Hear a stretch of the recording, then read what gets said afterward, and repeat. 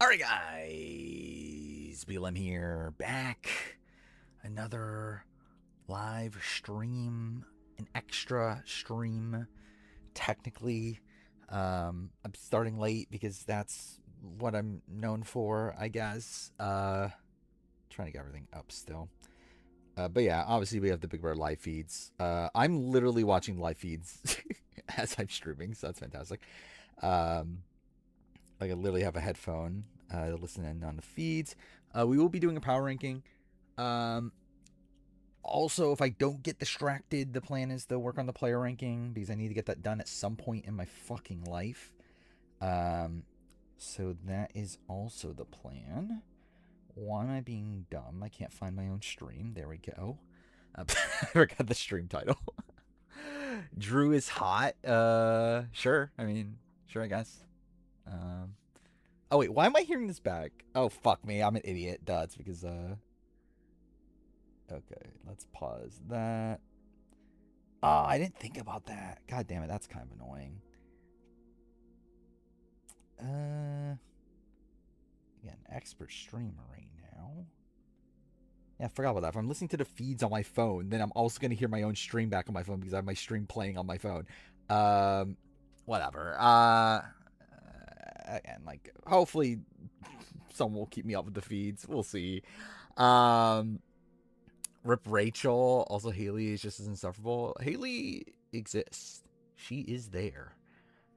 We did it. What did we do? 30 stream strike. Well, that's something. Or streak, whatever. Or Haley, Drew, Camo, the three best players right now. Yeah. I mean, we'll talk about it. I agree with some of that. I'm gonna do a power ranking. It's still gonna be a weird power ranking.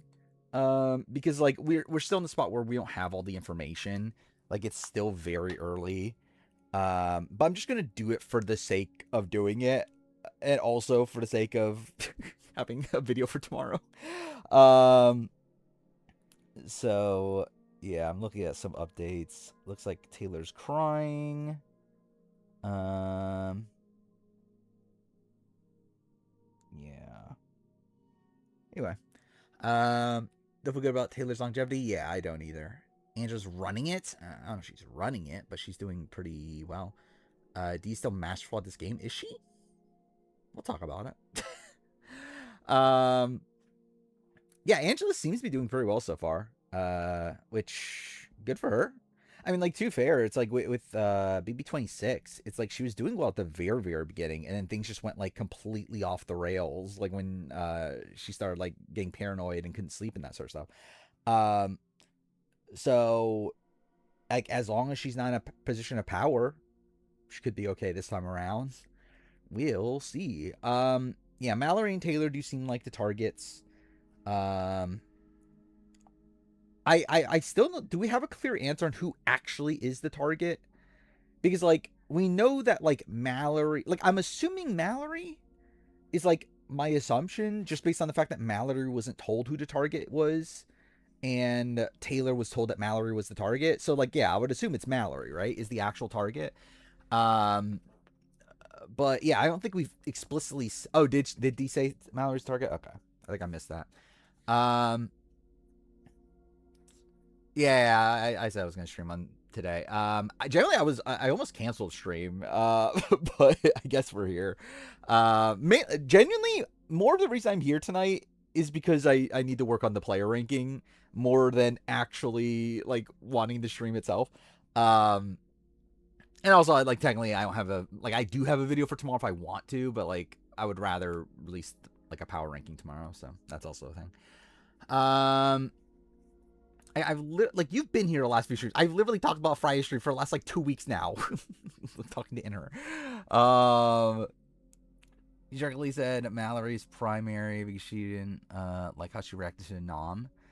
Yeah, I did see that Mallory had a like yeah supposedly had a bad reaction to the nomination, which like I mean like did Taylor have? I mean, maybe Taylor was able to hide it a bit more, but it doesn't seem like Taylor's taking it too great either. How I feel about Rachel's death? It's sad, but thank God they brought her back. Thank God they used the time machine to bring Rachel back. Does that confirm that Rachel's on 29? And if they really want her for 28, Again, they put her on 27. They really wanted her for 28, and then she just got killed. I guess this means that Rachel Riley's a lock for 29. I can't wait. How's Jason doing? Mixed, very mixed. Not in danger, but I literally talked about like at the beginning of last stream, like at least. But either way, friend is a Rachel hater, and he said she can fall in the hole. Wait. Yeah, I guess that person manifested it. Jason Troll over Jason BB28. Like maybe. Love to see.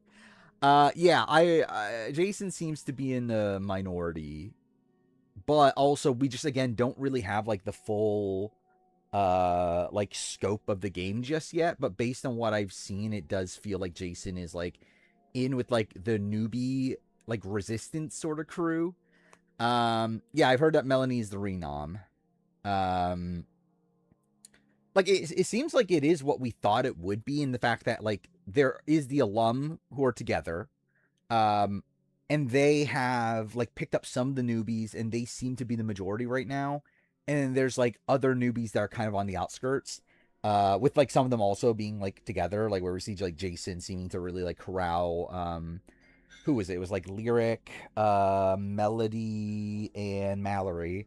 And then also like Rome seems to be with them. And it's like maybe Taylor is there, just because I think Taylor's really just nowhere, genuinely. But like she is there. I mean, she is in the game. Yeah, I'm waiting for a D Devon's 101 for sure. I think that is gonna be, yeah, or Barrett too. Barrett seems to be in with the returnees.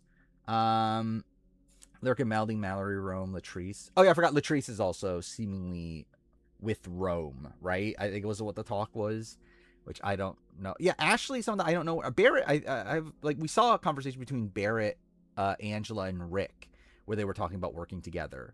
So like I'm pretty sure Barrett is with the returnees. I'm not sure about Ashley though. I haven't seen any like strategy talk from Ashley.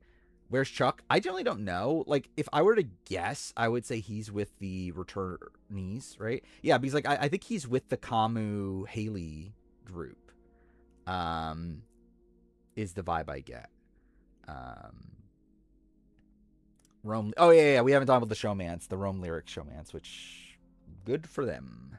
I guess we learned who's the beta and submissive of the season. The MAGA Alliance, maybe.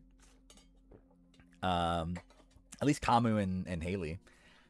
Scared Jason's gonna win HOH and backdoor Rick next week. It's possible. Then again, it's like I don't know, it's tough to backdoor in a spot like this, right?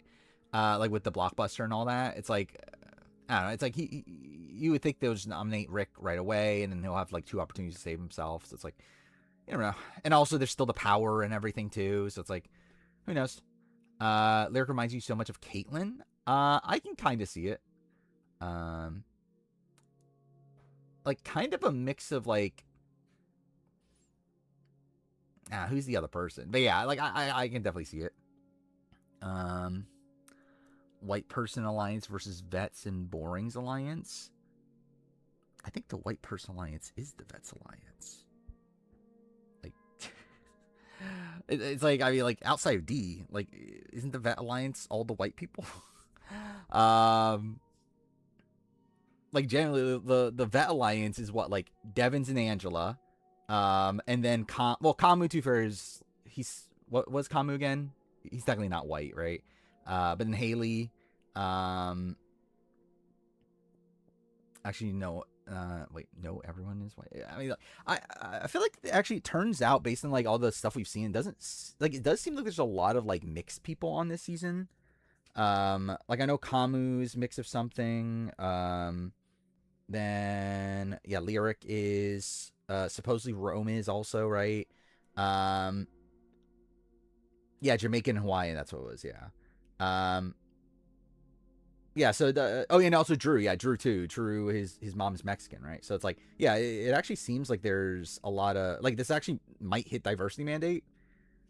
If like from what they qualify as diversity mandate, like genuinely like like, I guess it hits diversity mandate, but also it's like I think they would claim it hits diversity mandate, even though like they don't care about diversity mandate anymore. We don't know where Chuck is. I would like, it did seem like he was close to Kamu and Haley like early on in the feeds. Was this yeah, I did see this live, the Rome lyric thing, where yeah, it seems like Lyric's like really in the Rome, so good for Rome, I guess. Drew revealed revealed Latino surprise fans. Yeah, I was not expecting that. Oh, I mean, obviously Rome's into her back for sure, but it seems like she's the one that's like trying to like get him to stay in the room and all that sort of stuff. Haley and Lyric will fight at some point. Sure.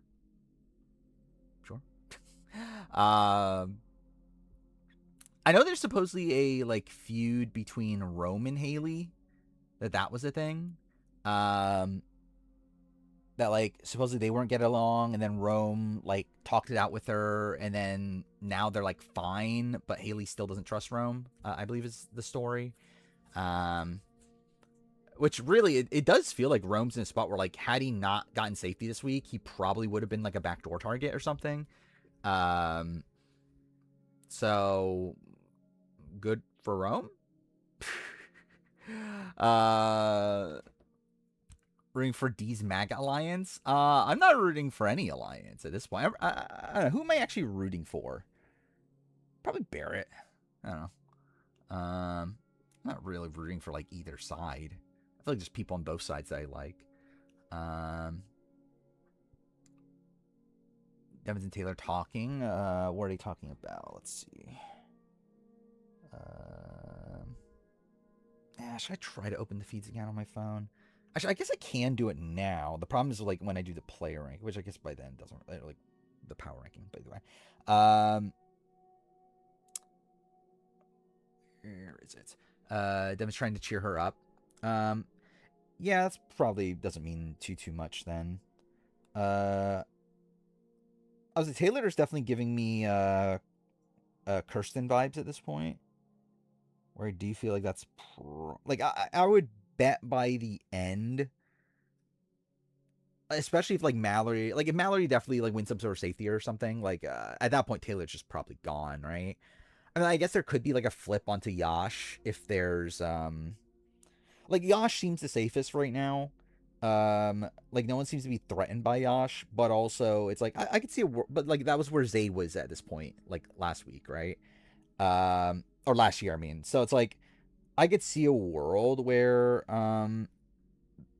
if like later in the week they end up like talking about, oh, Yasha actually like might be good at competitions, we might as well take him out.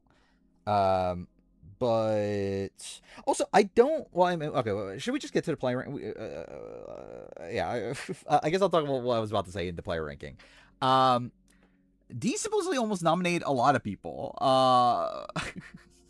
which yeah. Again, she supposedly like almost nominated Drew. She almost nominated Barrett. She nominated Yash without telling him. Yeah, what is this? Thank God someone finally did it. Yeah, what is this?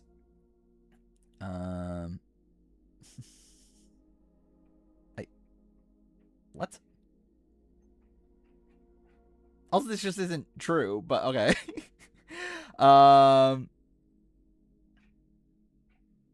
Like, okay, this I have no clue. I mean, either way, this is the dumbest fucking post. Like, this is the fucking dumbest post. This post makes no fucking sense. Like, it says Diaz shown full allegiance to Trump. It's like, when? When did that happen? I'm not like a big D stan or anything, but yeah, I feel like this has to be a shit post, right? Like there's no way this is fucking real. Also, like, wouldn't Haley be lower? Rick would be higher, probably. Okay, yeah, I feel like this is definitely a shit post.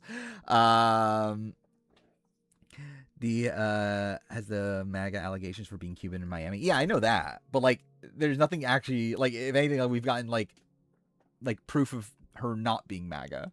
Does Latrice really watch Heat of Rivalry? I don't know. Maybe.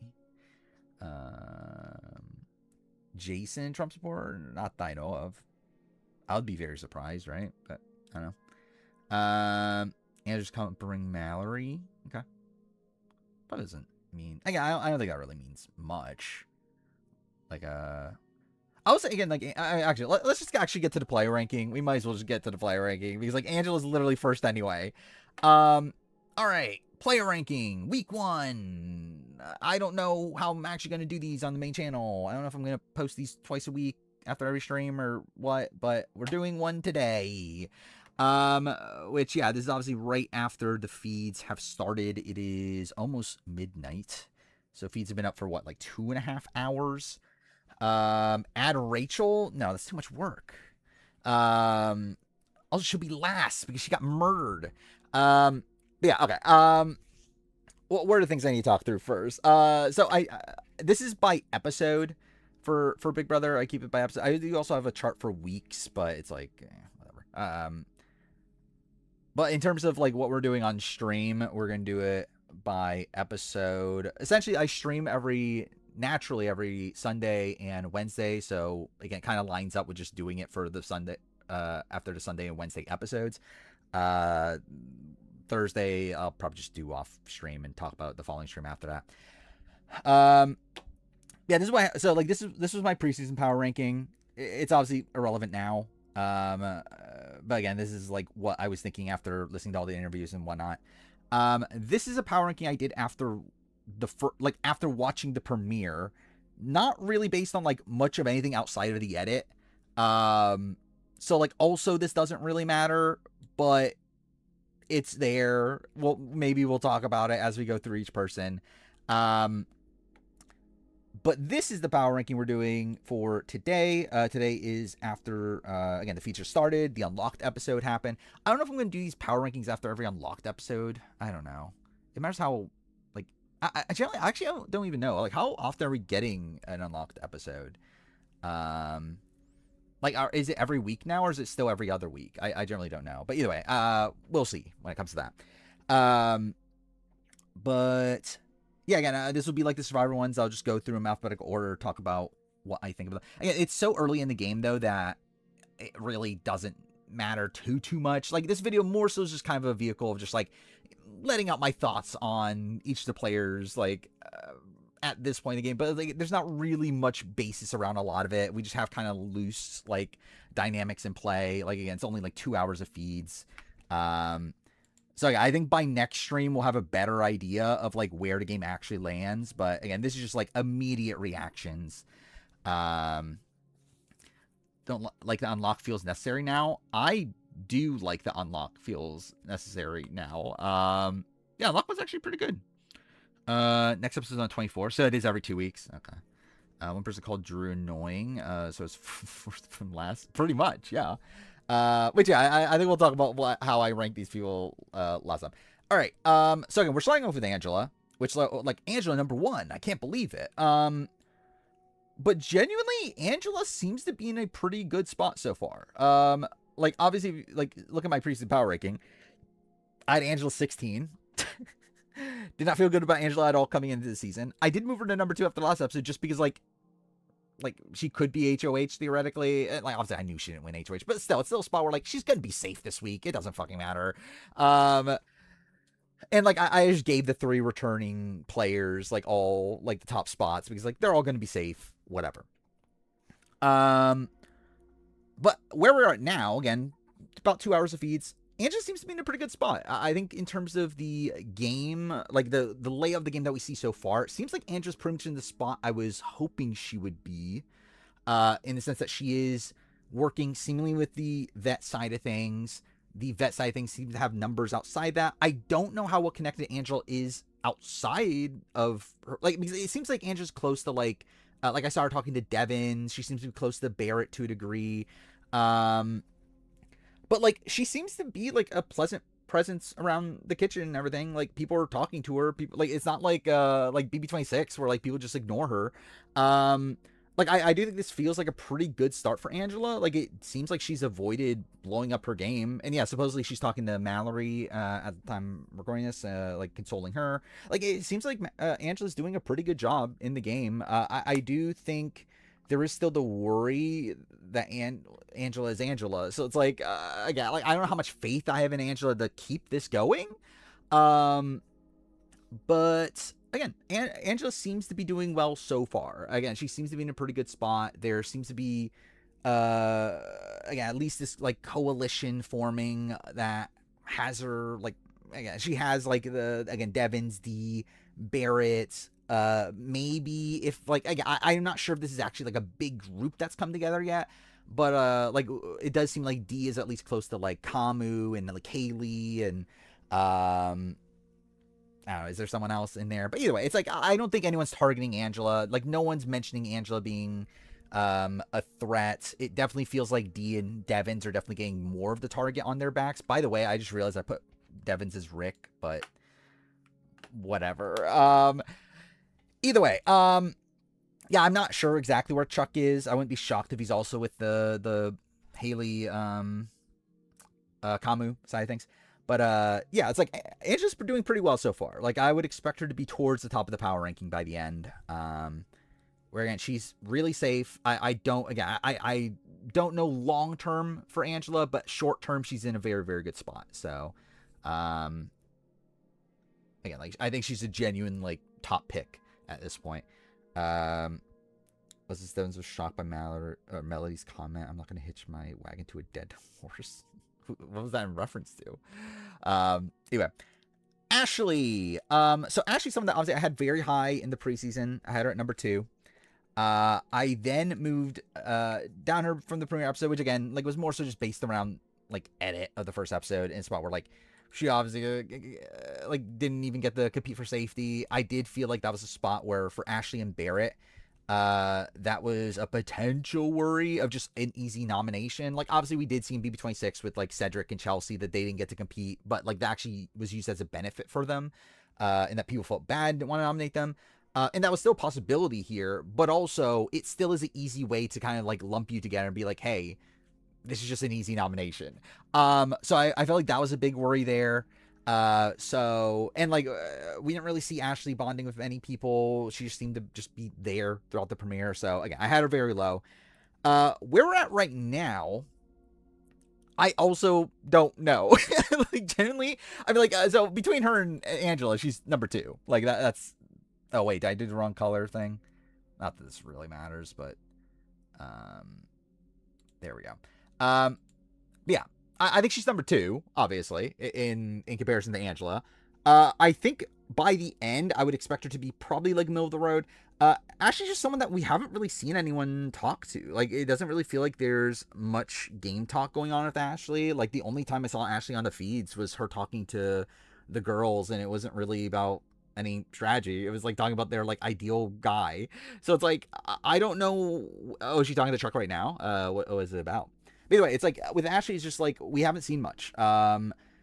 To where while it does seem like she's safe this week, there's no real talk about nominating her. It doesn't feel like there's any talk about like targeting her down the road. She's telling how the veto works. Well, that's great. At least she knows how the veto works. That's good.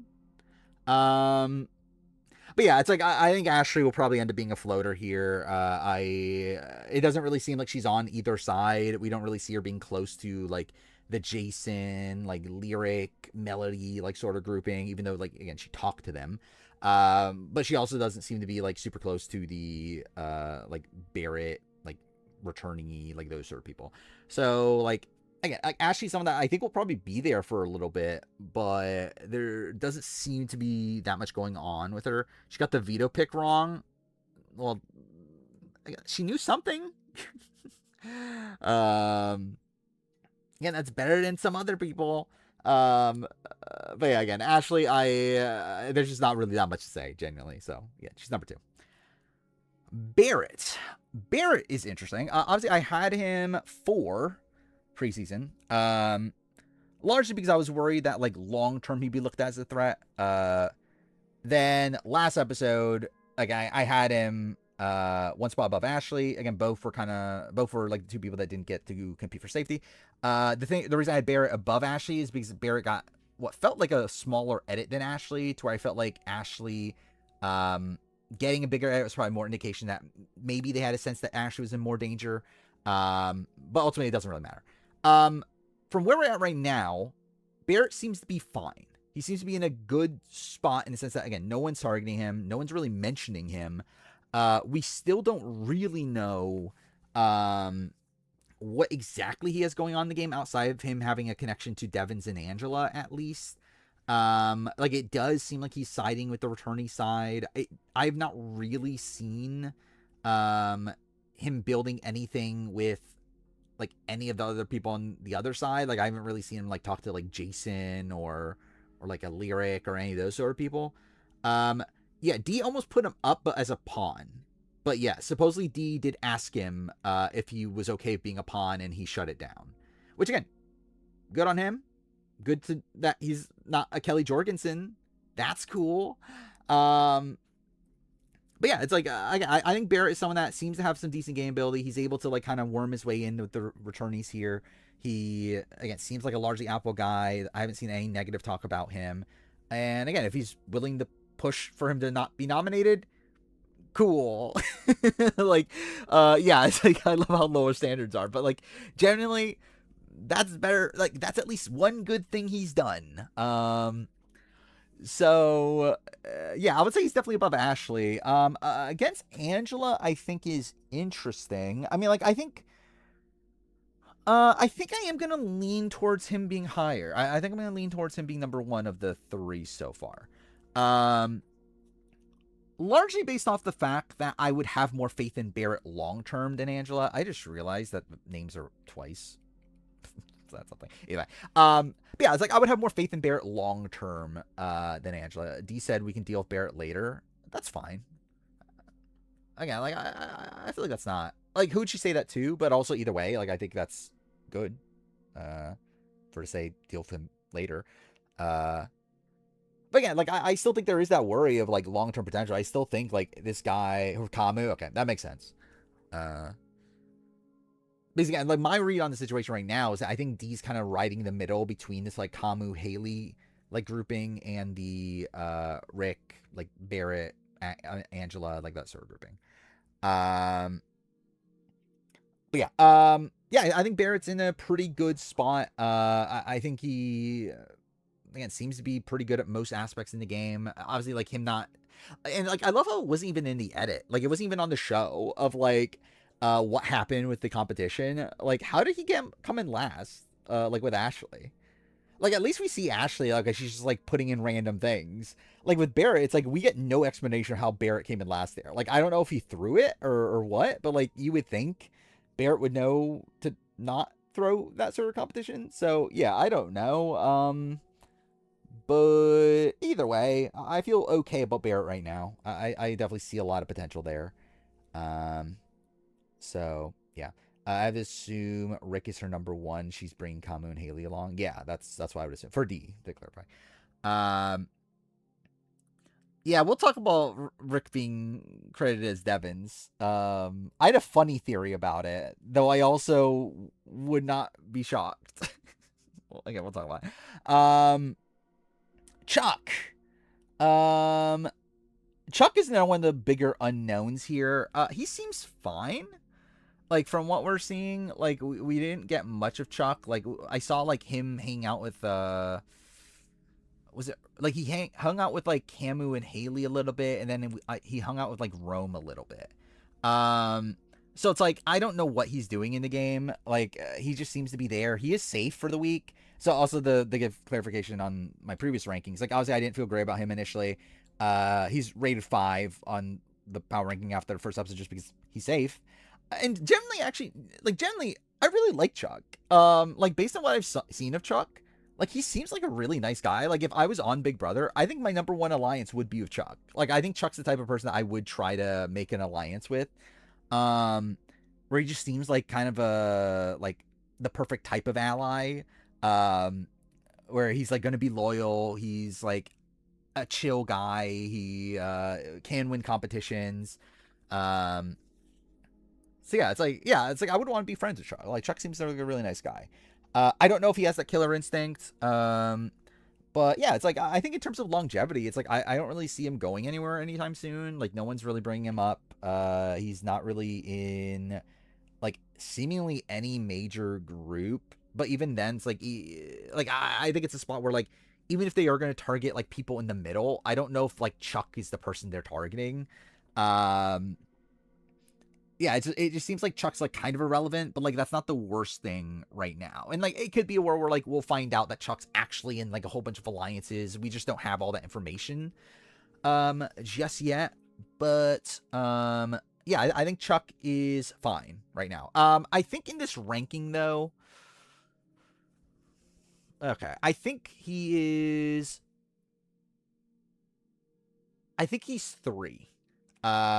Which like still be on the upper end of things by the end. Again, like I think like outside of Ashley, I think like essentially Angela, Barrett, and Chuck are all like pretty good at this point. Um, I feel like Chuck is again in a pretty solid spot. I would expect him to be in the top half of the ranking by the end. But it's just one where like we just don't know who exactly he's with. Where we have a better idea of that with like Barrett and Angela. So yeah, I'll have Chuck at 3. Then we have D. D obviously I had 5 in the preseason power ranking. Very high on D. Just questions about Endgame. After the premiere, obviously, and like we knew she won HOH, so I had her 1. D now, after nominations, is a little weird. I'm still trying to piece together how D is playing. So I don't love how she handled nominations. Like first up we're hearing, yeah, like supposedly some people are like confused by her nominations. Even people that she's like seemingly working with. She didn't tell Yash that he was going on the block, despite her also promising her group that she was not going to nominate them. Yash is in her group. From what I understand, her philosophy is that she wanted to nominate one person from each of her groups, or each of the groups, which like fine, I guess, but like I think again, it's kind of dumb to nominate someone from your own group, especially after, yeah, especially after you told them. And yeah, she's getting a lot of negative feedback, obviously from the people that she nominated. Which like obviously that's always gonna happen, but like, again, it feels like a spot where like people are just genuinely confused at what she's doing. Seems like a lot of people are just thinking that she just has no idea what she's doing. And I'm not 100% sure how to read it as of right now, if I'm being honest. I do think definitely D is not, like, obviously D's not a fan of the show. She doesn't know much about the show. However, like, she definitely got prepped. Like, I'm like, for all we know, like, yeah, it's still a spot where, like, she could have been given the information, just forgot it. Like, that's very possible. But, like, there's no way she wasn't prepped, though. Like, there's no way that Brandon Donlin didn't give her the complete rundown of how to play Big Brother. And to be fair, like we heard Kelly, supposedly Kelly Nalbandian was like telling her, yeah, don't win the first HOH, which is like, why? So it's like, I don't know how good of advice she got. But like she definitely got advice. Like she definitely like did her research coming in at least, or like was told research. So it's like, I don't know if she's playing dumb. I don't know if she actually is like unsure of things. I generally don't know. I do still think either way, how she is playing this is still bad. Um, where like you still don't need like, again, like even if she is playing dumb about these things, you don't need to blindside Yash. You don't need to like make promises that, hey, I'm gonna not nominate my people and then just nominate your people. Yeah, I did see that the conversation with Taylor and Jason saying that they need to teach her the game, which is insane. Yeah, it's like I need to see her have a conversation with Devins for sure. I think that's what we're really missing, because like there's no way that her and Devins aren't together. Like literally 0% chance. Like they're 1,000,000,000% working together. Yeah, it's like they're the 2 Survivor vets. They both came from the same season. They're both friends outside the show. Their season was also so recent. It's like there's absolutely no chance that Dee's not working with Devins. So I think that's probably going to be where we get the real rundown of her game. But right now, it feels like she's in a good spot currently. but I don't like how she's playing it. Like it feels similar to Vince, not nearly as bad. Where at least Vince isn't nominating his own allies. That would be worse. Or as far if Dee is nominating her own allies, like it's not like Dee is nominating her Kelly Jorgensen. Like it's not like Dee. Like, and to fair, she almost kind of did theoretically if she was going to nominate Barrett, considering she talked about nominating, and that's also the thing we have to talk about. Supposedly, like she went to Barrett, asked him for if he would be a pawn. He shut it down. She also supposedly was going to put up Drew until Drew also like put in work to save himself. To where, yeah, it feels like that part of it's also a little bit hectic for Dee. It feels like she has been like kind of changing her noms. To where I do wonder if the Kelly was the only option. That is true. Is the option in her group? He was in her group, as in like he was in her starting group, but like it's not like they actually have an alliance or anything. Again, it's bad. It's still bad to nominate him, especially after you promised that you wouldn't. But like, it's not the same thing as like Vince nominating Kelly, who he had a final two with. But yeah, like Melanie or Melody definitely feels like the renom in this spot. But yeah, like I think Dee's in a spot where like she's still the HOH. She still seemingly has like multiple like options. Again, it does seem like she's close to Kamu and Haley. It seems like she does have the Rick Devens Angela of it all. And along with that, like a Barrett, and also seems like she has a good bond with Drew now. Like she has inroads. It's just that I feel like she's playing very sloppily outside that. So I think I'll give her 2. I think is where I'm leaning right now. I think I'll put her above Angela more so for like long-term potential. Like I think Angela technically is in the better spot to make it deep in the game. However, I think Dee is in the better spot to win the game. Like again, it's like at the end of the day, Angela is Angela, and I think we still have to take that into account. Dee is like Dee's still someone that like is gonna be able to win endgame challenges. Dee's just someone that garners respect. Current nominate, yeah, it's Taylor, Yash, and Mallory, with Mallory as the target. I think he's the best target for Dee right now.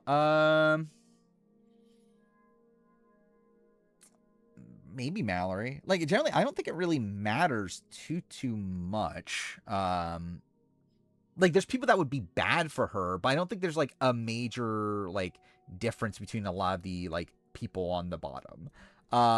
It's like, yeah, Mallory. I guess now Mallory's like upset at her and everything. Like, yes, that like, yeah, that probably is the option. But like if we're talking about like from before that, like when we were coming into nominations, like at that point, like it doesn't really matter too much. Like I think you probably take a shot at that, like Rome, Jason grouping. The problem is that they're safe. So at that point, it's like you're kind of left with like Mallory, Melody, Lyric, Latrice.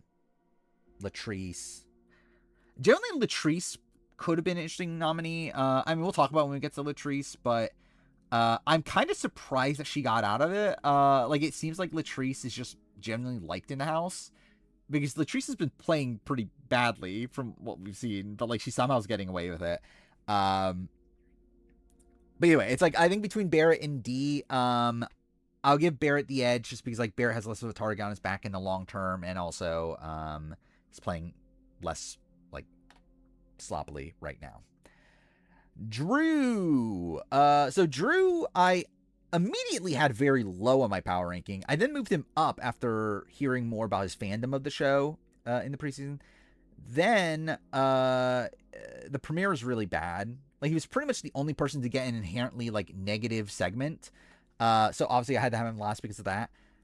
But now that we're with feeds and everything, Drew's pretty fine. Like he's fine. Like he seems to do actual good work. Like he again supposedly was going to be nominated by Dee and then started bonding with Dee and then got himself out of it. Like it very much feels like a Corey Wurtenberger thing. Like generally, isn't this like exactly what Corey did with Riley? Which I mean, like, I can't see kind of like Dee Riley parallels to a degree. Like, obviously, very different in terms of the grand scope of them as players, but like, in terms of how they're handling this HOH, is it that different? But yeah, like yeah, Drew very much feels like the Corey of this season. He is like the nerdy-ish. I guess he's less nerdy than Corey, at least inherently, but like so he's like the fan of the show that's like kind of a squirrely guy, but is able to like talk himself out of things early on. Like, and yeah, it seems like he has maybe gotten his way in with the returnees. Like, again, it's still too hazy right now to fully know, but I would not be shocked to see him like working with like Devins, who he talks a lot about. Like also Barrett. It's like those feel like his sort of people. But again, we just don't know enough yet to really give him like the credit for that. Like we haven't really seen like actual conversations. And yeah, he tried to. It seemed like he was bonding with Camu. I keep forgetting how you pronounce his name. Is it Camu or Camu? It's Camu, right? I don't remember. Either way, it did seem like he was bonding with him earlier. I know he was like really talking to him and Haley for a while. Camu, okay. But yeah, it's like I think he's doing a lot of good work. I think he like generally like it's giving me kind of like Steve vibes also, in the sense that it's like I think he's one that like on paper is probably like a I shouldn't say bad player, but like a player that would be left out of the majority like on most seasons. Like he's like the type of player that I think like most time he plays Big Brother, he's on the outs right away. But he's able to get in with some people and like make some inroads. He does the good work to like put himself in groups. It's like I think he's like playing this pretty well. In terms of the power ranking, it's a bit tough. I will say because we're just still too unsure on where he's at in the game, I think I'm going to give him 4. I think if we had a better sense, if he actually had like a solid power structure around him, I could see him being above Angela. But yeah, I think I'll give him 4 just because like it's still like a little hazy. Again, I think by next stream we'll have a better idea of where people lie, but right now I think Drew's just someone that like there's the potential, but we don't know if that potential is really being like utilized yet. And like I think we've at least seen him actively do good work in comparison to Chuck, where like I think they're like maybe in similar-ish spots in the game right now. Or at least the fact that they're not like in the middle, or the fact that they're not on a side, I mean they're like in the middle seemingly. So yeah. Camu and Haley like Drew, yeah. But I don't know if they're like part of their like long-term plans. But yeah, it's like they seem to like him, which is obviously still good. All right, Haley. Haley is one of the tough ones here. Really tough because like we got a lot of Haley. I just don't know how to interpret Haley yet. Where like Haley's like kind of the opposite of like someone like a Drew and a Chuck. Where like we've seen a lot of Haley. We kind of have an idea of where Haley is in the game. I just don't know if that's a good spot. So Haley seems to be very close to Camu. Like that's kind of where we're seeing her at. She's like super close to Camu. She was talking game with D. It feels like those are her sort of people. I am feeling less confident in her comp ability. That was something that I felt pretty good about coming into the season. It felt like she was like maybe the next coming of like an Angela Rummins comp wise. Doesn't really feel like that's the case based on like how much she sucked at that first comp. But who knows? Maybe like she'll eventually win like some sort of thing. Especially if it's like full on physicality, maybe she'll do better at that. Seems like she sucks at like puzzles and that sort of thing. I guess to talk about my power ranking, obviously like I had her like middle of the road preseason just because like who the fuck is she? I don't even remember why did I put her 13 after the premiere. I generally don't remember. It probably was like the fact that she just wasn't that good at the comp and we didn't see much of her. Which yeah. Team got last in HOH? Yeah, it did. I actually forgot about that too. Yeah. Rick's team did lose, seemingly. They're all have-nots, which yeah, Haley was part of that. I feel like if D is targeted next week, Haley and Camu will be on the block. Probably, yeah. Especially because of the blockbuster of it all. I think they would look at like Haley and Camu as like the comp threats to try and make D out. Then again, I don't know if D is being targeted next week. I mean, I think some people definitely will. But I mean, like, okay, and also the thing about talking about Haley, it feels like Haley's like definitively on a side.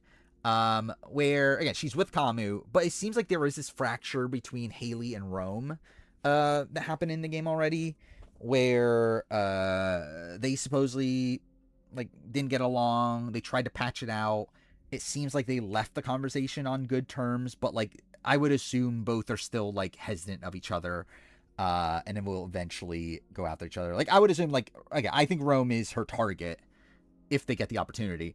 But again, it feels like Haley's someone that's like definitively on a side, and that's not, and like a side that could be targeted by the, like I feel like if the like Jason Rome like sort of grouping win power, it's like Haley's definitely a potential nominee, and like again with Blockbuster and play and everything, like there's a shot Haley goes home. Someone like, yeah, Mallory would definitely target D. I think like someone like a Jason could nominate D. I don't think she'll be the target though, because I think Devins would be a target there. Rome maybe could nominate D. It's like, yeah, I think that side is definitely like looking at D as someone to at least nominate. But yeah, like Haley's someone that, yeah, I'm not really sure what to do with her, because I don't love that she already has this feud with Rome. I'm debating if should I put her last? I don't know. There's no why Jason wants to target Devins over Rick. I don't know either. But yeah, guess we'll get to Jason next. You meant D, okay. You mean Devins over D? Is that what you meant?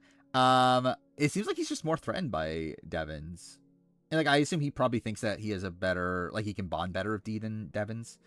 But yeah, I think I'll go last. Like I mean, like because like in comparison to, I think the debate with Ashley is that Ashley at least like, or I think like Haley at least has allies, where Ashley doesn't seem to have allies. But also I think Haley is someone that would be targeted earlier than Ashley. So like I feel like Haley's side player, like if her side wins, she's going to be in a good spot. But we just don't know if her side's going to ultimately win, like in the long term. So yeah, I think I will put her last for now. Jason. So obviously Jason was my winner pick, and I stand by the logic for that. I still think it was a pretty good winner pick. Then we got to the premiere, where I moved him down to 4, and genuinely, he would be so much lower if he didn't win safety. The only reason he's number 4, which to clarify is still like actually the highest of anyone that isn't a returnee after the premiere, is because again he has safety, and he seems like such a personable person that like I think people will just like Jason. However, now that we've seen the feeds, it's not looking good. He still does have safety for the week. That's good for him, obviously. But it's not looking great for him in the long term. It really feels like he's coming out as like the leader of the minority.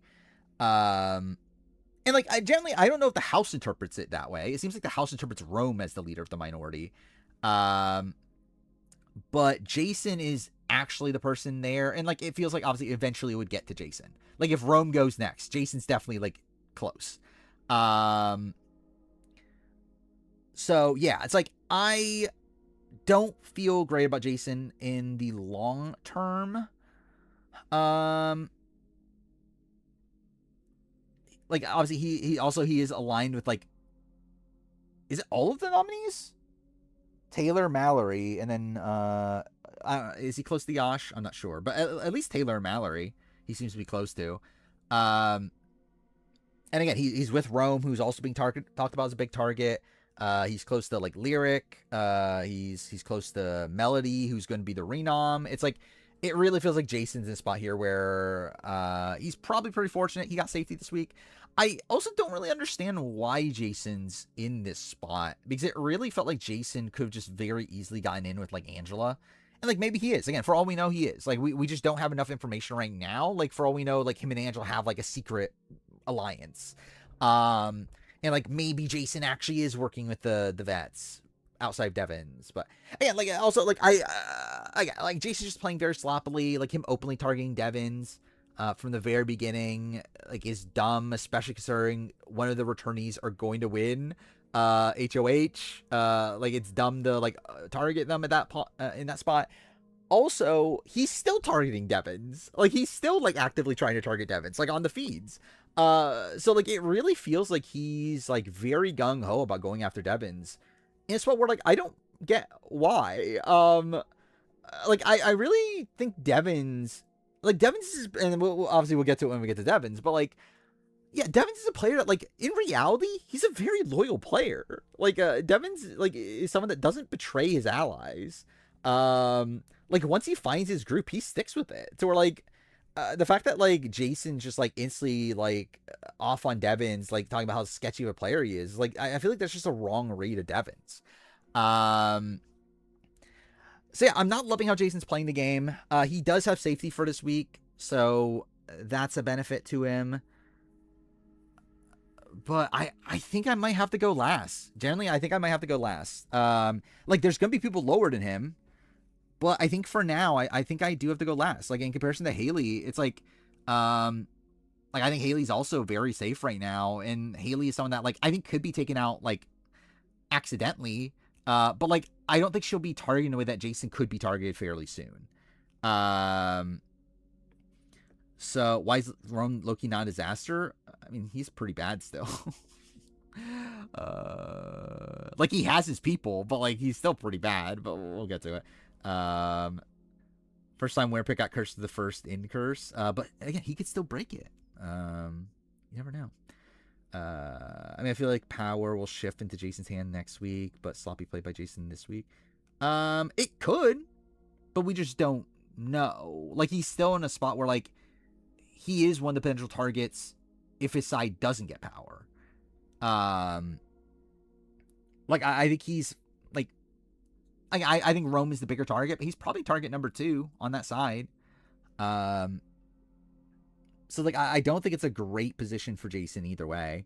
When like half the house would be willing to target you the following week. So yeah, again, I think I'll put him last, but again, there's gonna be people lower. Kamu. Kamu, I think is interesting because like in many ways he's in the spot that Haley is.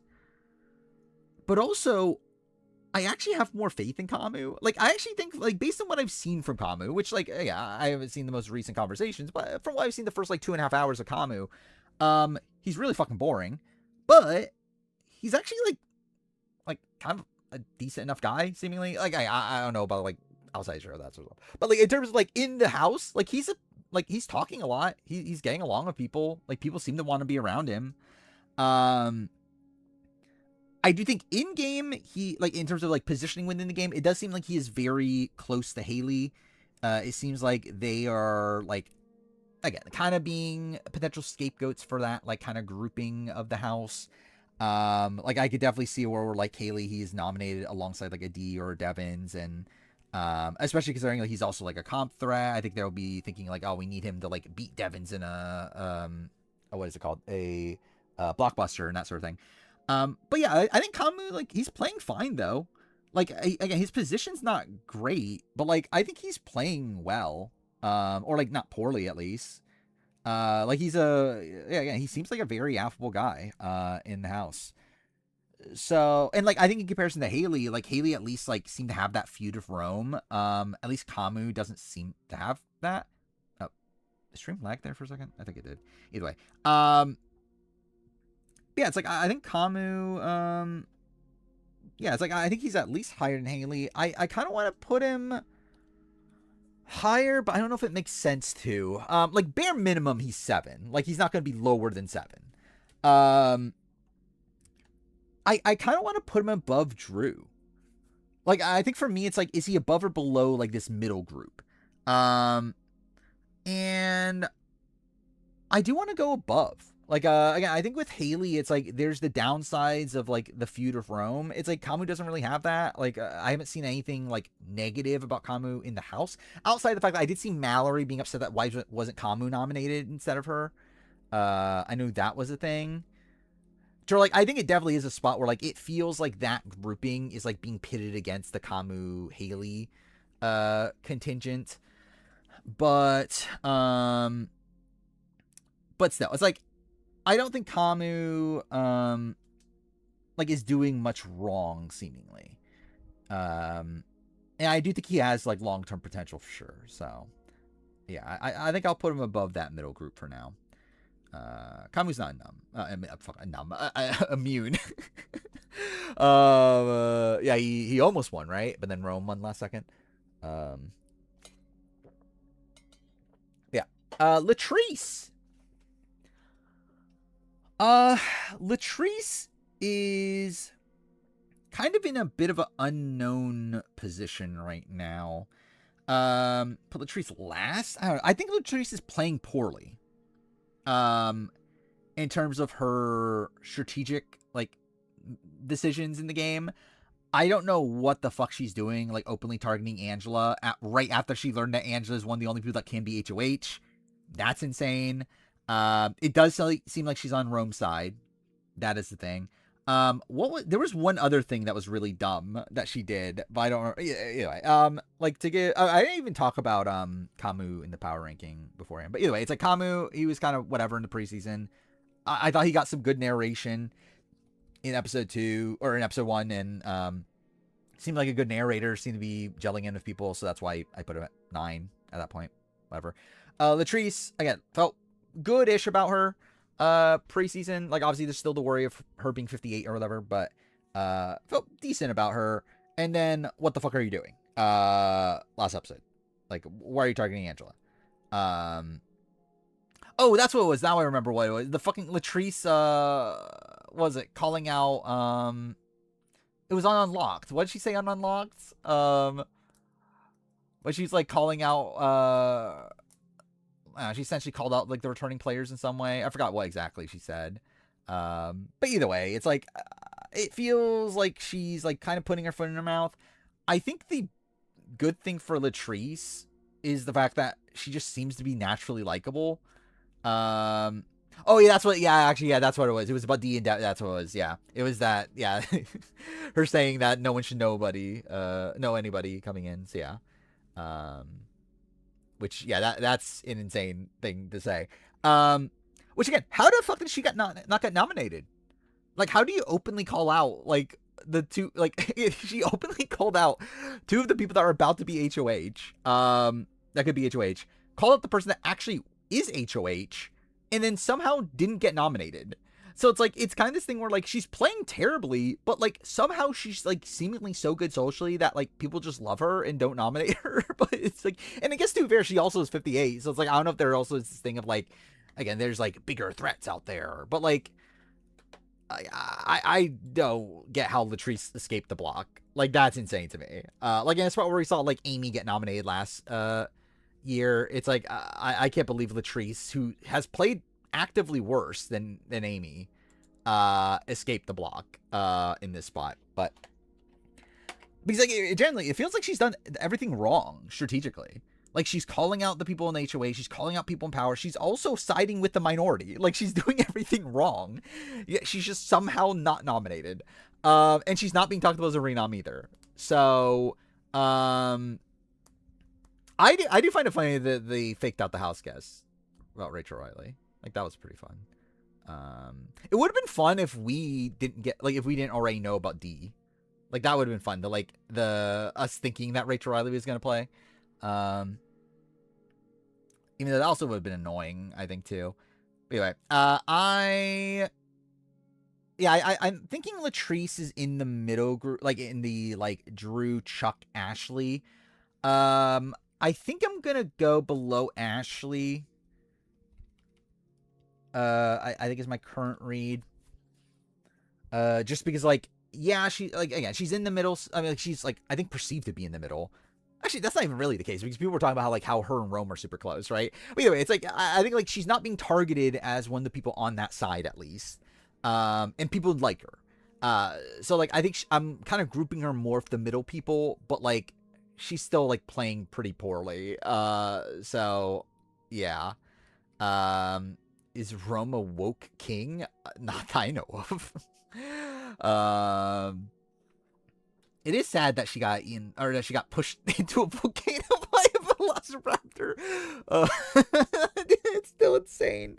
We're good. Like you would think, okay, there's dinosaur here. They're at least gonna make it that like the dinosaur like eats Rachel or something, right? Not that fucking they push Rachel into the volcano. But anyway, how's Dee introduced? She just showed up. I was like very lame. I thought that was very lame how Dee was introduced. She just like pops up at the beginning of the episode. Like did like no gravitas to it at all. She's just there. She just like runs into the backyard. I was like, okay, cool. And you would think that they would at least like hype it up a little bit more, especially because they made it a cliffhanger. But whatever. Dude, imagine she was in the Velociraptors. Dude, that would have been insane. Dude, imagine like the Velociraptor pushes in Rachel, and then like it just takes the head off and fucking Dee. Dude, that would have been so funny. Dee didn't even get a theme challenge. Yeah. D for dinosaur. Yeah, they should have done it.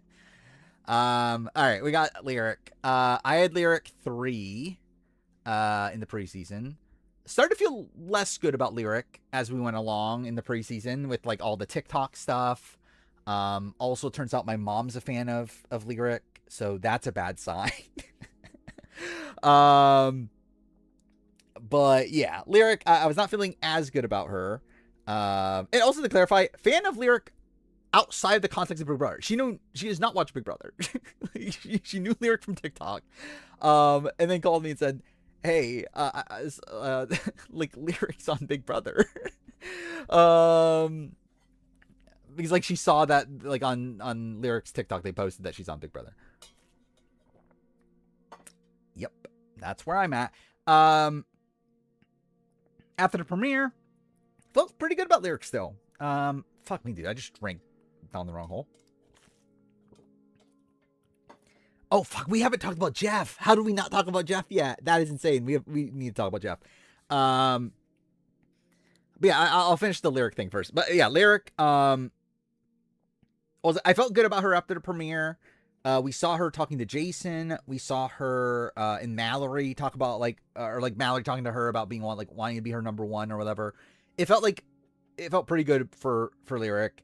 And then now we'll talk about Jeff before we talk about the rest of it. How pissed was Jeff when CBS told him, hey, you better film this thing for Big Brother. Getting that come to the 51 review? Probably. We're definitely getting the Big Brother review. Yeah, I don't know when this was filmed either. Is this 51 or 52? Like, I would assume 52, just because, like, how far in advance did they know this was happening? Like, did Devins know about this, like, all the way back in, like May? Like, yeah, it was, like, what, end of April, early May? Which I guess that isn't that long ago, actually, now I think about it. Oh, yeah, sorry, this was Survivor 38. Yeah, clearly. Also, Jeff definitely looks very aged if this was Survivor 38. Could be 52 or 51. It looked like 51 because I didn't pay attention to like that exact thing. But yeah, it's like yeah, interesting if it is 51. So that means that they knew, I guess not necessarily Devins, but you would assume they knew it was Devins. Was going to be on for a while at this point. And that Devins himself knew he was going to be on for a while. Which is interesting that he was like the least spoiled of the returnees. But yeah, I did see that video of Christian. That was also insane. Yeah, I generally wonder how the conversation went with Jeff. There's no fucking way Jeff is showing up on Big Brother. I will be mind blown if he actually like shows up on set to Big Brother. I think that would suck his soul out. Tubing on BB28 was a fun theory, yeah. If only. Jason called Rome daddy, so Woking, cool. Thank God. Yeah, dude, actually, I actually did. I guess that doesn't actually make sense. I did actually think of like, was this like maybe a thing in CBS's mind already? Is like, hey, Rick would be great for Big Brother instead of Survivor, but no, that'd be like a full year apart. They definitely didn't have a plan for that long. But it is kind of funny that Devins is on Big Brother after like being an alternate for Survivor 50. But yeah, I guess that is the thing. Maybe when Jeff saw the letter during Survivor 38, he was like, we can't bring Devins back. He's going to be on Big Brother. That's clearly what happened. Jeff should be a winner pick for BB29. He would be, clearly.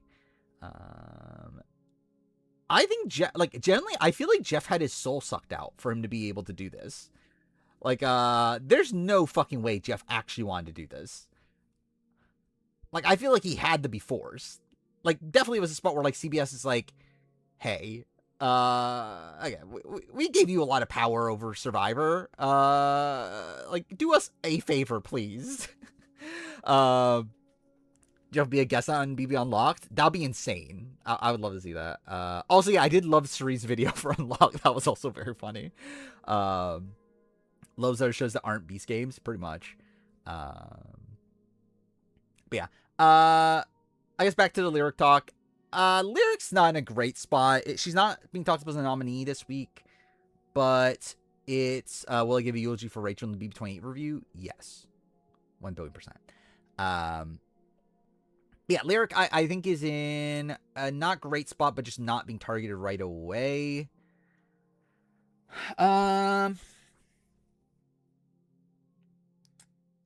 Let's see. I'm thinking like 9? I'm not sure. Like she's definitely in the what seems to be minority group, especially for this week.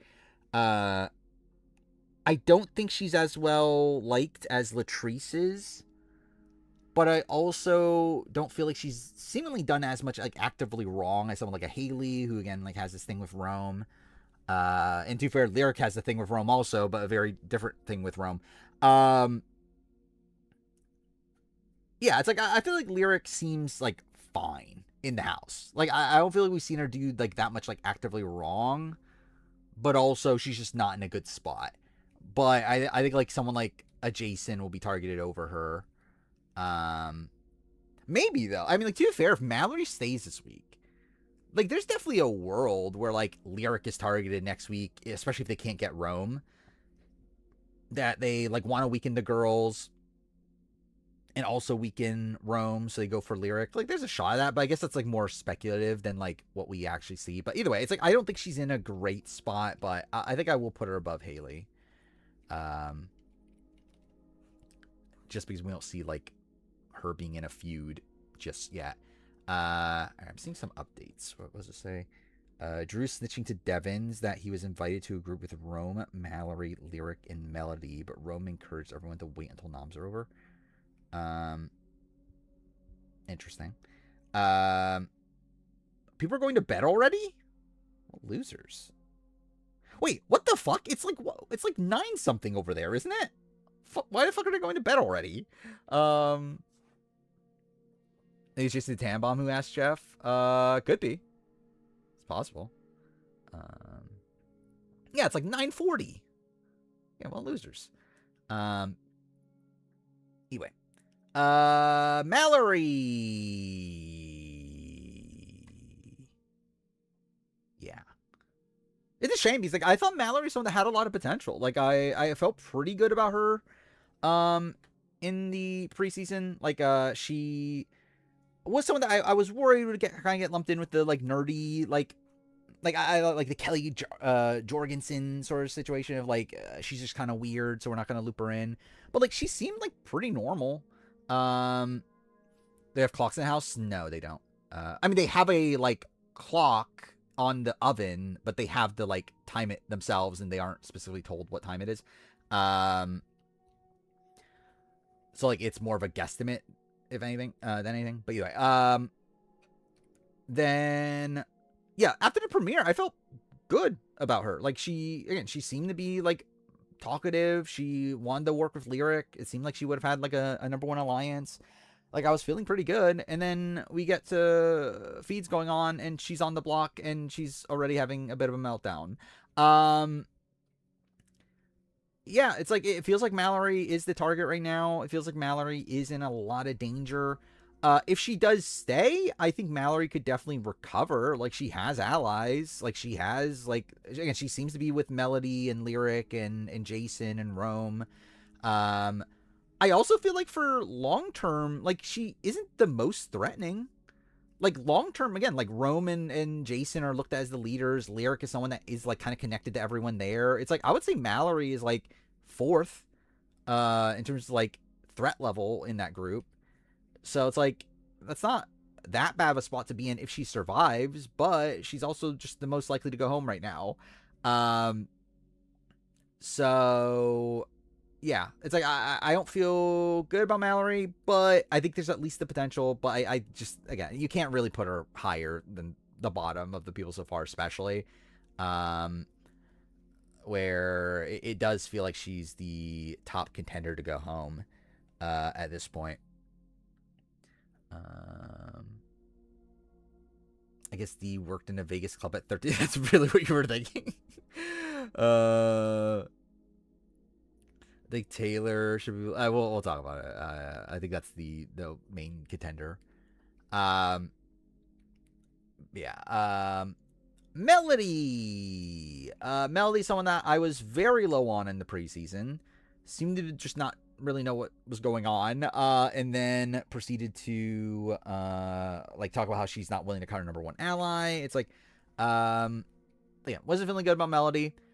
Then we get to the premiere and not much better. More so just like other people got negative content. So she kind of moved up a little bit. She got one confessional about Drew being loud and annoying. So good for her. Where we're at right now, she is in not a great spot. Again, she's in the minority group. She seems to be the least threatening of that group. However, she is being talked about as a renom. That is not great. I do think she could theoretically be in danger, right? Like if they're like, so with the, yeah, if Nums, like if Mallory wins veto, Melody goes up. It's then Melody, fuck me, dude.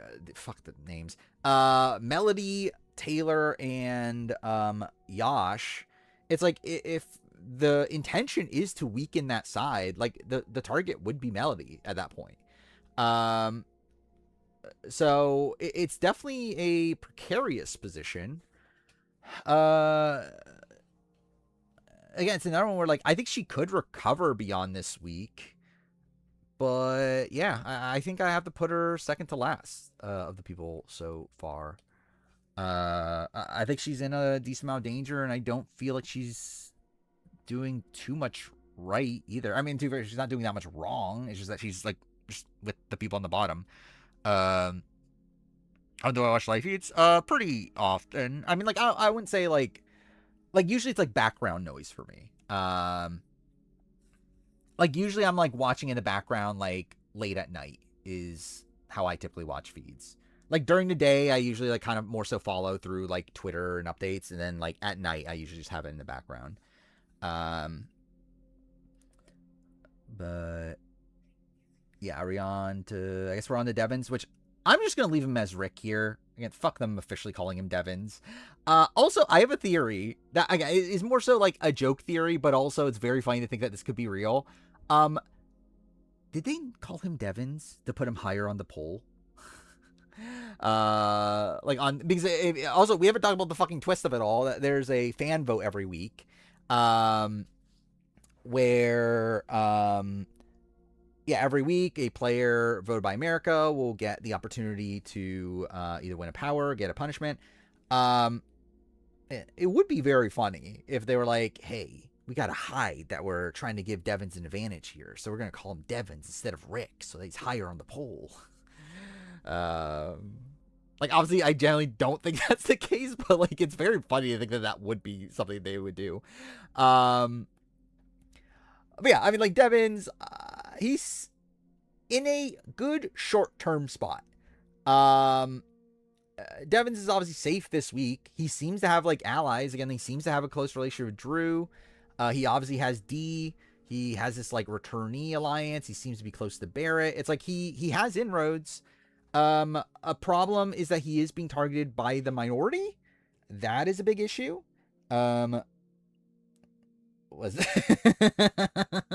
Brand Donlin posted Julie Alley saying if D takes off the dinosaur head, I'm out. That's kind of funny. Are they cutting feeds a lot now? I mean, they have like, yeah, they just do. Why is Rick being credited Devins? I have no fucking clue. I guess he just wanted to be called Devins. Or they just thought that was the most recognizable name for him. Okay.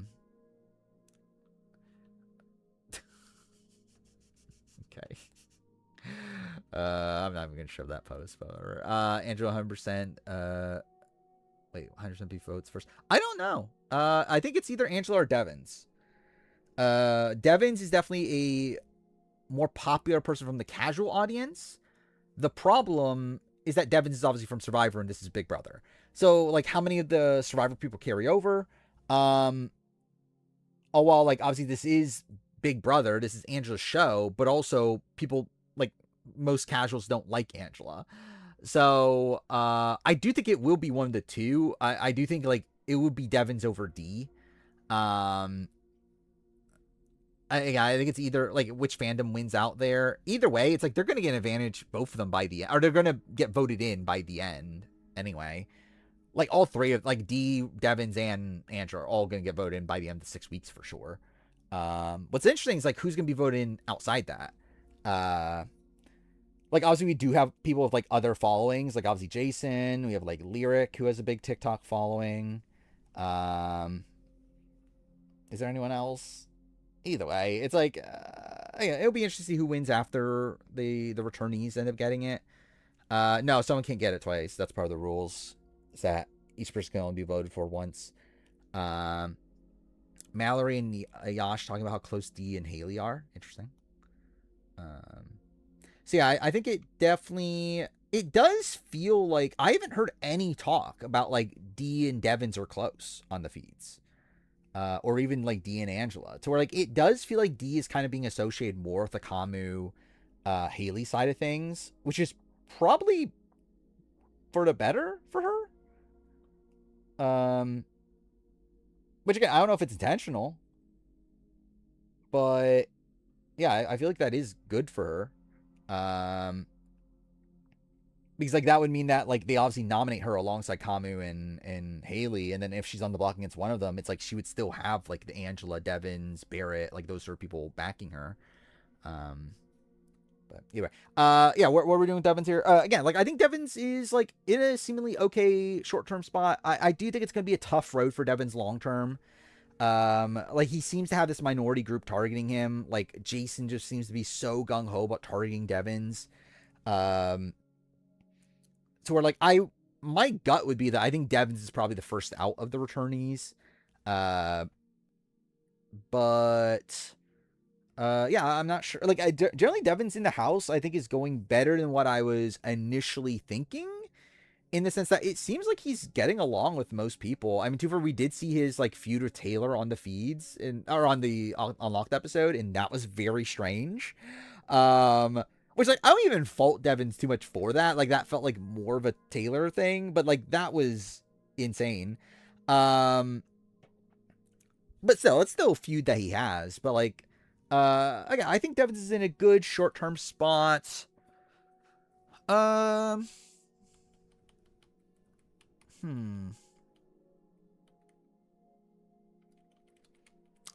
think I'm gonna go below Angela. I think just because like more people are targeting him.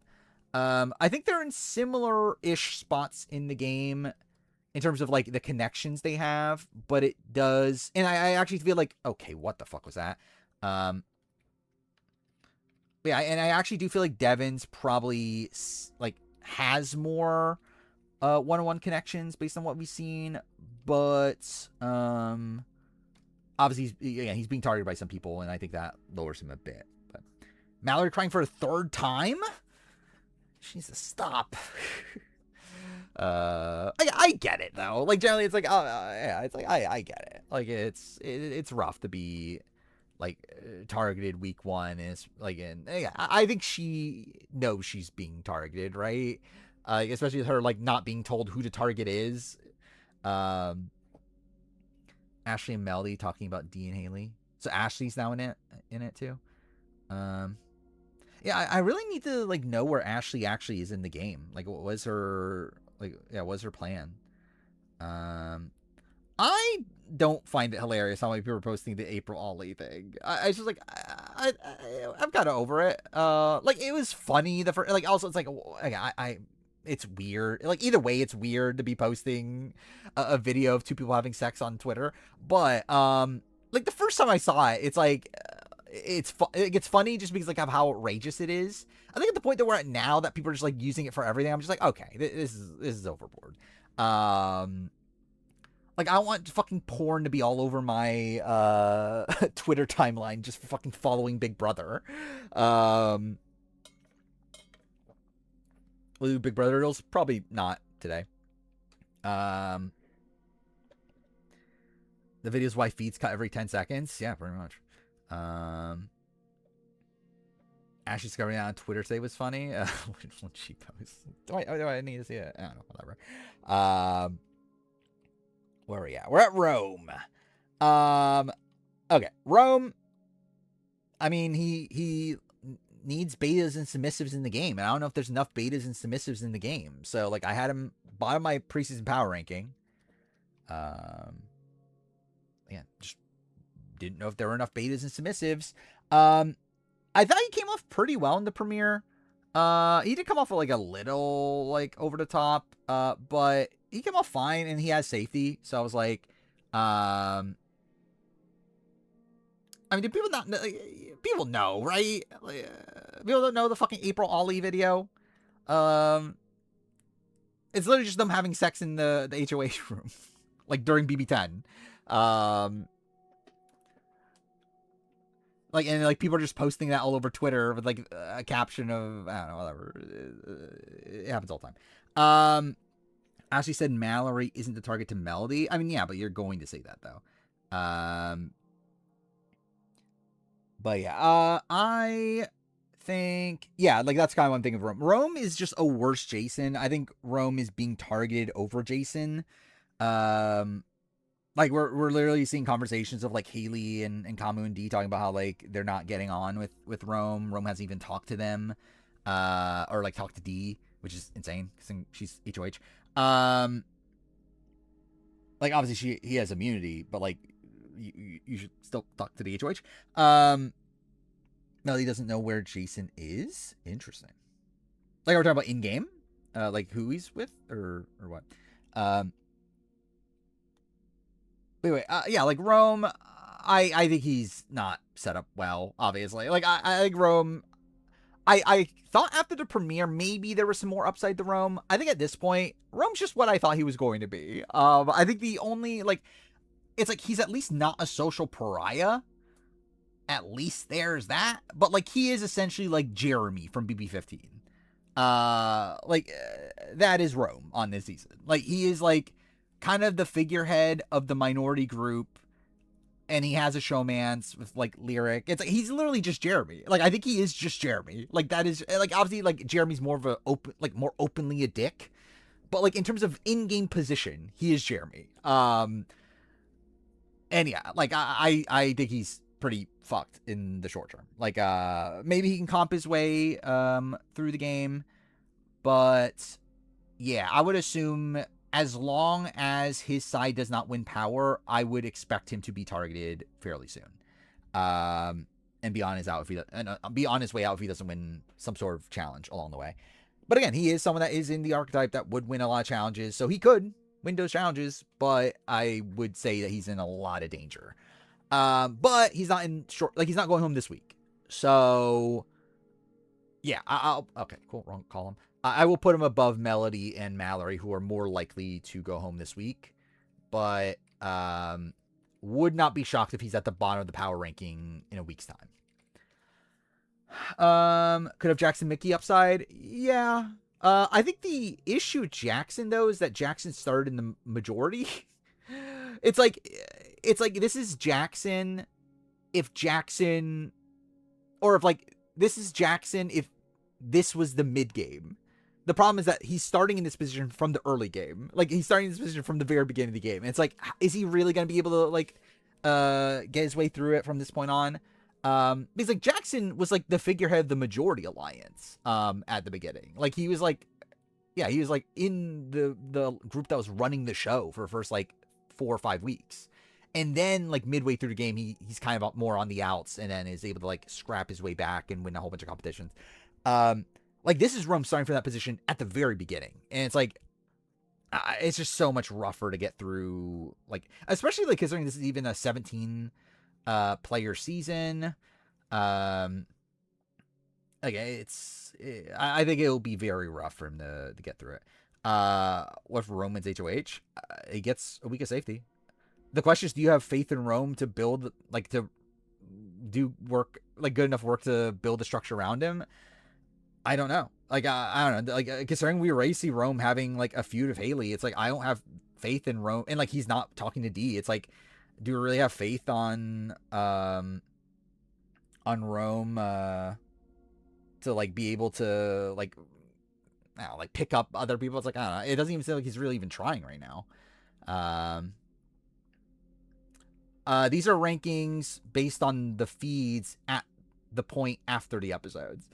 Like, essentially, this is how I feel like they are in terms of likelihood to win. Or I guess, like, it's kind of a mix of likelihood to win and, like, positioning in the game. Like, I don't know if there's a set criteria, but like, essentially, I've been always doing these. Like, here's like my BB27 one. Right, I've always been doing this. I just haven't done it on stream. Like, after every episode, I do a ranking of, like, where everyone is in the game. But yeah, I guess this year I'm doing on stream because I need content for my main channel. This is gonna be such a long video. I've been doing this for over an hour. I'm so fucked. Taylor. Taylor's kind of a funny one. Taylor's the one that, like, I was very low in the preseason. Like, she gave me, like, vibes of, like, I don't know, like, I didn't think she knew what she was doing. Oh my god, I just realized Taylor didn't execute her plan. I can't believe it. Melanie thinks D, Devins, Angela are with Kamu and Haley. Okay, that makes more sense. Which is not great for D, Devins, and Angela, but 2 for Melody's on the bottom anyway. Josh is playing pretty good for someone on the block. Yes, which we'll get to. Yeah, Taylor's someone that I was not feeling great coming into the season. I thought her premiere was decent. Like, I actually thought she came off, like, pretty fun in the premiere. And then we get to today. Which, yeah, I think she's last. I think I'm going to put Taylor last. Again, is she the target right now? No. It seems like Mallory's the target. However, Taylor obviously is on the block as well. Also, like, it just doesn't seem to have, like, any real connections. Yeah, it seems like she has, like, a friendship with Jason, but is that even an alliance? Like, it really feels like she's on the outskirts of pretty much everything. Like, I was, like, watching her in the backyard earlier today, and, like, she was just, like, walking around, like, not talking to anybody for, like, a decent amount of it. It's like, I just don't feel like she's, like, and, like, I feel like you can definitely tell that, like, obviously her being nominated is on her mind. Obviously, that's, like, a thing that, like, it spooks you, like, the fact that you're nominated week 1. But also, like, it seems like she's, like, worrying about home. Like, I know that supposedly she was told that her job might not be there when she comes back. So I think, like, those things are on her mind. but yeah, it's just like she's just not active enough. I think like it is starting to look like a split house dynamic for sure. And actually, in that case, Taylor's not in a horrible spot. Actually, no. Actually, no. Now I think about it, actually, no, that could turn out bad. It depends on how it's like if it turns out to be Mallory versus Taylor by the end, like Mallory at least has people fighting for her. Is anyone fighting for Taylor? Um, so yeah, again, like I just feel like Taylor doesn't really have any like long-term potential. Mallory is someone that like I think if Mallory were to stay this week after this week, I think there's potential there. Again, she has like some allies there. She's not the number one target on her side. Um, and I just in general have more faith in Mallory, like in terms of like how she talks about the game. Like Taylor's someone that came in with like her whatever fucking strategy that was. Like I can't believe it. She didn't execute whatever that strategy was called. I already forgot. Generally, what's actually kind of funny is that she's kind of in a spot to do that. Like it's funny how like we were talking about like this is like so situational. She's actually in a situation where it theoretically could happen. Yeah, the big B blowout, whatever it is. He's like she's the floater in the middle. Like if she gets like D and she gets Rome, like that is the alliance, right? Like if she were to somehow get D and Rome to work together, and then she's in that group, like that's the alliance she's talking about. Like she almost has it. But again, like it's not happening. Yeah, I just think there's not really much potential there for for Taylor. Yeah, Melody's clocking it. It's not the greatest that she's clocking it though. Like because if it gets spread around that Melody's like going after the vets, then like that just makes it more likely they're going to target Melody. Like so it's like it's good in terms of like her overall like strategic ability, I guess, like her reads in the game, but like it's not good for this power ranking, I feel like. Especially in a spot where like D's the HOH and all that stuff. Then finally we have Yosh. So Yosh is someone that I actually was feeling pretty okay about in the preseason. I know a lot of people were like super low on Yosh. Like Yosh was my like sleeper pick. I feel like Yosh is someone that like I could see him kind of just like chilling out, being a likable guy. Yeah, he's a bit douchey, but like again, like he seemed fine to me. Like I think he's someone that just would gel in with most Big Brother house. Then we get to episode 1, which like was kind of just more of the same. Then we get to the feeds, and he's on the block. So I'm probably more wrong. Like generally, I'm probably more wrong than right. But also, he does seem like a mostly chill guy. Like as of right now, he's the safest of the 3 on the block. The problem is that so was Zay at this point a year ago. Now I think in comparison to Zay, he doesn't have the backing, which actually is like better for him. At least I think it is. Like unlike because like Zay had that like group of guys like the Zacks and the like Vince. Yeah, he had like those sort of people. This season the Burger Boys, actually I generally forgot about the Burger Boys. Yeah, that's what they were called, the Burger Boys. Thank God. Yosh doesn't have that yet. But the fact that he doesn't have this like backing around him is probably better for him in the sense that he's less threatening because of that. I would worry if him being annoyed at D gets back to D. That obviously wouldn't be great. I agree with that. He does feel very like Moose from BB Can 10, especially in terms of like his knowledge about the game, the fact that he's not super knowledgeable about the game. And I do think they have like similar sort of personalities. So yeah, I definitely think he is like a Moose type.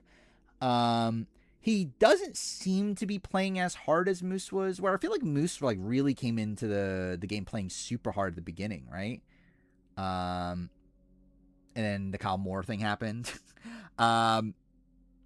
Where like Yosh seems to be like playing a bit more passively than that, but I think he's doing fine. Like people like him, people want to keep him around. Like Kamu and Haley were talking about how like like Yosh is chill. Like definitely want to keep him around. So yeah, again, like I think he's the best of the nominees. There's obviously still the chance that he does go home. But but generally, I think he's above Melody. I think he's at least 14. Like, I think Melody, if she's the renom, I think is more likely to go home than Yasha at this current point. I think with Rome and Jason, it's a bit tough. I think if they were not safe, they definitely would be below. The fact they do have immunity for this week, I think makes me lean them below. I just realized, how the fuck did Barrett end up number 1? But I guess. How did D end up? No, I mean, 2 for D's save and is HOH, but like still. Yeah, I think the top of the ranking kind of ended up being a bit different than what I was expecting with like Barrett and D, but I guess it does make sense. But yeah, I think I'll probably keep him there because like there's still the chance that like if Vito goes wrong, Blockbuster goes wrong, he could find himself just somehow going out. But if he ends up like off the block, like if he wins, Vito takes himself off, like he'll be way higher in the next power ranking. But for right now, I think I kind of have to leave him this low because of the unknowns. Kind of scared for the vets next week. I think it depends who wins HOH. Like obviously, if the current minority wins HOH, then yeah. If like Kamu or like Barrett or those sort of people win HOH, I would not be as worried. Like I think they should be fine as of right now with those sort of people. Where yeah, I think it definitely is a spot where like the minority is definitely targeting the heavy hitters here. It's just a matter of will they be able to gain power. And to be fair, like Rome and Jason are there. Like they are 2 people that won competitions this week. It's very viable for them to win competitions next week. So it's for sure possible, but we'll have to see. Yeah, I guess that's it for the power ranking for this one. I'm still not 100% sure how I'm gonna handle these beyond this. Like this is kind of like an initial kind of breakdown of everything. I will be doing these on stream every week, or like every stream that I do, which is twice a week. Which this is an extra stream. I typically stream on Sunday and Wednesday. I don't know if I'm going to be posting all of them to the main channel. Like that kind of feels like a lot, but also I might. I don't know. Like, the fact that there's going to be 3 this week feels like a bit overkill. So I'm not sure. But either way, like, there'll for sure be at least 1 a week. Maybe 2. We'll see. I don't know. Well, again, we'll just see how it goes. But yeah, obviously if you want to keep up with everything, you can follow me on Twitch. You can also look at the VOD channel, Marine View Live. You can see stuff there if they're not on the main channel, I guess. But yeah, is it just more money? It is. So I don't know. But also it's like I want to oversaturate the channel though. I think that's also a thing. But we'll see. Yeah, anyway. But yeah, that's it for this power ranking. See you guys next time. That's literally for the power ranking. Obviously, it's not the stream. I generally don't remember. How did I end the power rankings on, like, during 50? I don't even remember. Did I just say that's it, and then that's it? I generally don't remember. Whatever. Mallory confirmed her noms would be D, Haley, Kamu. Interesting. Okay. That's very good for D. And for the returnees. I have thought about streaming on YouTube. I don't want to. I don't like YouTube for streaming. Yeah, I didn't think I did outros for 50 because that felt very awkward while doing it. So it's like, yeah, I think I definitely didn't do that.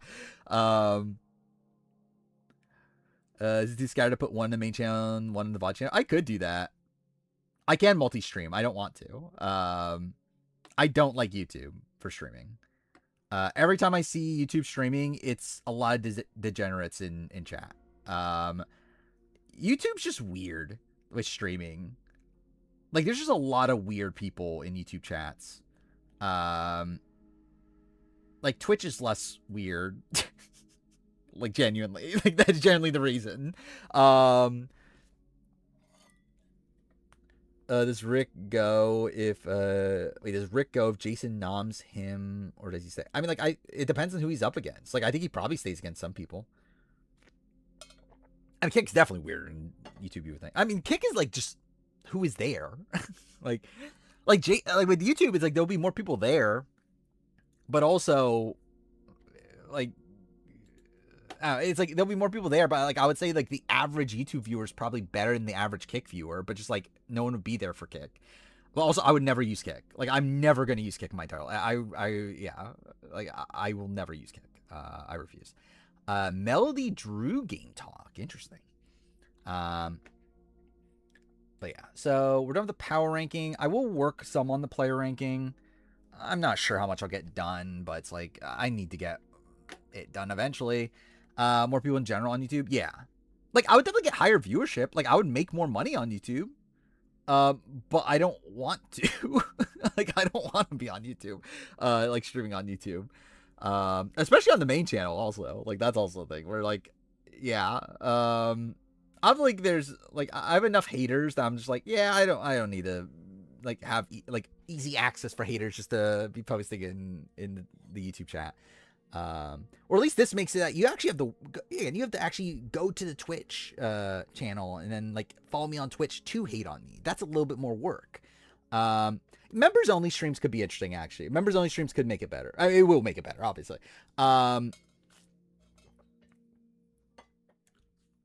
Where like yeah, that would be definitely more more viable. I'm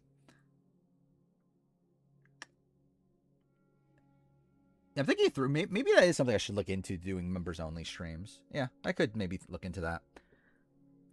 I would do members only Twitch stream. Like Twitch stream will always just be general, but like I think in terms of like if you were to for some reason want to watch on YouTube, I could do that members only.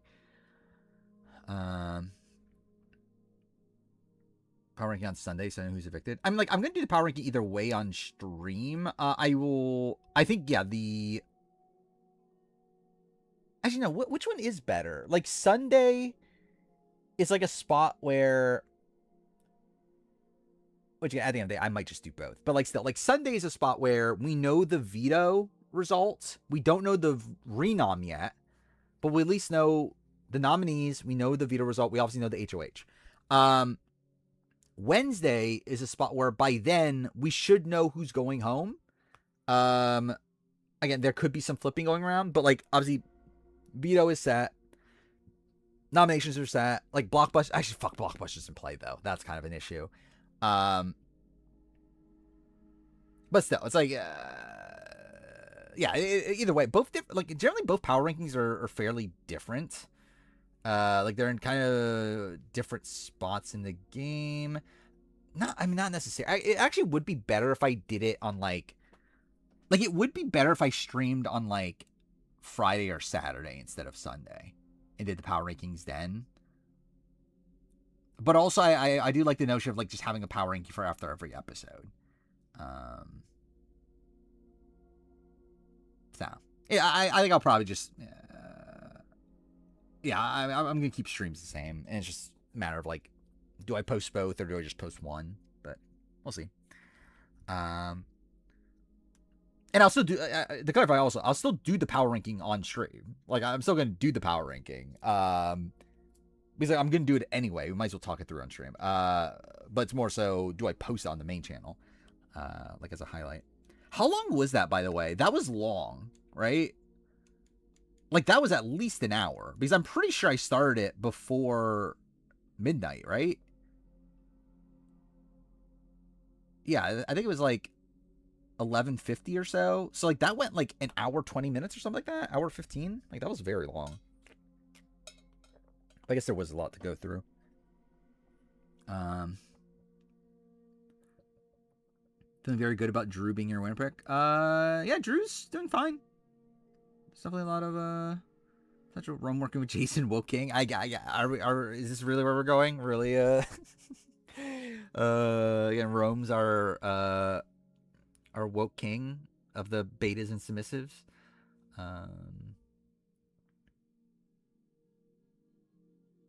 Yeah, I'm just looking at some updates. Hate to say that Yash is as annoying on the feeds as he's on TikTok.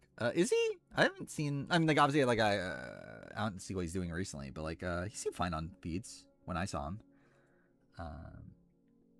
Team Jason Taylor's not very rough. Actually, yeah. Let's look at the giraffe. I kind of forgot about the giraffe. Like who got who? I know I got Devins. I got Devins and Yash, right? So that's not great. Where is it? Here. So, oh fuck! Oh, wait, I need to log in. Wait, do this again. This. Wouldn't mind if Yash being first boot. I wouldn't mind it. I think there's. I think Taylor's the person I want to be first boot. I think she's the one that's giving us like the least potential. Like, she has brought good content to the show, but I just don't really see the potential there for Taylor. So like I would rather see Taylor go. Anyway, yeah, Gamer had D in 18th house guess. Actually, I guess we can say Rachel, and then Rachel's been eliminated already. What a loser Gamer is. Already lost the person. So there we go. Barrett and Haley from attack. That's fine. Like, Barrett's obviously good. Haley's mid. Rick and Yash, that's not great. Like, Rick's in an okay current spot, but like it's looking rough. Yash is literally on the block. This is rough. That's pretty rough. They get Latrice and Rome. Kamu and Chuck is pretty good. Generally, yeah, that's a pretty good team. Jason Taylor. Yeah, that's not great. Mallory, Angela, not great. Like, again, Mallory, I think has potential if she stays this week, but like, Ashley, Drew, that's, yeah, like two of the middle people. It's pretty good. Lyric Melody, that's, yeah, hitching yourself to a certain horse. Yeah, generally, yeah, is I think it's Menace and Julian's teams are probably the best. Actually, I guess I could, like, oh wait, I don't have the thing up. Did I close it? Why did I close it? All right, what were they in the power ranking? Like 2 and 18, 1 in like, what the fuck was Haley? Like 13 or something? I don't even know. 14. This is not worth the fucking work of actually doing this. But either way, I feel like more than likely, yeah, because like Kamu I had at like 5, Chuck I had like 7, right? So that's pretty good. Ashley I had at like 9, Drew I had at like 6, right? It's like that. So I think average wise, Menace would be the highest. So the male centered vision. I mean, like, is it male centered though? I don't even know if it actually is male centered, but anyway, I feel like the house is fluid. Kind of. It's definitely not as fluid as recent seasons. I don't feel like. I feel like 27, 26, both of those were like very fluid seasons. Like this feels more like BB25, where like there's like 2 separate groupings and then there's people in the middle. Like it's like 2 groupings that are not big enough to be the majority. And then people in the middle. I can copy the thing from Power Rank. The problem is I closed it already. The question is, do I care enough to reopen it? I first saw the cast. I thought it'd be more male centric than it is. Yeah, like I definitely saw like Kamu, Chuck, maybe Yash in there. Rome, but it doesn't seem like Rome's actually with them. But yeah, I definitely saw like people like that coming together. You have Chuck, Ashley, Devins on drafting. That's pretty good. That's a pretty good team. Yeah, I saw that about Rachel making alliance while in the game. That's very funny. I was hoping she would say who. Like, she said that she made an all women's alliance, which, like, I will say, like, I think that's fun. Practically, I don't like it. Like, I think that, like, yeah, it's like, because it's Rachel messing with the game, right? Like, yeah, because like it's technically unfair. Like, it's like Rachel, someone who is from outside of the game, coming into the season, and then, I mean, Dee wasn't in the house when Rachel was. But anyway, and like also Angela was like super happy when Rachel left. So like I feel like it definitely wasn't Angela. Like if I were to guess, I would say it was like Mallory or like Lyric or like one of those sort of people. But anyway, it's like, yeah, like Rachel, like getting the women together and creating a women alliance is, yeah, that's like literally like production interference. Like, that shouldn't be happening. But whatever. I think we'll see the retrospective of Panama and Cook Islands soon. No. At best, you're gonna get Panama by the end of the year. Cook Islands is definitely not happening anytime soon. Rachel unevicted across 3 seasons. Yeah, that's pretty insane, right? Yeah, Rachel. That is pretty insane. I mean, like, I'm not thinking, like, not genuinely taking this into consideration, but I actually haven't thought about that. That Rachel's only been genuinely evicted once in 3 seasons. So, like, as like sloppy of a player she is, kind of insane that that's the case. Still feel like this season will likely end up BB Can 8 coded, but instead of Bros will be Camu, Chuck, D, Haley. Maybe. I think it very much comes down to who wins the upcoming competitions.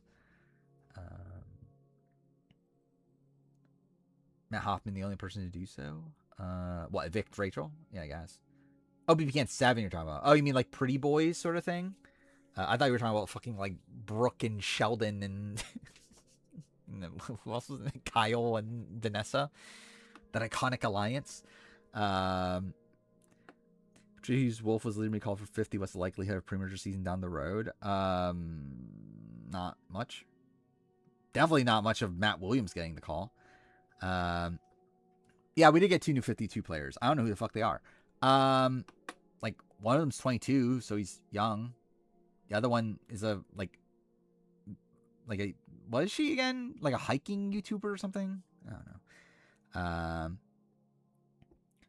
But yeah, I don't really like. I think with 52 people, who fucking cares? Like, if they're not like known quantities to the reality realm, it's like I really don't care. Like, I already made my also something else to talk about. I did make my 51-52 cast reaction video.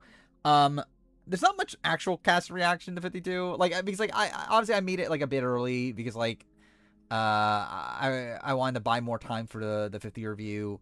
Also, again, as I said, I don't really care about the 52 cast. It's like I think we got the general vibe at this point that it's like there's only 2 known, like, really known qualities in like Bobby Hall and Drew Goins. Outside that, it's gonna be like more obscure people that have nothing to do with reality TV.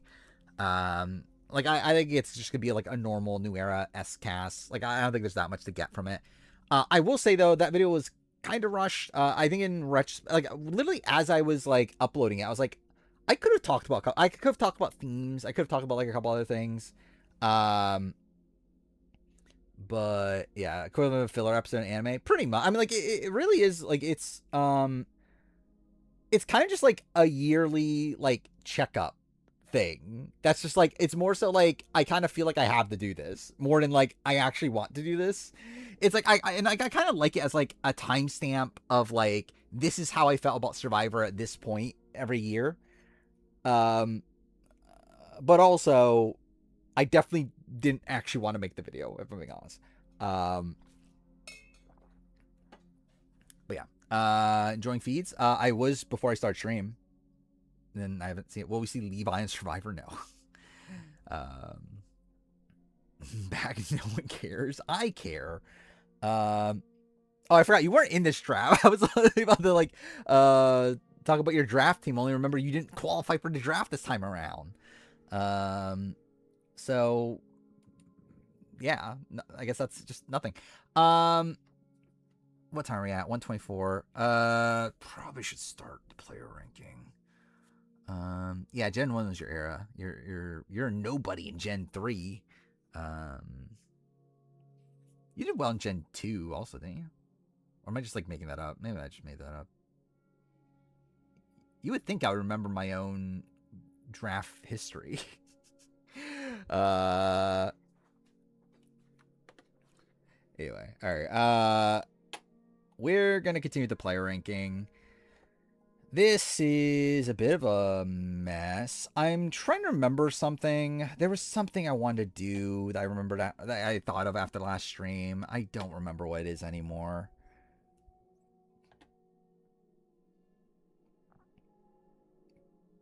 Yeah, don't remember. maybe I'll remember it down the road. I don't think there were any. I didn't even look at comments. I don't think there were any. I guess we'll see. This one. Pause, please. All right, guys. No, pause. Shut the fuck up, me. Nee used the clip of Angela adjusting her glasses for the AI intro. I still can't believe that video exists. Like, oh wait, did I not put it? Fuck, I didn't put it in the description. Okay, I should put it in the description. Well, I'll do that for this one. Either way, all right. Yeah, no comments. So this is where we're at, right? Is these people? Okay, so am I still like, is Dawson just going high? I'm debating between, like, does Dawson just go higher than these people at this point?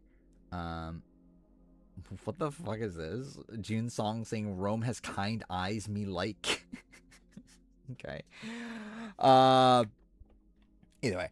Yeah, is Dawson bad enough to be this high or be this low? Like, she's not good, but I don't even know if she's like actively bad enough to be here. Like, because like the usage of like this tier is kind of like the breakoff point to where like there's nothing good. Yeah, that's probably not the better way to phrase it. Anyway, it's like this is kind of like the point of like everyone below this is like actively bad. I guess is probably a better way to say it. Like Dawson, like is she actively bad enough? I mean, yeah, I guess we're talking about like the we're talking about the how she handles Jeff, then yeah. But like on Island, it's like yeah, she had like an awkward conversation with like Jeff Kent, and I don't know what she was doing there, but like I don't know if she's bad enough. Like, is she really like that much worse than like a Semhar? And to be fair, maybe that's more of a sign that Semhar needs to move down. Maybe I don't know, probably not actually. But yeah, like I feel like she's probably closer to like this tier.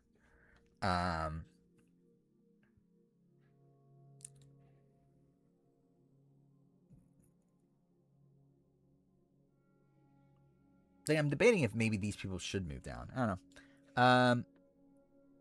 Did she actively rage bait Jeff Kent?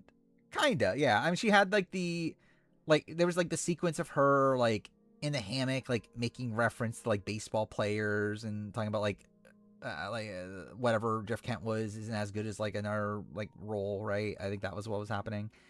I mean, is that even Blood versus Water then? Oh, are we saying? Oh, wait, that's not what. Okay, I thought you were saying it was called Blood versus Water. Just that the pairs were like. So it's essentially just like dynamic duos. I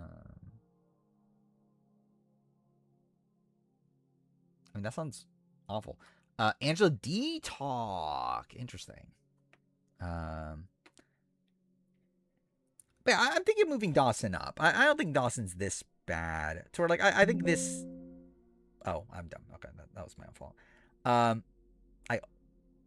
move over. Thank you. Wait, what? Oh, I'm dumb. I'm selecting the number too. Okay, that's what's wrong. Anyway, yeah, I'm thinking this tier is below at this point. So it is what here? In terms of the ranking of them,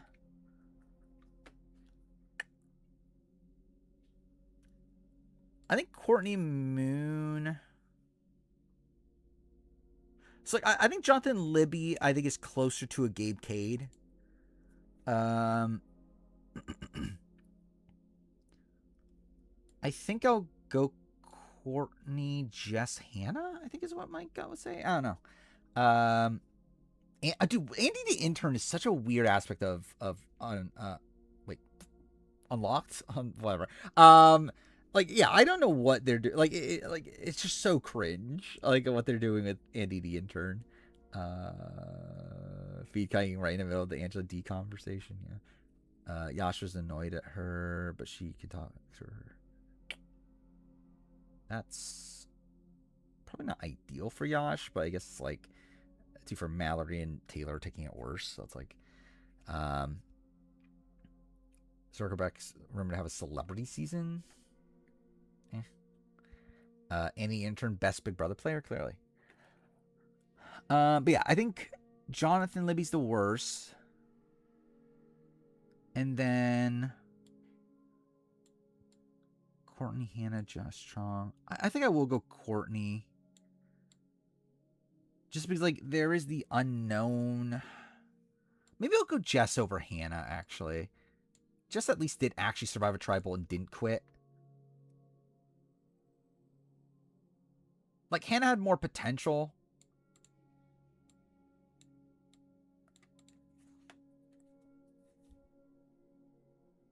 But also, Hannah's just going to quit every time. Jess at least won't quit. I don't know. I'm actually debating that still. It's like, is that the right logic? It's kind of like, whatever, genuinely. It's like, who fucking cares? But also, it's like, technically, I think Hannah has more potential if she doesn't quit than if Jess does. So, like, maybe I switch that. Again, it doesn't really matter that much. Whatever. For Rick, because he ended Savannah, who voted my boys Jason now. Sure, I guess. Like, Rick and Savannah are also, like, really close, right? But, okay, sure. Okay, now we're getting to the Semhar, Katrina, John Lovett tier.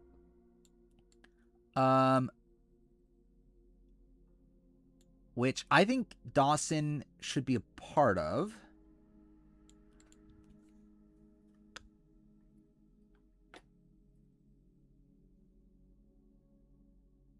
I think I would lean at the bottom of it just because you can call her out her stuff with Jeff Kent. Like, I still don't think it's that bad, and it's still a spot also where she was kind of disfavored by the Dana leaving and then Denise joining the tribe. But it's like, actually, too far. I guess Denise joining the tribe is actually like gave her a shot, but like whatever. It's like I think I'll put Dawson here, and then yeah, I think the debate is like, do these three go lower? Because I think there is an argument that they should go lower because like they never had any like real ally in the game.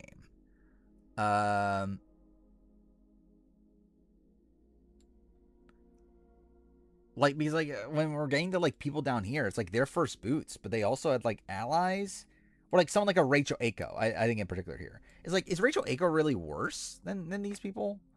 And like Rachel Aiko, like, I mean, also like was just kind of awkward around camp, but like she had Cece, she had somebody. Or like I guess with like these people, it's like more of like a physical liability aspect to it. But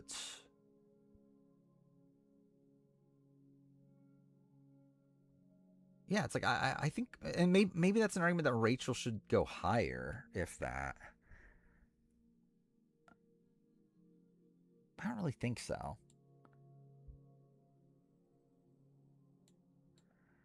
Huh, okay. I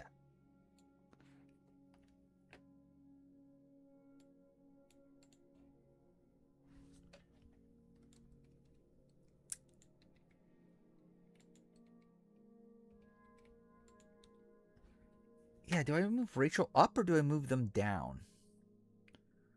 I think it's between those options. Did I just fuck something up also, by the way? I think I did.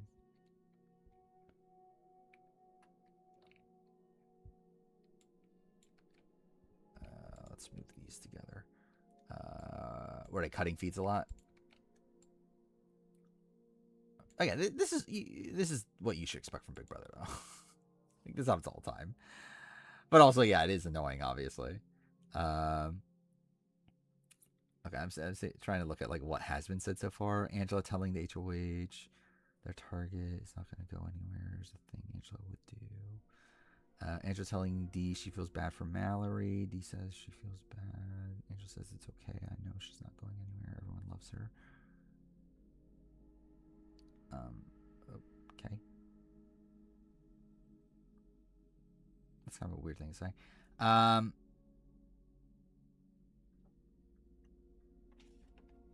But yeah.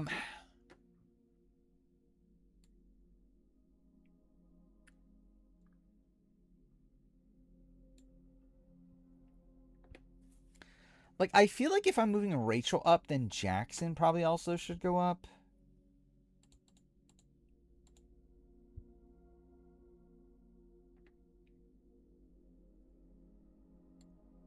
Like, chicken. Like, chicken's kind of a debatable one, too. Because I feel like that was kind of a semi-grouping.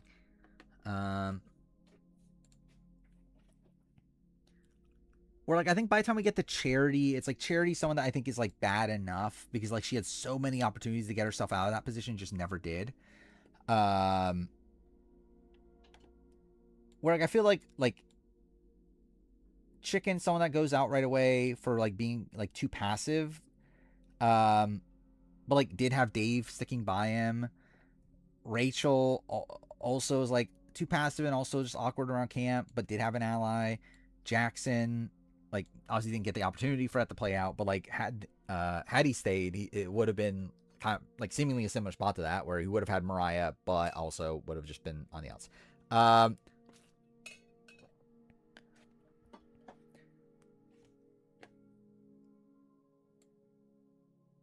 I'm leaning towards moving them lower.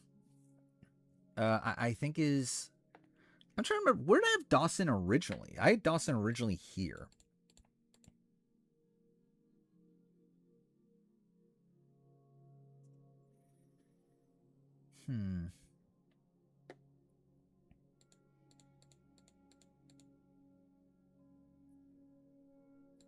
Oh, well, first let's actually rank the people in this grouping.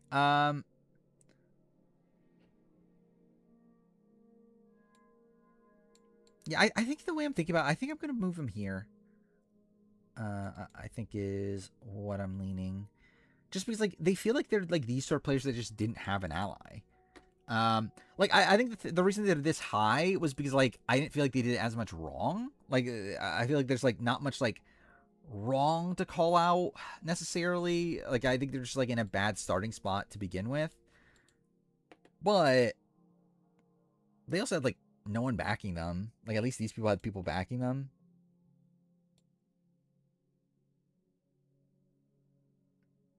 Yeah, I think literally everyone in this range had, like, some allies at some point that actually were, like, willing to keep them outside of Nicole, Delma, and Tina, I guess. Angela can't remember someone's name. I saw her earlier not being able to remember Yash's name. Despite talking positively about him. So that's something. I didn't even know those were movies. There's a new Evil Dead movie called Evil Dead Burn. Barrett walking around shirtless the entire time was on my bingo card. Yeah, I was kind of surprised by that too.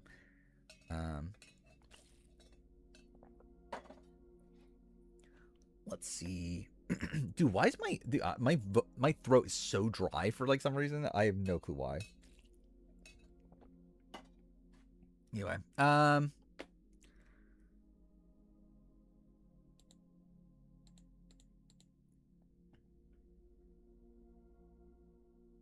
feel like Semhar at least is down here. Like, I feel like Semhar's worse than Rachel Aiko.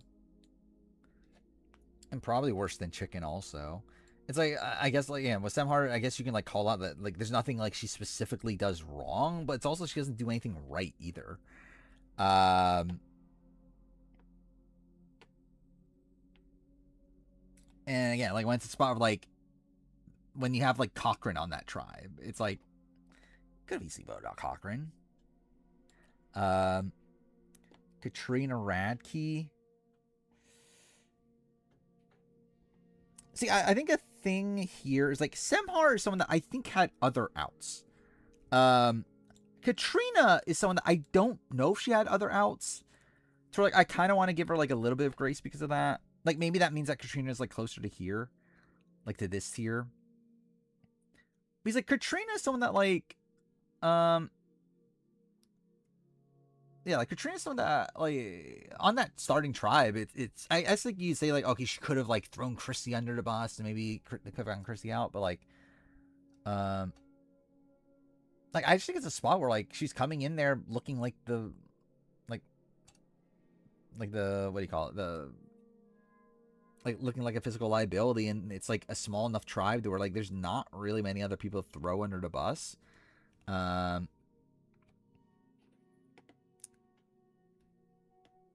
it's like in her eyes, like Chrissy was her only ally. So like, is she really gonna throw Chrissy under the bus there? See, I kind of I do want to move. I think it makes more sense to have Katrina like closer to these people. Like John Lovett, I feel like is fair to move him down. Like I don't think that's the most egregious thing in the world. Like he's not one that like I don't know how much he actively does wrong, but also he's like someone that like he just never gelled with his tribe. He also just came off like very like people just like knew how smart he is. And I think they're just always gonna know that of John Lovett. But I guess like I don't know, maybe that does leave him here though.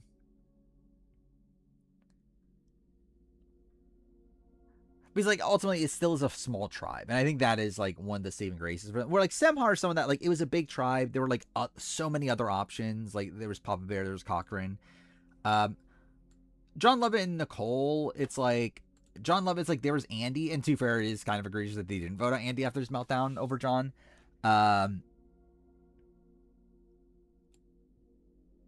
But I don't know how much John actively does wrong for that. And again, it was like a spot where there weren't too many inroads, especially because Andy was like his number one. And then Nicole was a little bit different just because like, Nicole literally had nobody. And yeah, I think that's just like more fair to call out. It is still a spot where she had a small tribe, and you can argue she was like harmed by pre-gaming or whatever. But she still was unable to really make any inroads there. Like I think she's at like I think Dawson's better than Nicole. Like I think there's a shot I do keep Nicole up here, but like I think at least Dawson's better than Nicole.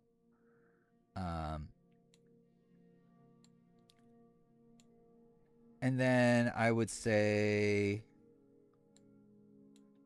Katrina and John Lovett are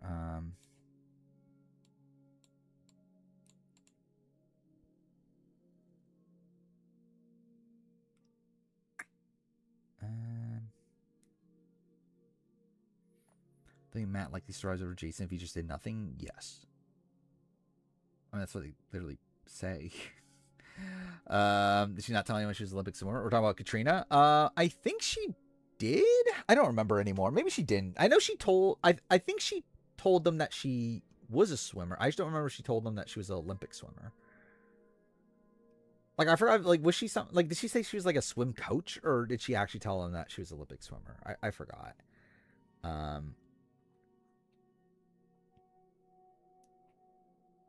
One of this could be very BB26 coded, where they don't game constantly, but there will be like really big moments.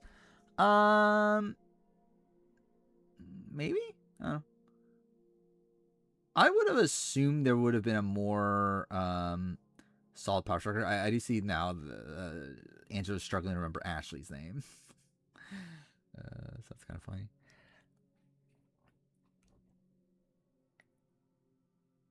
Yeah, I think Katrina, I'm more inclined to keep her here. Which I guess, too, for sake of this, is just putting her at the top of these. John Lovett.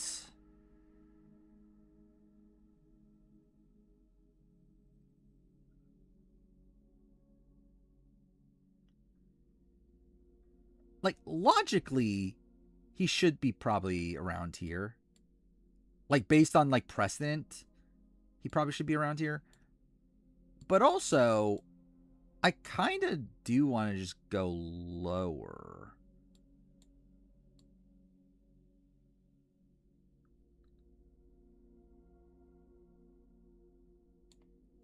Because, like, John Lovett's someone that, like, considering Andy has his, like, meltdown and everything, it's like, how do... how do they still put out John Lovett? And I guess credit Andy for having a relationship with Sam and whatnot, but, like, still, it's like, that's pretty bad. Let's see, I just assume there isn't a defined power structure yet. It seems like random groups of 3 and 4. Kind of. I mean, like, I see it more... Like, I think it is, but I think there's a lot of, like, groupings that are kind of mixed together. Where, like, I think there is, like, the... Like, going to Big Brother. Like, there is the, like, lyric... Melody Mallory group, but then I think they have like ties to like Jason and Rome. Then you do have like the D Kamu Haley group, but then like D has like connection to Angela and Devins. They have connection to Barrett and Drew. It's like I feel like there is still like there is kind of sides, but it's just that those sides haven't like solidified yet. Like there's not much like intermixing between those sides. So like it's not as fluid as like some of the last few seasons. At least last season. But like definitely the setup seems to be there for sites to solidify, but it wouldn't shock me if they just never do. Like that just seems how like to be how it goes recent seasons. They keep calling her the girl with the camel toe. Oh, camel toe boots. Okay, cool. Sam said wait, Sam said he needs wait, Angie? And what?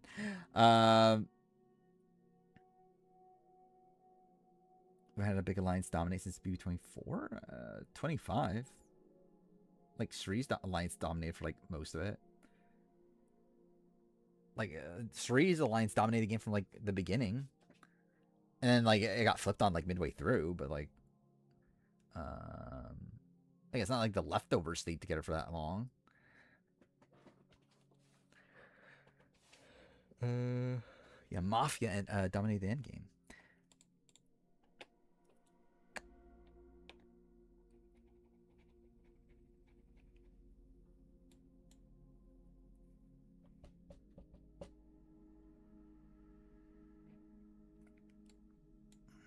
I think I'll just go here.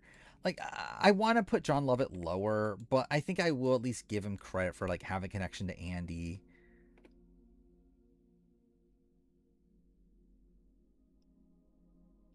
Actually, no. Like, does that put him this high? That feels too high. Like, I don't know. It's like, I think he was fucked to begin with. Like, I think he comes into that tribe being kind of fucked. So it's like, how much do I fault him? But also, it is still pretty insane they vote him out over Andy.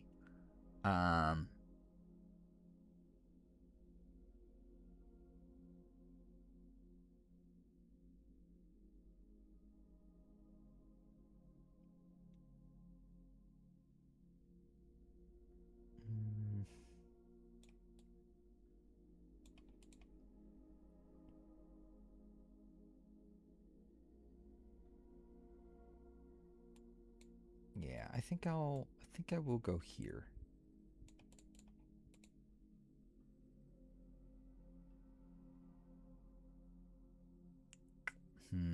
Wasn't below TK. That's kind of a weird thing too.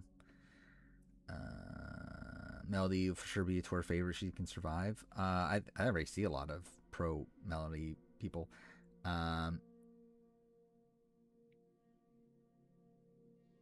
Oh, we're talking about Andy. Okay, that's what you're talking about.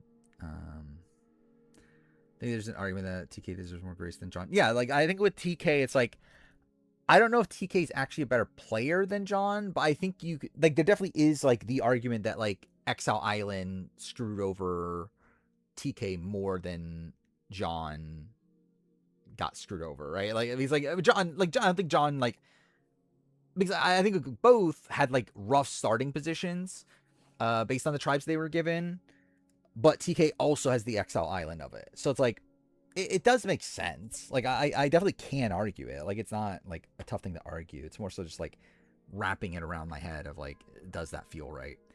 Um,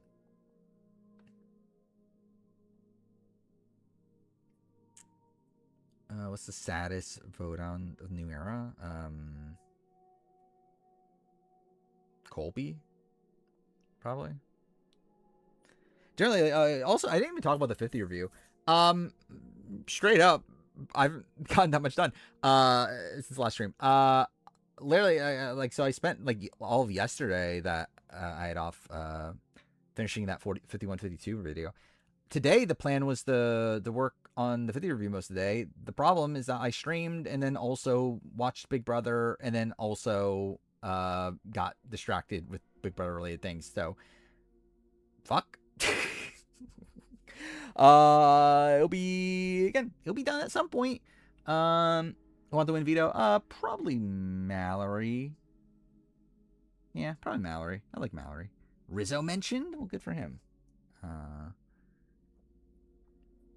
I generally wonder, like, is there a world where, like, when Jeff did the message thing, it was in like the video thing for Big Brother, like it was initially not Rick and it was Rizzo, and that's who he was saying would be perfect for Big Brother. Just name drop all the 50 casts. Well, there we go. All right, am I good with this? I think I am, right? Yeah. Then this tier. Wait, how did everything get so clumped together? Okay, I need to move. Okay. Yep. Let's move them up like that much, I guess.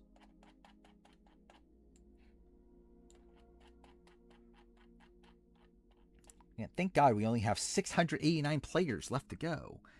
Mothervive mentioned? Well, thank God.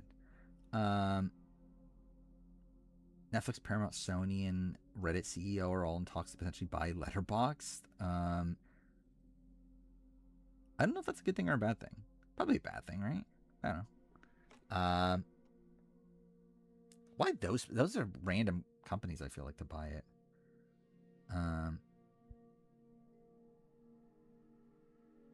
What happened during 2018? Rizzo wasn't there. Clearly happened during 2018. Yeah, veto is tomorrow night. Yeah, well, tomorrow midday.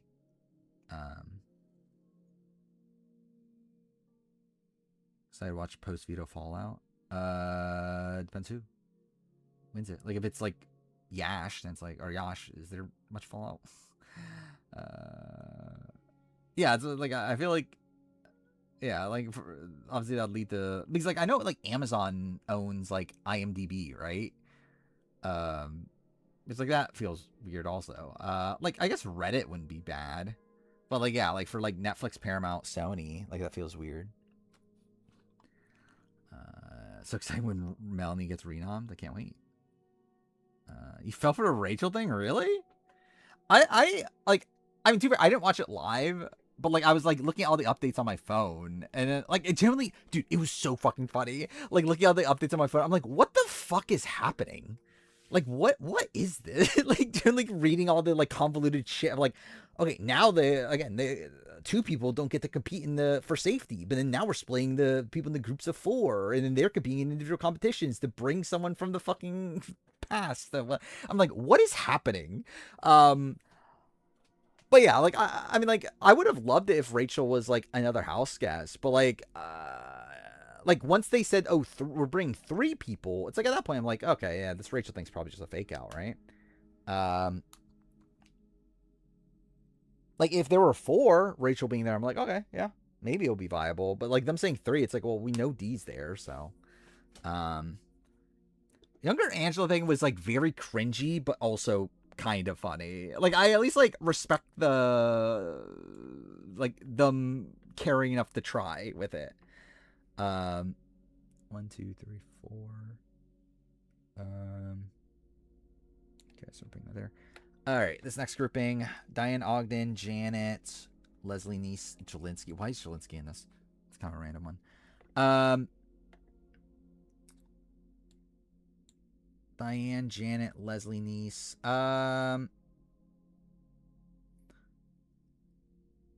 Leslie's probably the most affable of the group. Like Diane, at least like had the killer instinct to try to turn it on fuck's his name? On Clarence. But I do think Leslie was more liked. Like had inroads with the other side, and yeah, I think Leslie probably is higher. Jelinsky, I don't know. I don't remember what the argument was that Jelinsky's here. Like, I do think Jelinsky got unlucky in how things played out, but like, yeah, Jelinsky just being in this tier feels weird. I don't think Jelinsky's like that bad of a player. Like, for being a first boot, like he was initially in a majority group, they flipped on him, but like not really because he seemed to do like that much wrong. More so because like Q was annoyed at him quitting something, and then it just kind of compounded from there. Latrice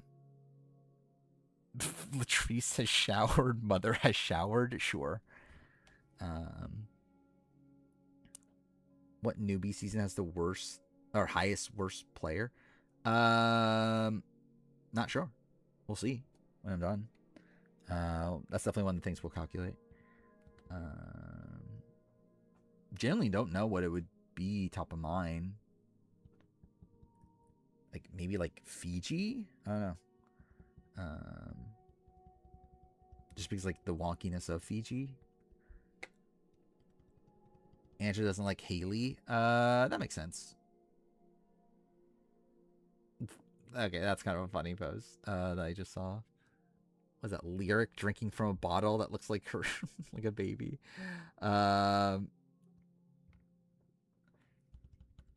Redemption Island. Yeah, actually, now I think about Redemption Island would be pretty high too.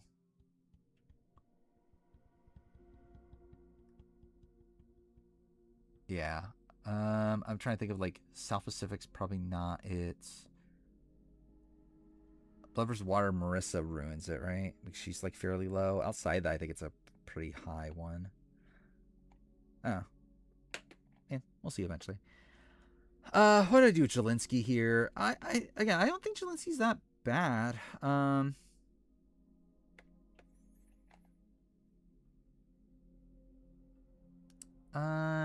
kind of like, should Jelinsky be like closer to this? He's like, I think Jelinsky had the right idea, just like it didn't really work in his favor. I think this is probably closer to like the Morgan McDevitt like sort of grouping.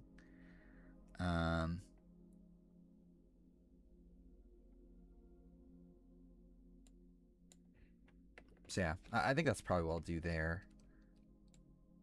Actually, I think we'll just move him up. And then move these down. There was another thing I was gonna do when I looked at this. I forgot what it was. Whatever, we'll just leave it for now. That's these people. Is Annie too high? I think instinctively Annie feels too high. Oh. Just got voted over Justin Banu. Yeah, but I don't think Jelinsky does that much wrong to cause that. It's like, because I really feel like it's a spot where like Tiffany and Kenzie didn't actively want him gone. They were just like, I guess we'll do it because Q wants it. And it's like he at least initially like had a good relationship with Kenzie, and I don't think Jelinsky does that much wrong that causes elimination. And he was at least in what was the like initially formed majority group.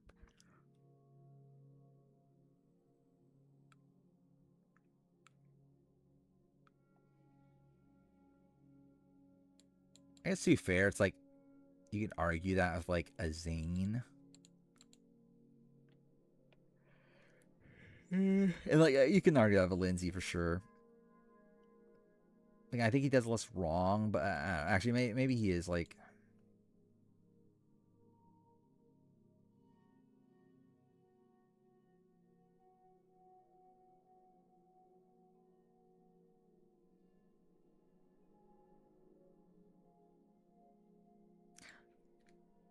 I think this is the spot that I would consider. I do think he, like him with like Morgan McDevitt, like doesn't feel that egregious to me though. Like I think they are probably pretty comparable.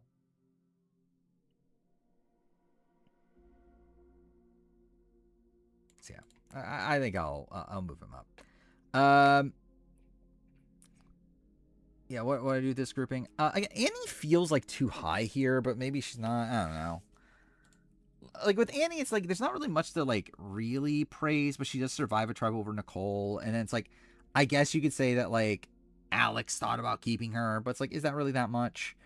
I guess you could also say that she was like disfavored by pre-gaming of it all. Like I do think it's tough to really say like to have her below Nicole at least. Because like Annie did survive over Nicole. So while I do think Annie was like aloof at what was going on, it's still a spot where like technically Nicole was too. I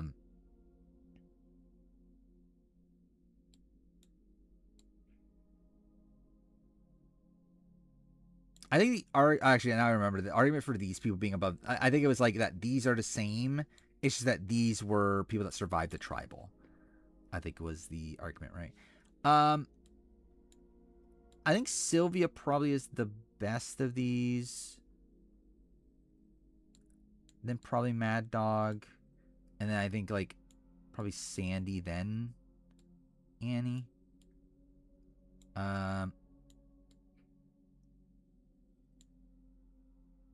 Yeah, I think that feels okay. Like Sandy's actually someone that I think you could argue be lower, but it's like she at least survived a tribal in a spot where like I think she was like, I don't think she does that like that much wrong that caused her to be on the bomb. She was like voted out like right away anyway, and then and I guess you could say that like okay, Carolina is just so bad that they voted her out over Sandy, but I don't think Sandy's like that awful of a player. I think she's just someone that like naturally doesn't do well on Survivor. Like not because of like anything she really did. Okay, so now we're moving on to this. John Palahniuk, Flicka, and Cowboy. Lyrics looking like a mess on the feeds. I think that's pretty much what we expected, right? We have talked. Yeah, Gio's already somewhere in here. 710.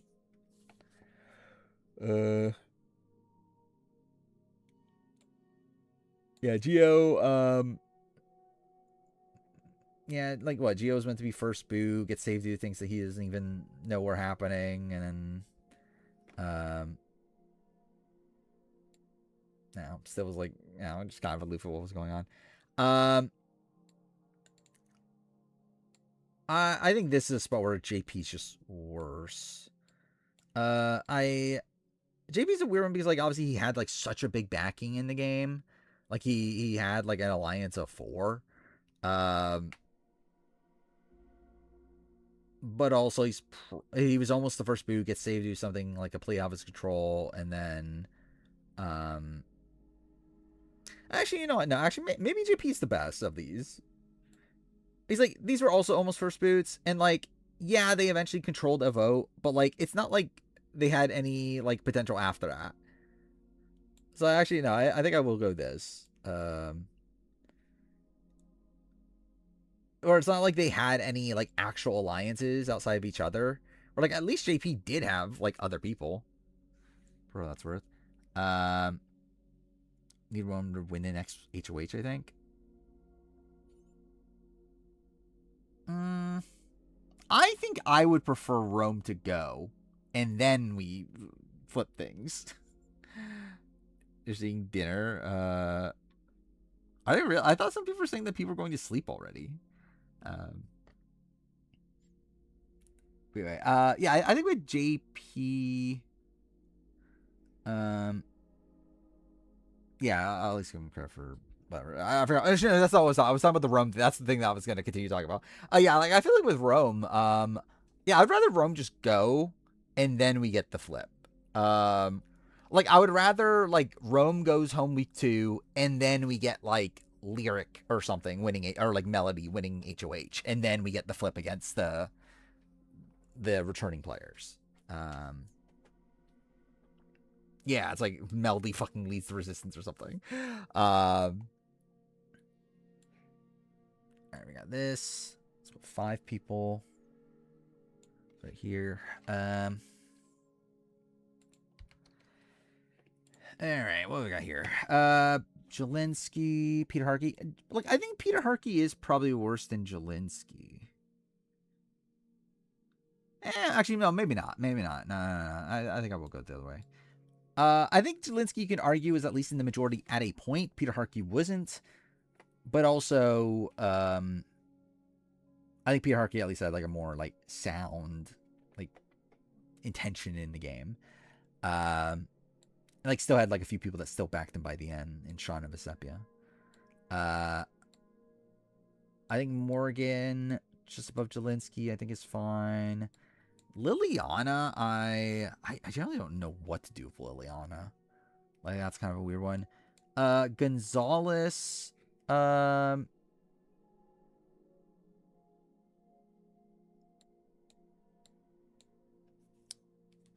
I think Jelinski is the bottom of these people. And then it's a matter of what I do with these other ones. Let me look at the next tier.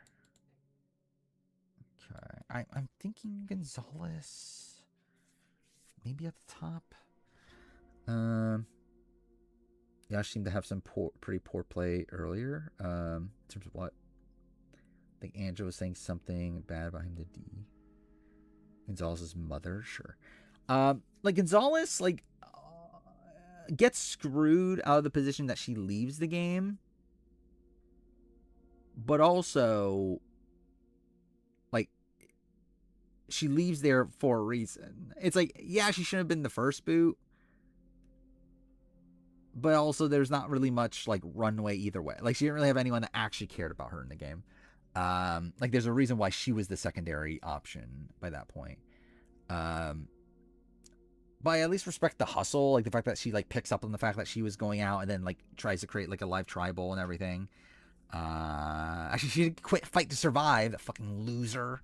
How dare she quit Fight to Survive? Yeah, bottom then.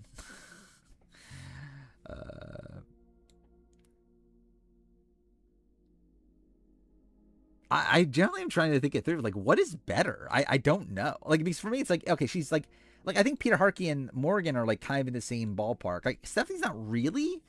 So I'm not really sure if that's better or worse. Like, because like at least these people had a majority at a point. Stephanie never had a majority. But also, I feel like Stephanie trying at the end is maybe better.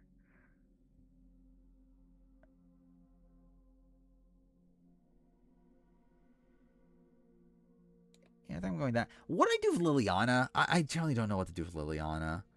Um, like she's someone that like gets taken out. Uh, like the tribe throws the immunity, take her out. She is voted out unanimously, right? Maybe there's one vote that wasn't for her. But either way, it's like it was still like a big consensus thing. I don't remember what side was Liliana on of the Explorers versus, like was she swapped into a minority of her OG people, or was she in the majority and they still voted her out? I generally don't fucking remember. Again, like it gets too fucking convoluted with the Explorers and whatever, Builders and Explorers.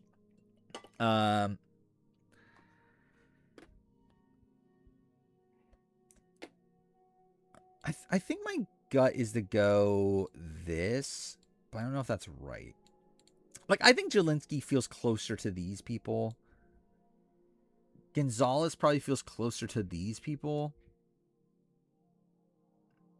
And then, like, Liliana is just one that I don't really know.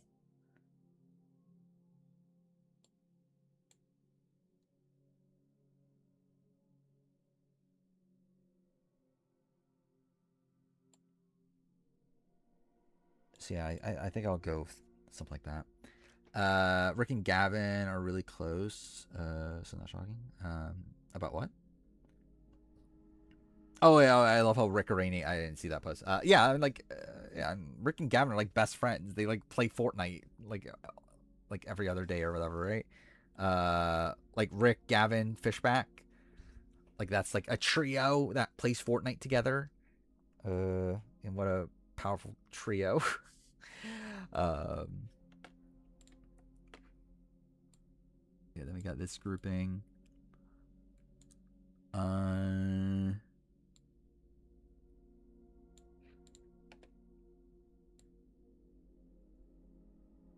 actually feel like maybe Gonzalez should be like a little higher. So like these are all first boots that I think were taken out like because they had little runway, but also didn't do that much wrong. But I think the same thing can be said about Gonzalez, and like Gonzalez also got screwed out of the game. So it's like I don't know, Gonzalez like higher is not the worst thing in the world. Like I mean, like the issue, like I think the thing about these people is they all had like a person that wanted them to stay. They just didn't fight for them. Where like Gonzalez didn't really have that, so I guess that's like maybe the argument. Um,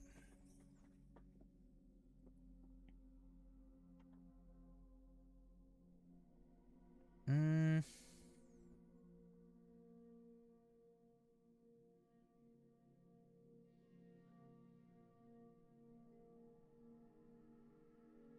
yeah, I think I leave it. Yeah, I think I leave it. All right, Zach, Mariah. I think Sarah is above because at least there was like a live tribal and everything, and like Ricard genuinely wanted to keep her. Darnell, within this, I think it's interesting. Why almost everyone quit? Because that's just what first survived. Like, I don't know. Like a lot of it was just based around like how long can you actually survive. Um, the only way to get eliminated was like people can like challenge other people, right? To like a wrestling match, and it's like whoever loses gets eliminated. But uh like outside that, it was more so just like yeah, whoever survives the longest wins. So it's like I don't know, like a lot of people just like ended up just wanting to quit before like anyone ended up challenging them. From what I remember.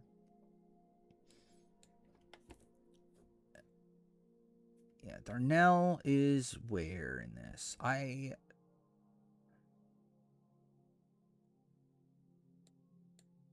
think he's below Sarah Wilson. But he's like ultimately Sydney doesn't vote for him to stay. Like Sarah Wilson at least like almost had a 3-2-1. Darnell couldn't stay over Alicia. Thanimal Peridium mentioned on feeds. Good for them. I'm never ever getting mentioned on feeds, right? There's literally no way it's ever happening. But by Drew, yeah, makes sense.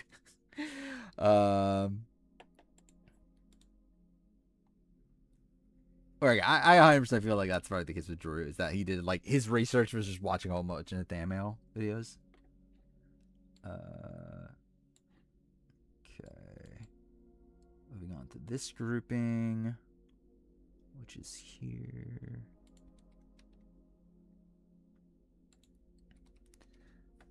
What do we got here? So these people had allies that stuck by them, I think was the argument for these people.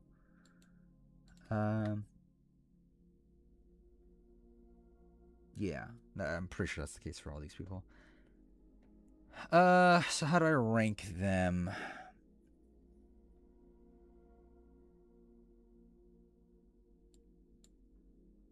Liz versus So Kim, like they're pretty much just a 1-for-1, right?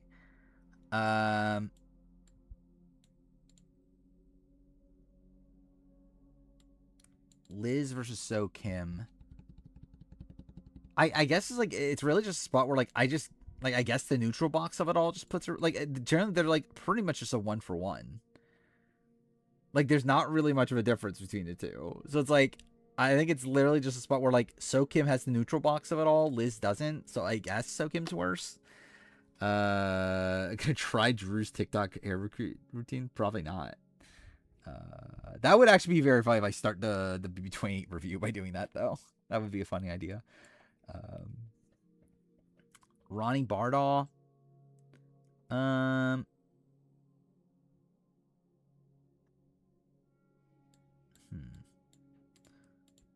It's like looking at this. I think Helen feels more in line with Bryce.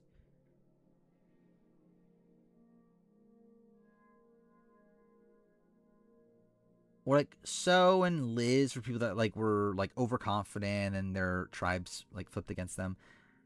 Bryce is someone that's like better than that. I think he had like Morgan as an ally. He tried to create 3-2-1. Like I think there's some good play in that.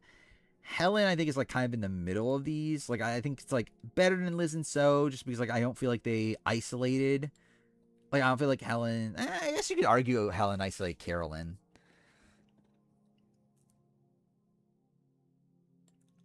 And I don't know how the Bruce medevac factors into things. More than likely, Bruce's sides of Carolyn, Jam Jam, and them, but like we don't really know. Yeah, so I guess Helen actually is probably kind of debatable. Stephanie Berger also is kind of tough.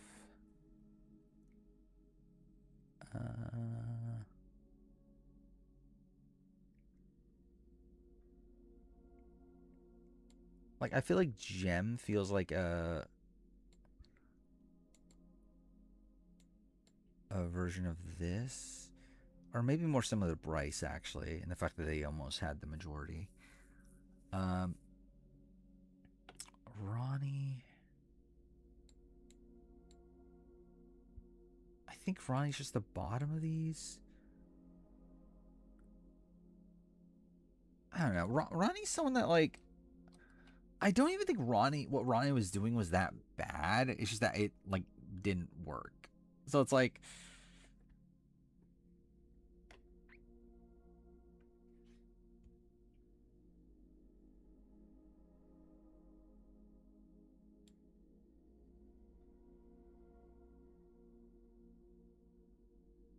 But like Liz and So.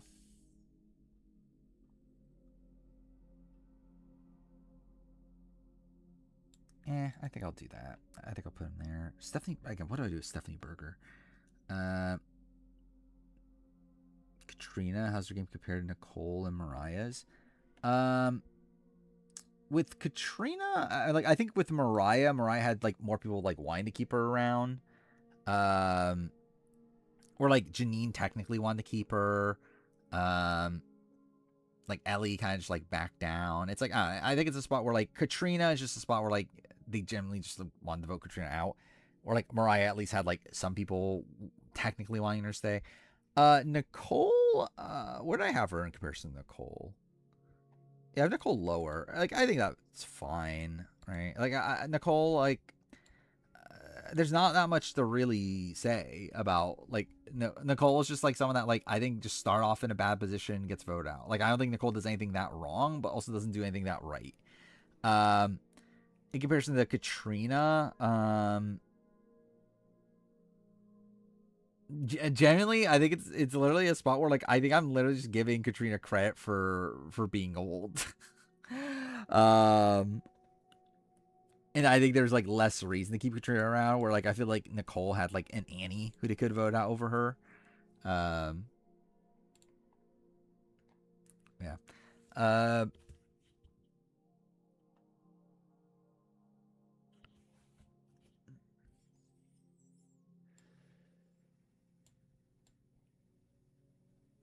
Yeah, I'm thinking I go Liz. I think Liz and So Kim there. I think then Helen and Stephanie Berger. Or like I think I probably go Helen under Stephanie Berger. Then I go Ronnie Bardaw. And then Bryce versus Jem. I think I go Jem above Bryce. Like Jem at least like had Maria at a point. So yeah, I think it's that. Wait, fuck. Wait, that okay, let's just double check. I'm pretty sure. Yeah, okay. I must have accidentally copied instead of cut. If that really matters that much. Um, wait, what's? Okay, fuck. Like close accidentally? What'd you do there?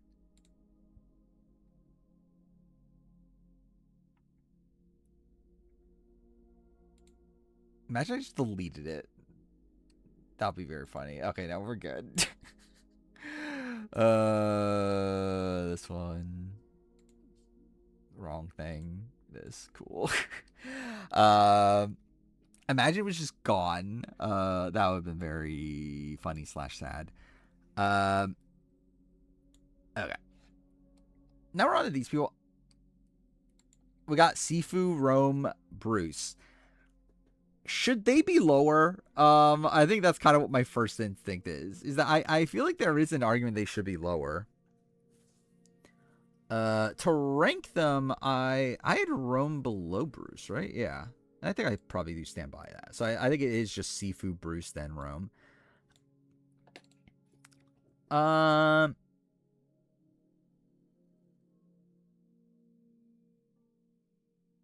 Where would I put him though? I think like if I do move them lower, maybe somewhere around here. What does that change? That probably is too low for Sifu.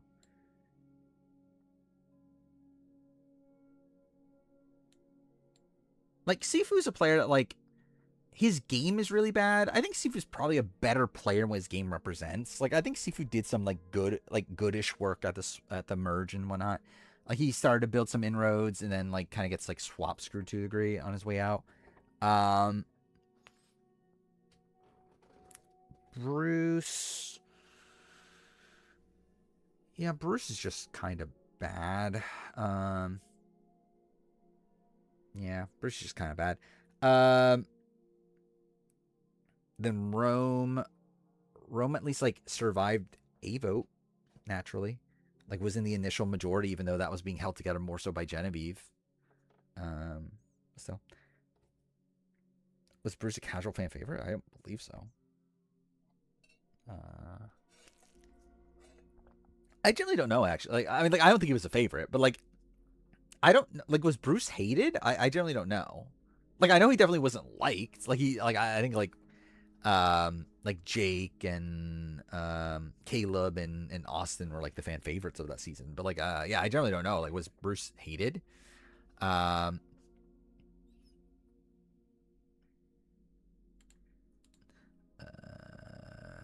Yeah, Sifu through as well indeed. Like we imagine how Star 48 or 28 would play out. It would be fucking Austin there instead. Let's finish the Reds. Like give it a once over before moving on next color. No, I think we'll just continue going. What is the last red anyway? Lindsay Richter is the last red. Like at this point, I'm kind of over the like minute changes of like fact checking every little thing. It's like at this point, it's just like fuck it. The list needs to be done at some point. Let's just piece together everything that we have right now. Like I still think like when we get to like tiers like this, I'll still like debate if like they should be lower or whatever. But like in terms of like actually like combing back through and like okay this like I'm fucking over it. It's like whatever at this point. We talked like literally we're over 100 hours into this. Like we passed 100 hours last stream. Like I've literally been talking about ranking every Survivor player for over 100 hours. Yeah, this needs to be over. I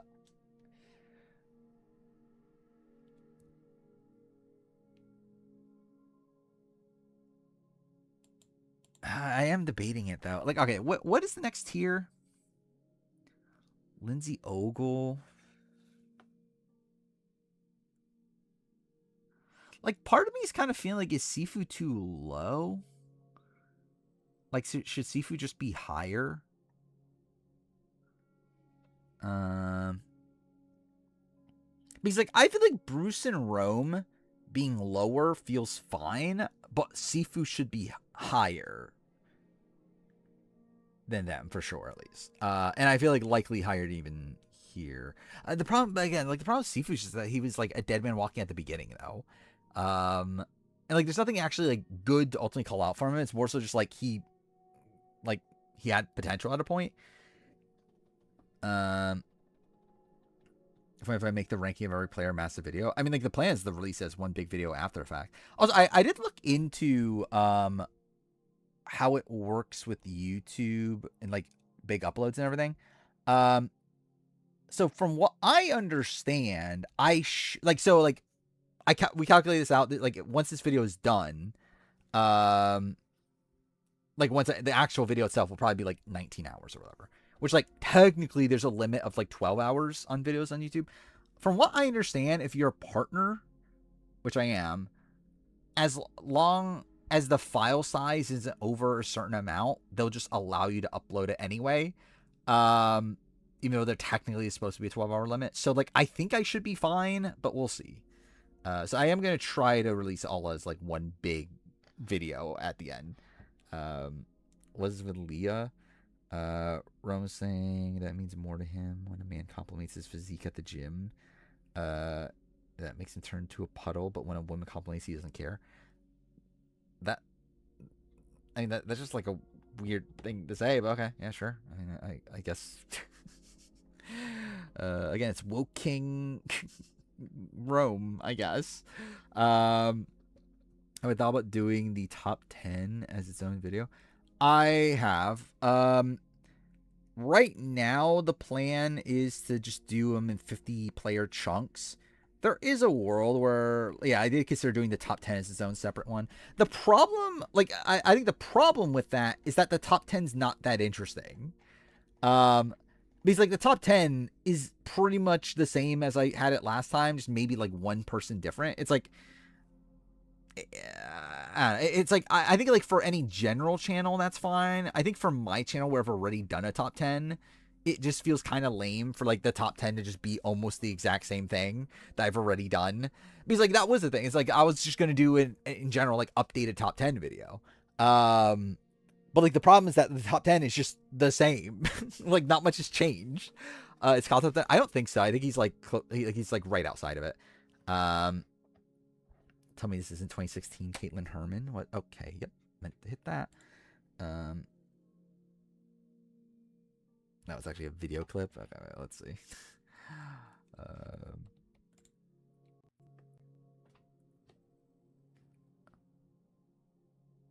Open.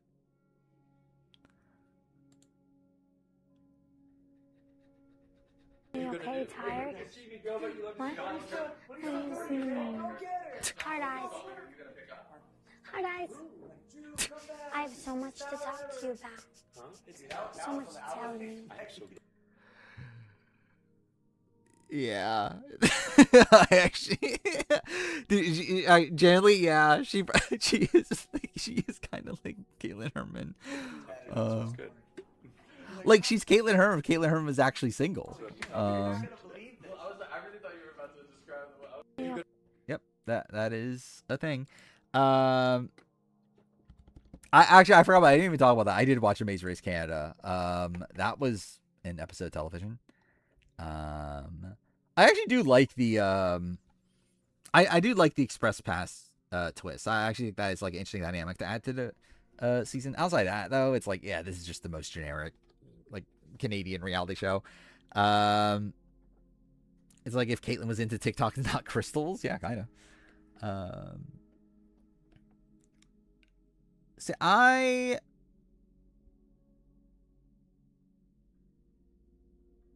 wait, let me look at something else. Yeah, like I think I'm just gonna move them down. I think I'm just gonna move Roman and Bruce down. I don't really have qualms about that. It's a matter of where.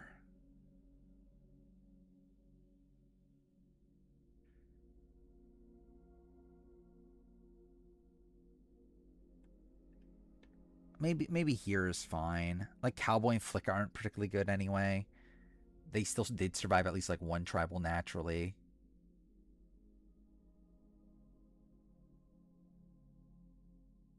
Yeah, I think I'll go somewhere in that range.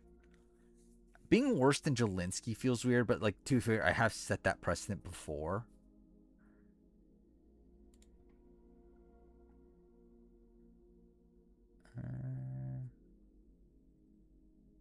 Yeah, I think I'll go through with it.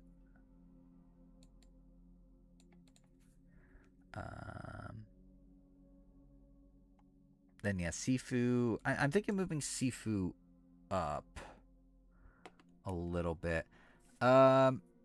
Maybe up to Josh Wilder. Maybe that's a more fair comparison.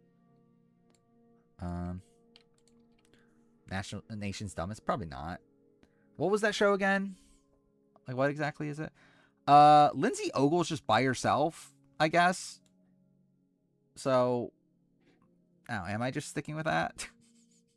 I really don't know why Lindsay Ogle's there.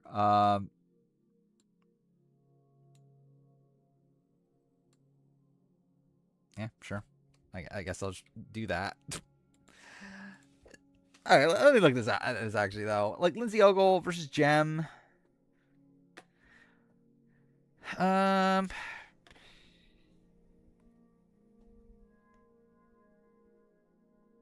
Like Lindsay Ogle's like a bad player on paper, but she does survive over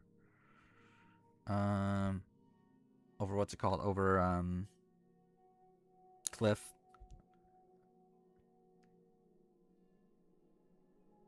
I kind of do want to move her down though.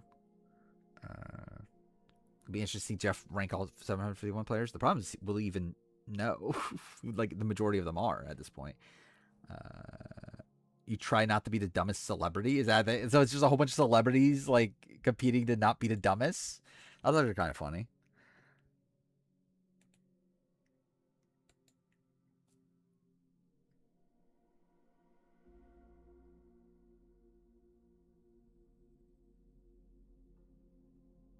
I think the argument is the fact that Lindsay. Yeah, I think the argument is that Lindsay doesn't get taken out the first opportunity and like had a loyal ally in Cliff.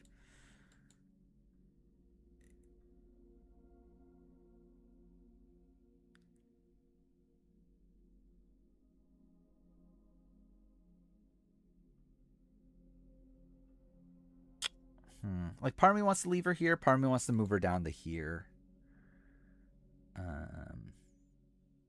Like I could kind of go either way. I don't really have that much of a vested interest. I kind of just want to go here though.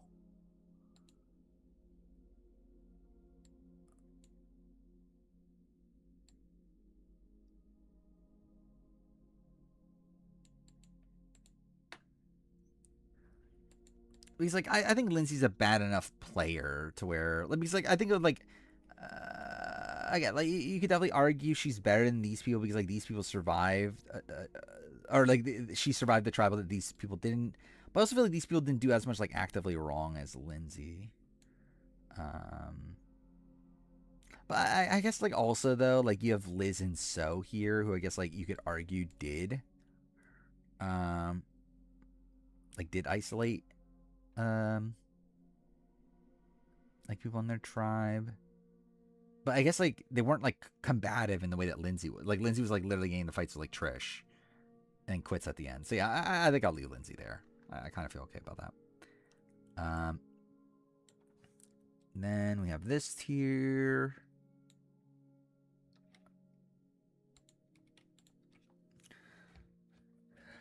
Each week the smartest. Oh, is it? Well, okay, that's actually kind of a funny thing too. Wait, so are you? So you're trying to be the dumbest celebrity, aren't you? Or like, how do you like? Do you win?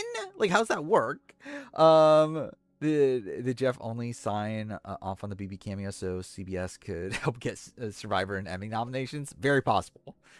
Yeah, like, how's that work? So, like, yeah, if each week the smartest leaves, so you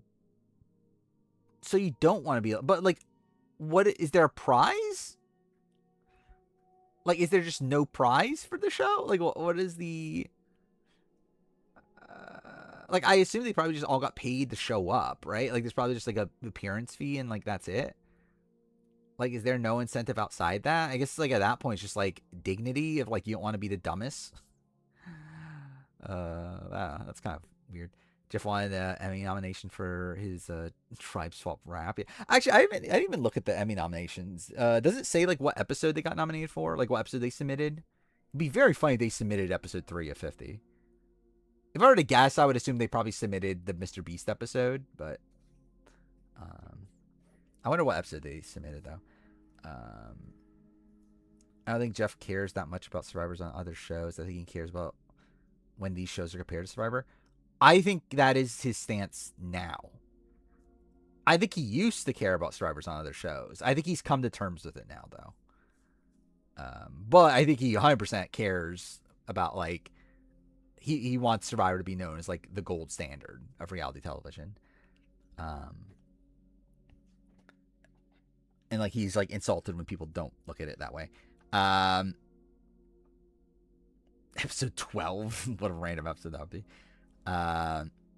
Sort of deserved a Grammy for fried chicken and waffles. I mean, clearly.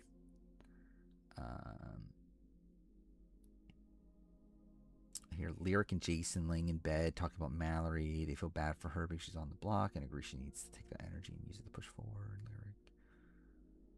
Okay, that's a lot of nothing, but yeah. Chance of Matt Williams returning to Survivor. No. If you become the next CP, I mean, I get, like, what are the chances of you becoming the next CP? Literally 0. I think he's justified to be upset at the traders for winning best casting. Yeah. Isn't it that they're not allowed anymore? Like, that's the thing, right? Like, they weren't allowed this year. Because, like, because they, like, use, like, a different style of casting or something. I forgot how it worked. But, like, yeah, they didn't get nominated, I believe, this year for casting. So maybe Survivor will win. Who knows? These people, Jatia and Alicia, I think, are similar. Probably Wendy Jo is also similar. Jean's, yeah, maybe Vince is, like, the least of these. I feel like he feels like the one that's the least common. The rest are, like, all, like, very messy players, but at least survived, like, a decent amount of tribals. I'd probably go Jatia as the worst. Jatia, Alicia. Maybe Wendy then Jeannie, actually.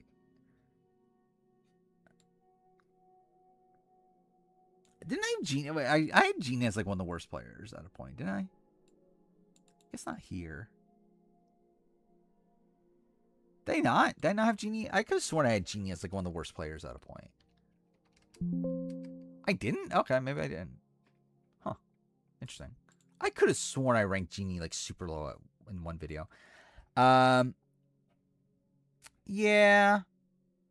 But that's because she got, like, swapped away, though. And, like, she ultimately gets voted out by her own people. It's like if they went to another tribe where she would have been voted out. It's like, I kind of see Jeannie better. Like, Jeannie at least, like, even though, yeah, Brad was more loyal to Shan than Jeannie, like, she at least had an ally. Wendy didn't have anybody.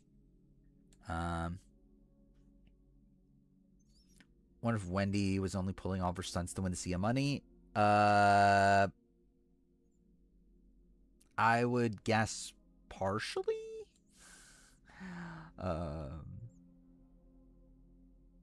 Okay. This is kind of a big tier. 9 people.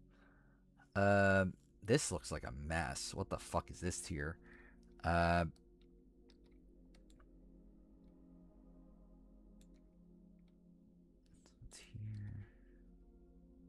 Wait, did I not cut?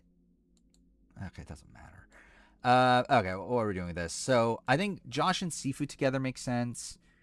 JD is just kind of there. Bill Posley, Patrick Bolton. Ooh, this kind of matters too because this is going to be the break-off point for the episode or for the video, whatever the fuck it is, for that, like, specific episode of the ranking.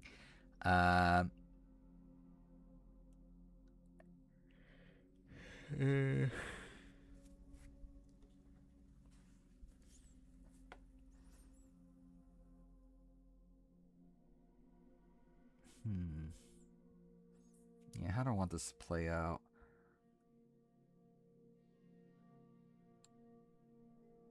Actually, should these people be lower?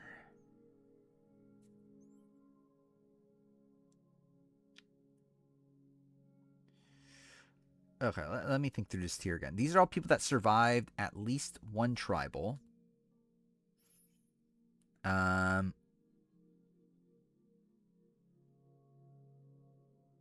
not like good players for sure.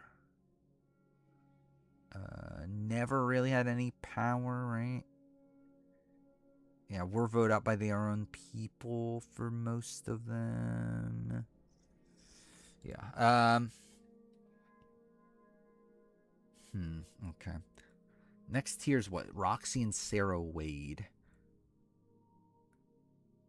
Which I don't know if I'm doing that tier either.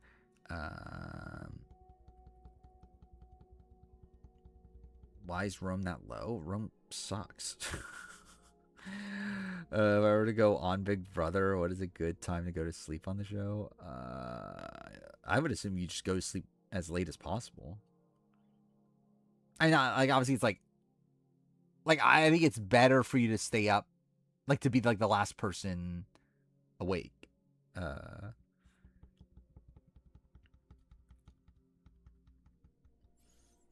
I think he's justified to be upset. Oh, we were talking about that. Okay.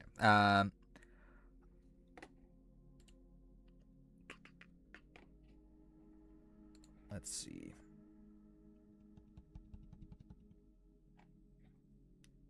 Like Sifu and Josh.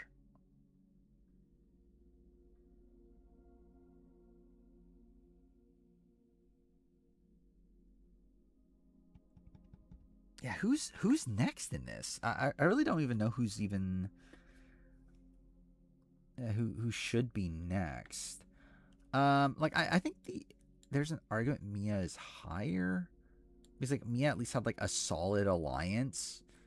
Or I shouldn't say solid alliance, but at least had an alliance. That was like more than a couple people. Yeah, it's like definitely don't ever be the first to go to sleep on Big Brother. Like I think like middle of the pack, it's like probably fine, but like I think ideally you'd be like the last one up. I mean, like obviously ideally you'd be the like last one up and first one, like you'll be the last one to go to sleep and be the first one up in the morning. But like how practical is that?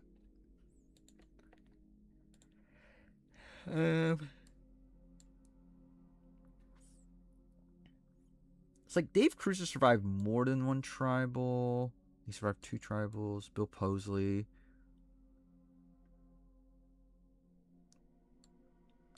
I think there's fine. Peter Bagenstos. Probably is closer to a Drew. Patrick is probably also here. JD survived 2 tribals. Maybe it is here. Sifu technically survived none, right? Well, no, he survived 1. Wait, no, he survived 2.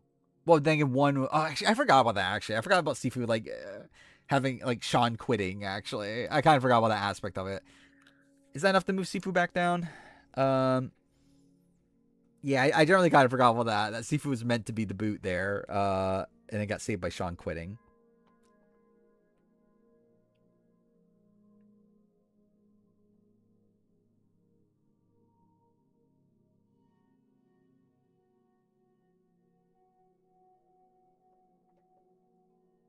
Maybe that's like here. Can't really have allies. It's kind of an issue. Maybe it's like somewhere in this ballpark.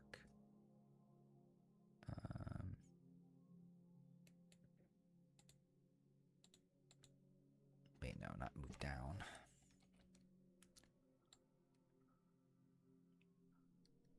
I'm thinking.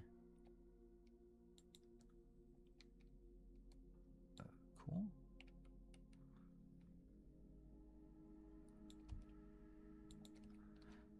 Yeah, because like ultimately, like he never really has like a solid ally that was gonna try to keep him around. I do think he was doing better work by the time of the swap, or by the time of the merge. I mean, but there's not really any dividends there.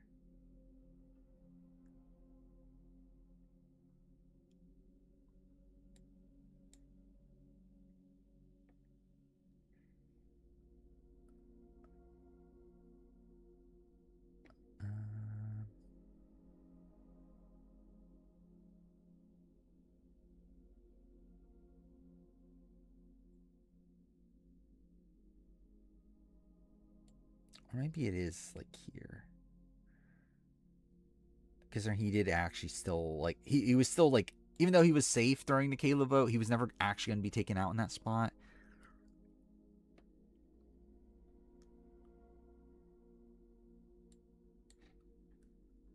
So yeah, I'm kind of thinking maybe there, maybe like he's in this tier instead.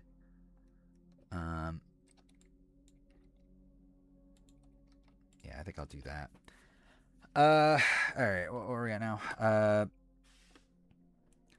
So Josh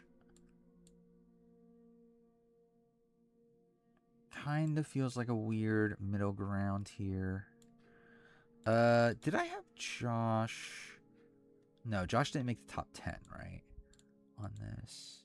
Here's a JD. Why is Terran 24 hours streaming? From what I understand, I believe he's going to sleep.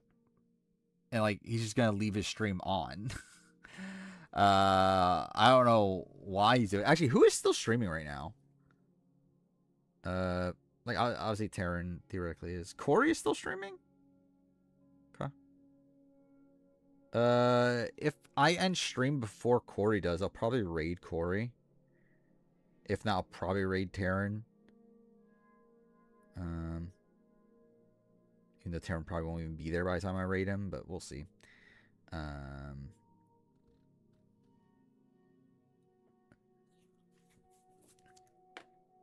see where we at now. It's this tier still.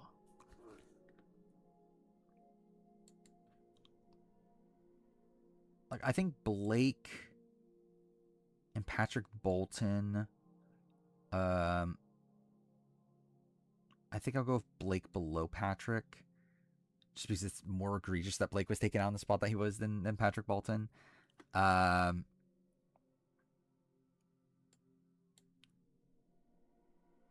Blake literally had his tribe have like a majority after a swap, and they still voted him out.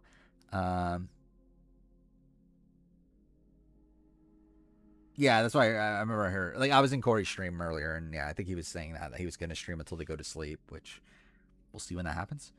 Yeah, let's see who goes to sleep first. Me or the players on Big Brother. I probably will still be live until like around 4-ish, maybe 3:30. I don't know. I am already on the tired side of things, but I do need to get work done on this, so it's like we'll see. I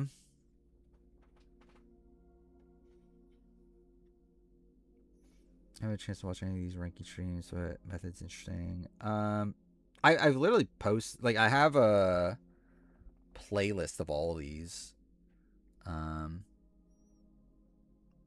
Of like the now over 100 hours of me talking all this through. Yeah, it's on the VOD channel.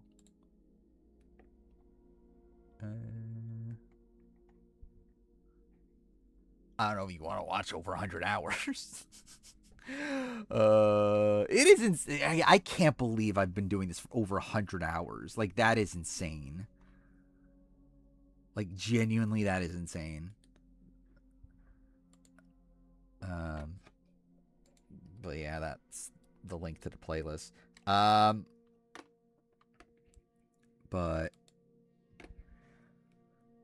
yeah, I mean, like, it's a lot. Like generally, it's a lot to explain.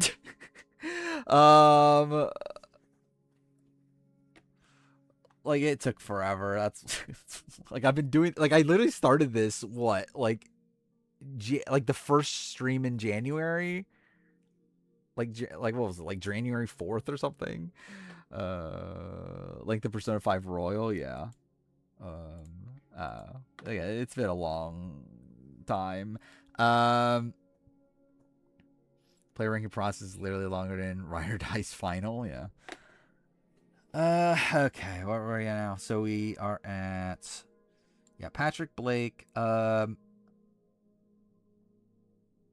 Is Bill Posey better or worse? So like I'm thinking that these are at least here.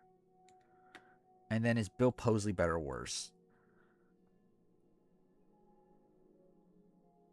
I would lean worse. Like, one, he gives up immunity, but like also like at least Blake and Patrick were in the majority for their first votes. Like Bill wasn't even in the majority.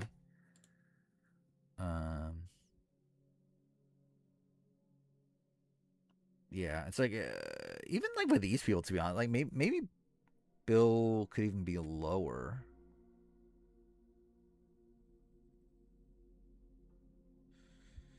I guess he did have like an initial alliance though, and it just like crumbled almost instantly. But like he at least had like a 4% alliance at the beginning.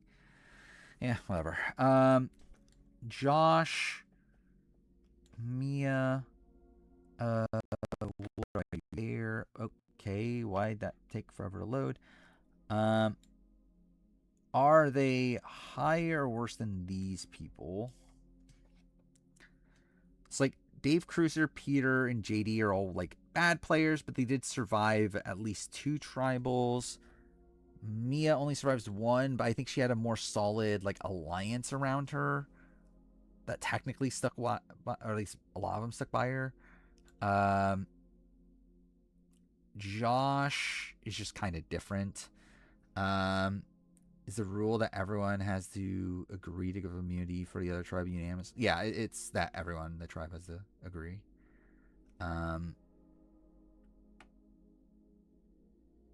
Like obviously there's still like social pressures in that, where like if you're like the one person holding up the entire tribe from going to tribal when they want to go to tribal, then it's like that's obviously gonna play a factor in terms of like your standing in the game.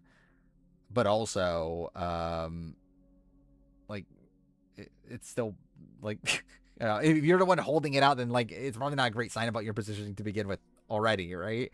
Yeah, that's what I'm saying. Like it's like more than like if you're the one that's holding it up, it's like then you're the one going home. So, um,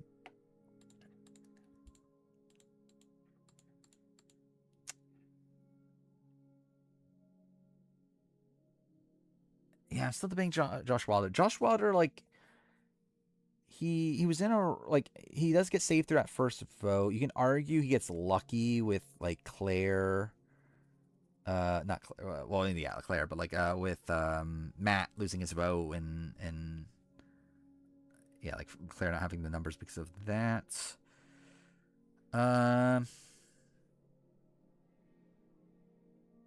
Like his play after that's sloppy, but it's also like he was kind of put in a really bad position. But like still, he's like still unanimous vote at the merge. So it's still pretty bad. He does technically survive 2 tribals, but like, you know, I'll go above.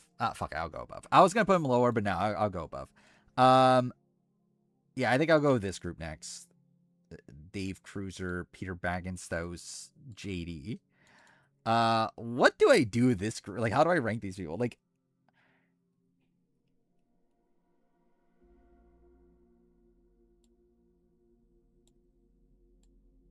I think they all at least vote someone out. So that's something. Because what Dave Cruiser was on the outs when Chicken goes home, votes out Ashley, and then he goes home. Peter Bagginstos was on the outs when Liz goes home, gets swapped into a fortunate position, but then votes out Anna, and then he goes home with like Aubrey flipping on him. JD starts off in an okay position, votes out Sarah, swaps. Oh, not swaps. Sorry. Brad goes to the Brad tribal, and then like Brad flips on him, but he survives over that, and then yeah, like I'm thinking JD's the best of them. Peter and Dave is. I think I'm leaning, or I'm thinking leaning Dave over Peter. And the logic in my head for that is that Peter is someone that, like, in comparison, it's like Dave survives 2 tribals in his initial tribe formation. Peter wouldn't have. Like Peter, yeah, like had his tribe gone tribal again, Peter's just gone. Or like JD and Dave would have survived their second tribals. Plus, also Peter, even the one tribal he survives in was one where, like, it kind of had to go that way, right? It's like Anna was just kind of fucked in that spot. So it's like, I think it's like a little bit less credit to him for surviving that. So yeah, I think I'm going JD, Dave, then Peter. Is my gut for that. Which means Dave Cruiser made part 3. Good for Dave Cruiser. Also, JD made part 3. All right, and then do I keep I actually feel like there's an argument that these people are higher than Sarah and Roxy.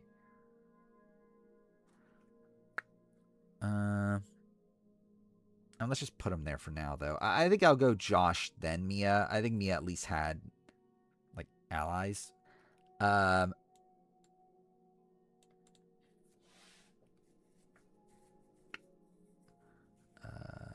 For sit out rule on Survivor, what if everyone wants to sit out?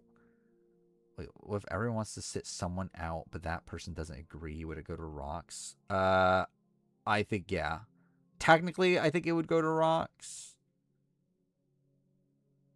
Like, if that person really fights back against it, I think it goes to Rox. How likely is it that that person fight against it that bad? Like, very unlikely. Like, we saw Nora in, like, 39 be in that spot where, like, everyone was telling her, no, you're sitting out. And then she, like, backs down. But, like, I think technically she could have contested it to the point where they would do a rock draw. But, like, that's also, like, burning a lot of social capital and whatnot. So it's like, you're now testing the Drew hairstyle. Okay. Claire. We're about to get to Claire. She's here. Survival star. Mine is Jonas because that's funny to me. What's the optimal one again? Was it RC? I forgot. I remember the creator of Survival posted like what the actual ideal one is. Actually, no. Wasn't it like someone on like Blood versus Water? I forgot. I remember I did see that they posted like who the optimal person is, but I forgot who it is. But yeah, mine is Jonas, just because like Jonas was kind of a meme for a while. Actually, no one's talked about Jonas in a while. Now I think about it. Again, that's how you know this Survivor 50 room will pass. Is no one talks about Jonas anymore. Yeah, Michael Snow's also a good one. Like it's obviously like someone in the like 20s range that was like a mid game boot. I think technically Michael Snow's like probably on the older side of things, so where I think you would probably want to lean like a little younger. Like probably someone like late 20s would be like ideal.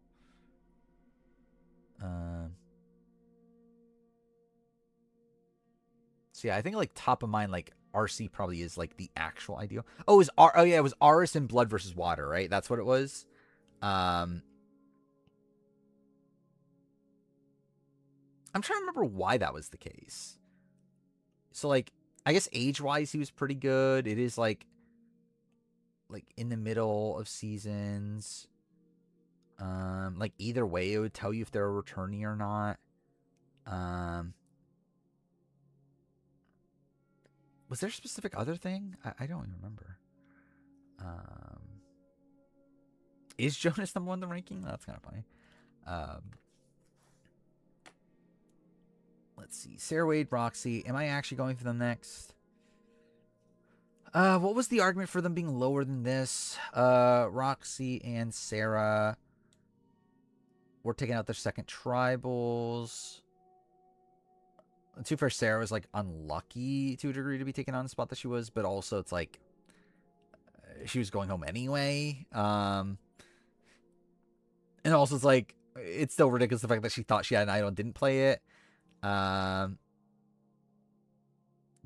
Rick's doing better socially than I thought. Dee's doing worse than I thought. Kind of. Yeah, I think Rick's definitely doing better socially than expected. D, I think, is like, I don't know. Socially is the I stay very you didn't say socially. But yeah, like I think D definitely has a lot more people like gunning for her than expected. I feel like Mia should probably be closer to here, in retrospect. I'm just trying to think it through. Was there a reason why Mia was so low? Like, I mean, like, Mia obviously is a bad player. Like, she is confrontational. She, like gets into a fight with Twilight and Scout. But also, like, that Dolly vote, she had, like, it was, like, most of the tribe was on her side. And when she goes home, she still has, like, Eliza and Julie on her side. I guess she's, like, never in the majority. But, like, yeah, she shouldn't be, like, that much lower than like, these people, I feel like. See, I feel like I am just going to move her up. And then...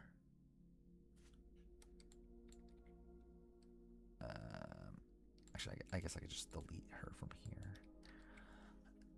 And then, yeah, I think just go through with Roxy and Sarah Wade. Is Josh better than Sarah Wade? Josh at least voted, like, Claire out. Sarah Wade doesn't even vote anyone out.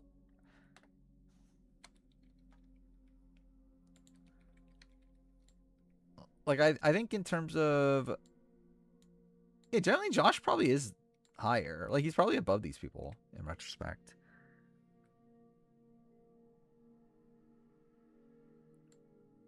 Yeah, she got voted off a fake idol in her pocket, too.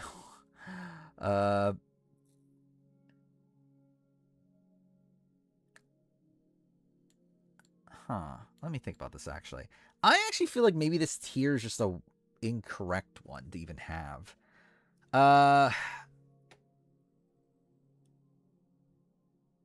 Fuck me. Is Peter Baggins making part 3 then? No, I think I'll... okay, wait.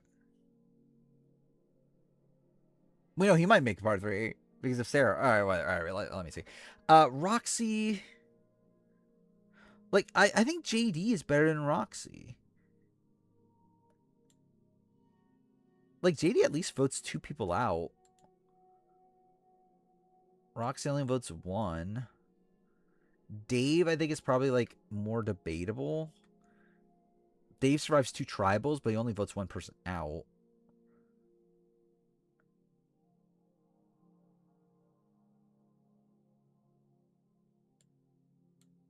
I kind of want to go this.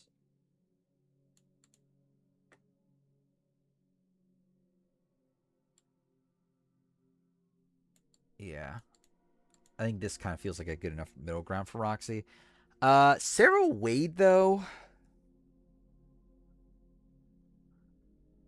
Like, Sarah Wade's never on the right side of the vote.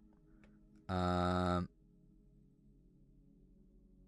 suppose the most boring part of the player ranking is the one... Wait, is the one where you're actually putting the list together? I mean, yeah. But yeah, that's kind of because, like, we already did most of the work already. It's kind of more so, like, at this point, just, like obviously, like, ranking the people within the groups we already put them in, and also just, like, some minor, like, debates of, like, were these people too high or whatever. Yeah, like, Sarah Wade, like, she's at least above Gem. I think that's fair. Like, she's the gem that survived tribal.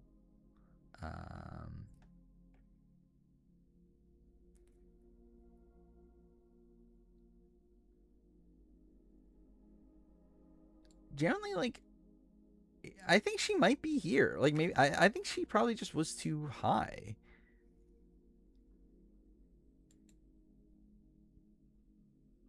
I mean, okay, Bill Posley, though, I think is a tough one. Bill Posley does technically vote out Matt, but it's also, like, it's not like he wanted to. So, like, am I really giving him credit for that?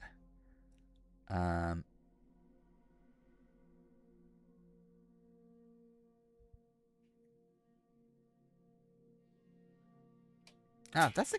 Okay, what the fuck? How did I do that? I almost broke the fucking spring off of my mic arm. I kind of feel like maybe Bill Posley's lower. Because at least these people voted someone out. Well, actually, no. Bill Posley voted someone out. But, like, vote someone out that they wanted to vote out. Like, Bill just kind of, like, latched on to the group at the last second.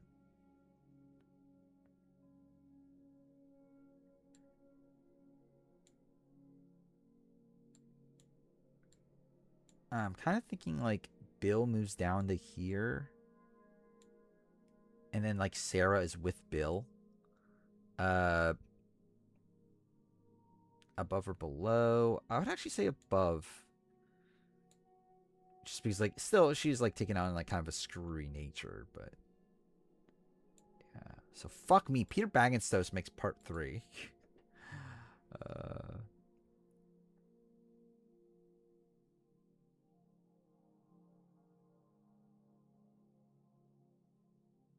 Is there an argument Genie should be higher? Let me think through Genie's game. I actually feel like Genie might be higher. And by higher, I mean, like, here. But, actually, let me think through these people again. I literally said I wasn't going to do this. I'm just going to fucking do it anyway. Yeah, like, all of them survived, like, a decent amount of tribals. Shatia survived. 2 gets kind of maybe screwed in her actual elimination. Alicia survives also 2 and eventually gets eliminated. Wendy survives 4?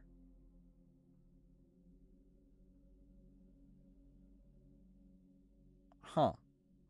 That's a pretty big difference, actually. That's actually a pretty, like, that's a decent difference. Yeah, Genie... Yeah, Genie survives 3, right?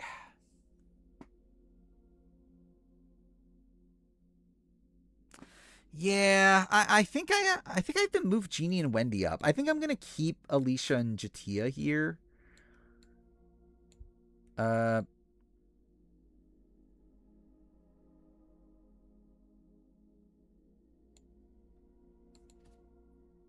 Maybe.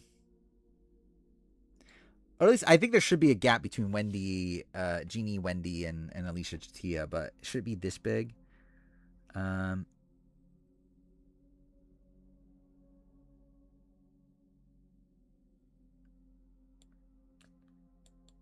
think maybe they are higher, though.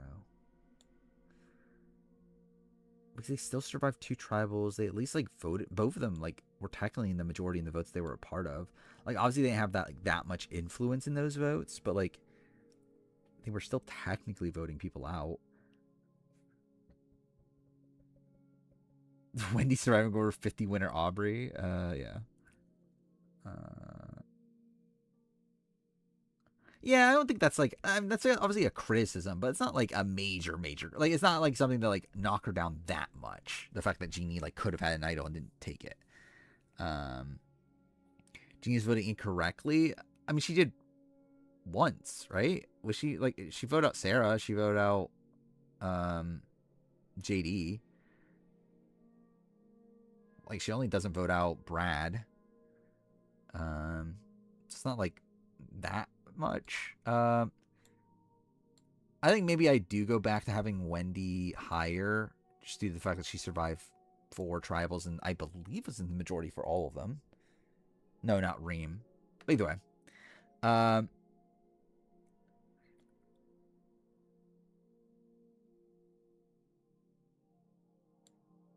I think I am leaning this at this point. And then, yeah, Alicia Jatia.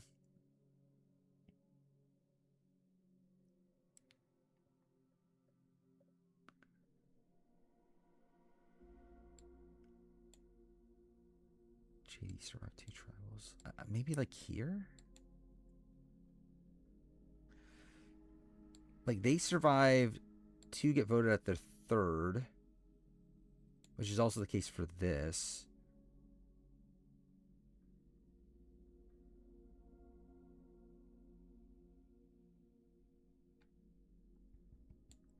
They're technically voting the majority the entire time, though. Is it... Maybe it's like this? Like...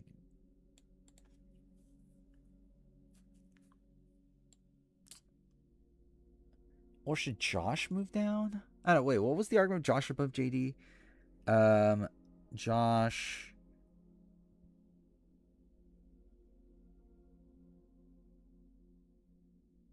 I think I'm going to move Josh down. And I'll be honest, straight up, I'm going to move Josh down just for the sake of it bothers me. To have Jatia and Alicia in 2 separate parts of the video. Like, genuinely, that is the reason. That I feel like Alicia and Jatia should be, like, back-to-back in the same video. Where, like, otherwise it bothers me. Like, outside that, I probably would have just left Josh there, but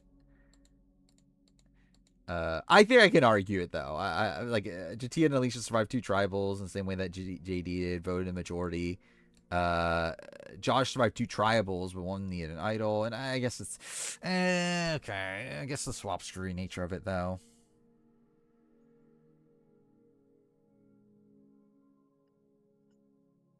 Oh, I forgot she split the vote in the Ricard, didn't she? But again, that doesn't count. Like, she was in the know what was going on, right? She split the... Like, it was just a vote split on Ricard. Or was it a spot where she didn't know? No, actually, now I think about it, I think it was a spot. Is she the situation I was thinking of? I remember there was a situation where, like, one person just wasn't told. Like, they were technically in the majority, but they flipped the vote, like, last second. They just weren't told. I think actually now I think about it, I think that was Jeannie during that vote. Or yeah, I now I think about it, I think it was a spot where they were gonna record at a point, and then she just wasn't told the switch. Yeah, which I guess that is bad.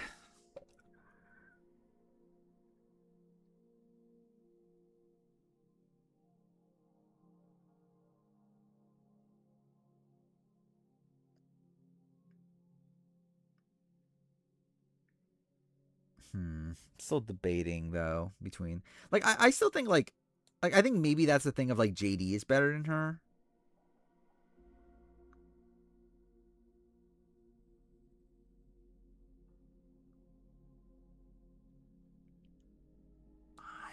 I kind of want to just stick with this though. Oh, maybe lower, like, just because they both did vote in the majority. And Jeannie didn't. I think in this world though, Josh, I think I'm just gonna move Josh back up though.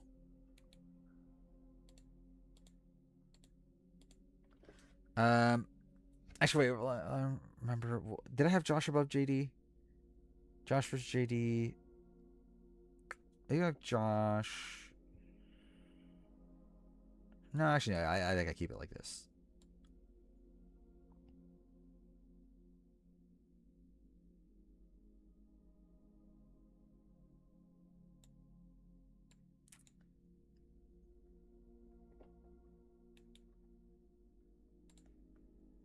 Maybe even I switched this. Maybe I put Jeannie with Roxy. At this point, it's becoming very convoluted, but whatever.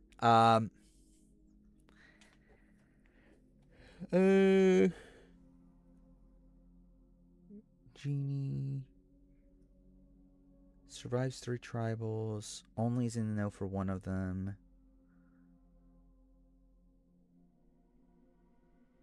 No, I think she's better than Dave Cruiser.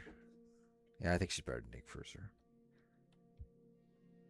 I think she had more inroads on the season than Dave Cruiser. I think Dave Cruiser just being kept around because of challenge strength. Yeah, I think I'll leave it here probably. So yeah, there we go. Jatia made it to part 3.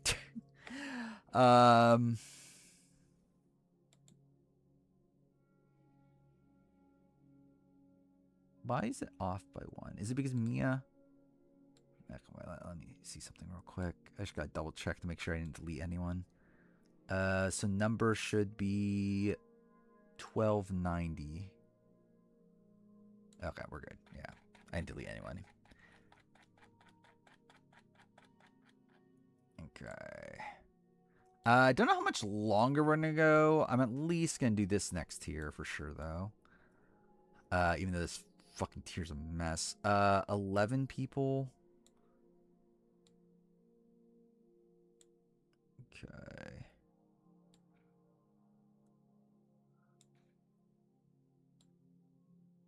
All right. So what is this tier? Like Sonia, Christopher.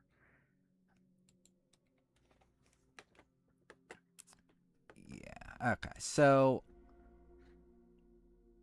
this does feel like a bit of a mess. Like these are all people that had like decent backings. I guess like Sonia's technically in this. Misty's not really. Misty's like kind of more of a kind of like screwed over early boots. You can argue that of Hope. You can argue that of Nadia. Yeah, I think like these 6 are together and these 5 are together, and the question is the order of them. Of like which group is above the other. And also the ranking within each other. So Sonia in this. I think Mia is worse.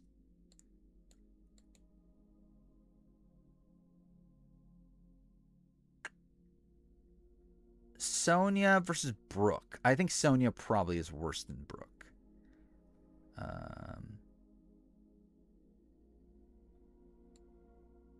Yeah, I think Brooke probably had more going for him than Sonia.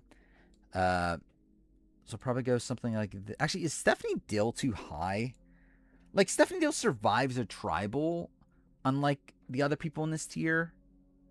Well, that's not the case, actually, with Mia.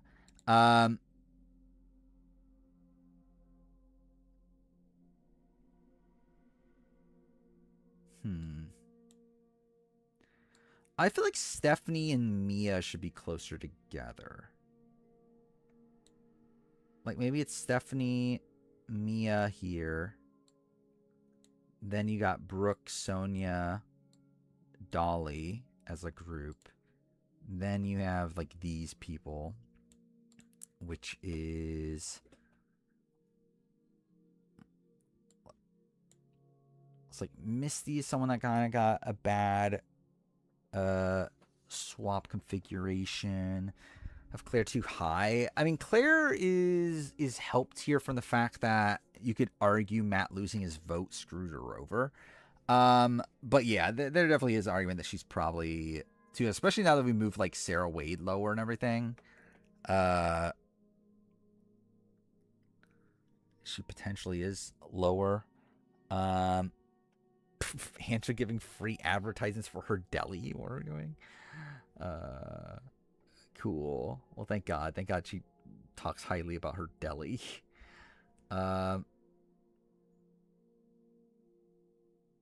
Wait, 12 still up, meaning the 3 nominees, Latrice and Chuck, are the only ones asleep. The 3 nominees went to sleep? Expert gameplay.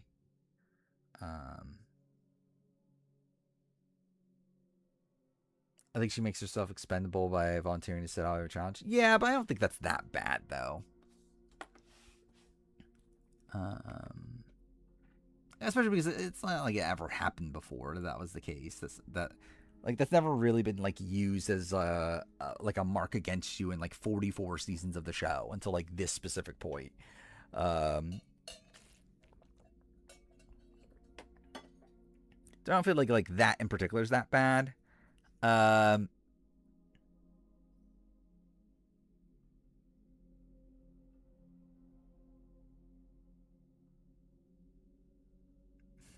Okay, let me think this through. So okay, where's Roxy again? Roxy's here. So I think a thing that's happened through doing this has changed the criteria a little bit to where I feel like some of these people are probably like down here now, if not lower. Because these people were only meant to be like right above Roxy and Sarah Wade. But now because of this happening, it's led to a bit of a gap creating here. Actually, now I think about, Hope is maybe closer to this. Actually, so is Nadia.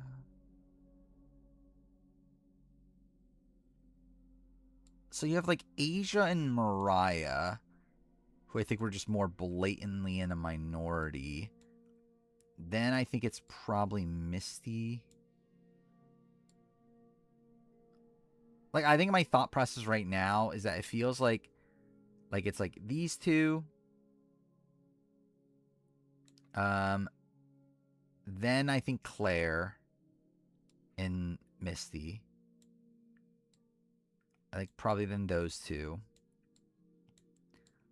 So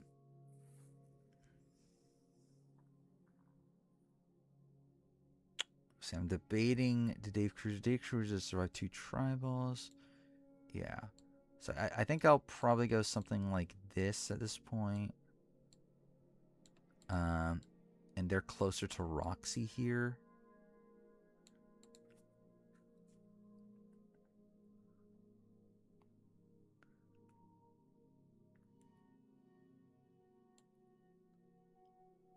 Roxy at least survived the tribal, though.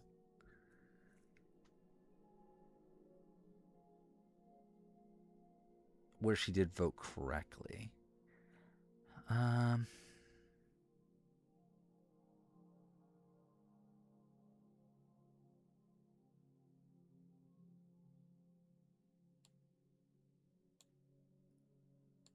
maybe it is like this, then?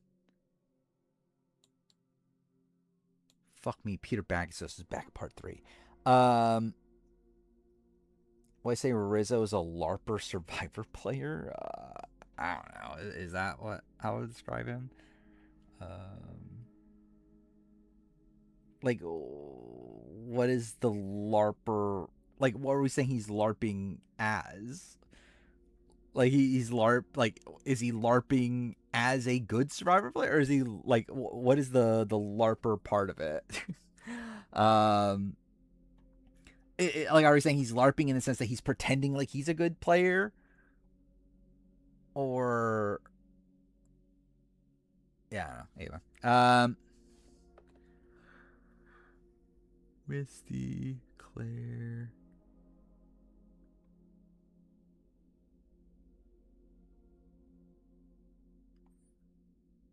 I feel like Kelly Zarnecki might move down. We'll see. Or not Kelly Zarnecki. Mary, I meant. Not Kelly Zarnecki. Yeah, LARPing as a good Survivor player. Debatable. I mean, like, I think he, I think by the end of 50, I think Rizzo's actually a kind of good Survivor player. I think the problem is, like, more so, like he has, like, so much more bravado than what he actually does. I think that part of it is, like, him LARPing.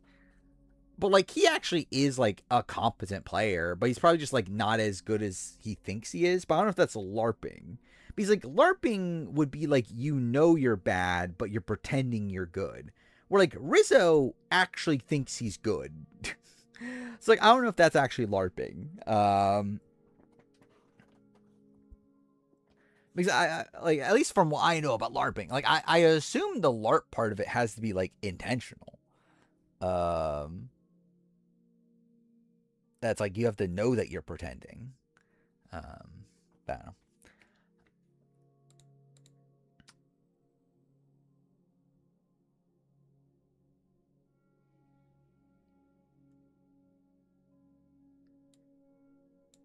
I don't know. I'm still debating on this tier. Like, this is just kind of a weird grouping of people.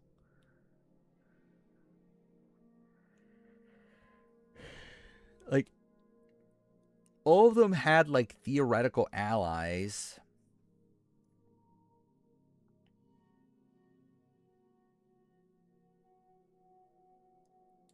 I guess, like, Asia.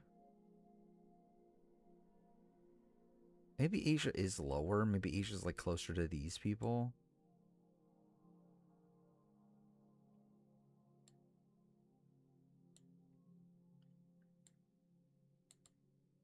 Because, like, Asia's someone that, like, was the first out. I guess with, like, Asia, you could argue the Exile Island of it all screwed her, but yeah, I think Asia there actually does make sense.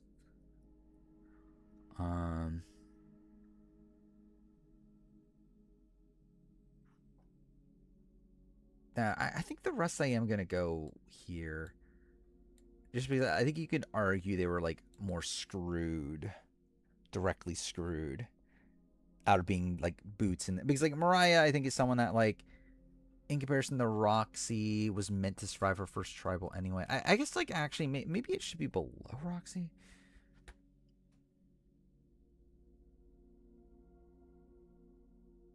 Mm.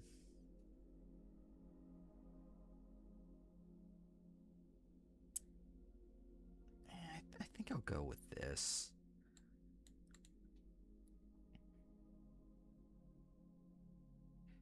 No, I think Hope and Nadia. It's like it's these people next, which like maybe there's an argument these people are lower. These are all people that were voted out their first tribal but had like decent backings. Dolly is the one that actually had the majority and fucked it up. Which like maybe that deserves to be lower then because she did fuck it up. But like also it's like kind of impressive that she had that to begin with. Um,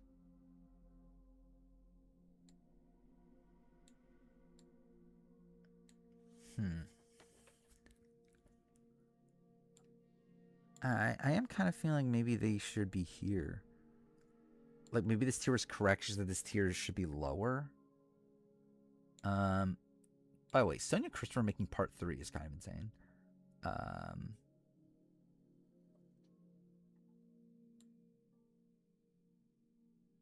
and then you got Mia and Stephanie.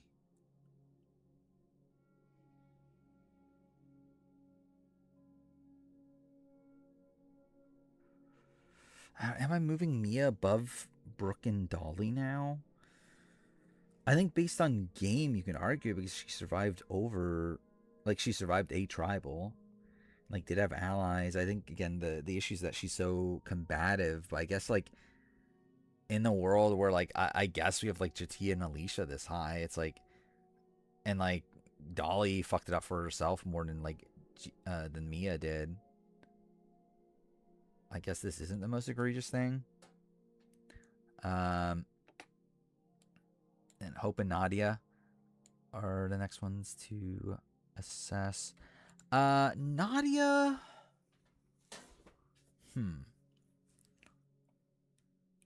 Like Nadia probably should be closer to here.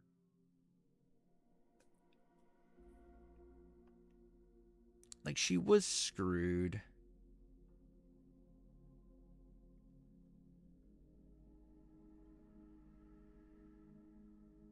Like she was screwed in the sense that she what's it called? With her reputation for Amazing Race being an easier way to put a target on her back, but also it's not like she played it particularly well anyway. So yeah, I am thinking probably Nadia here. Then Hope is probably closer to these people. Hope survived the tribal, had a decent backing, could have saved herself and then didn't though, which is an issue.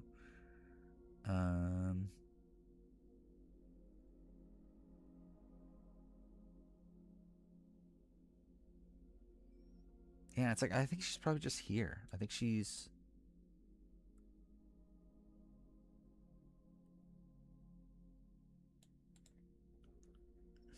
Okay, maybe these three need to be thought about more, but like, I think I actually do feel fine with moving these people above, though. Just because they did go to more tribals and at least voted more people out. I actually feel like the more I think about it, the more I feel like Mia probably is the best of these. And maybe it's this. Because Mia, like, actually had a majority at a point. And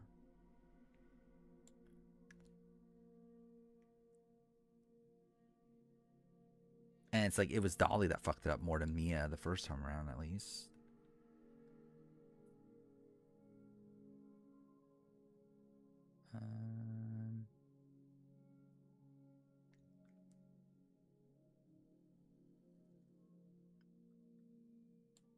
Yeah, I think I'll leave it like that. Okay, where are we at? We're at 3:30.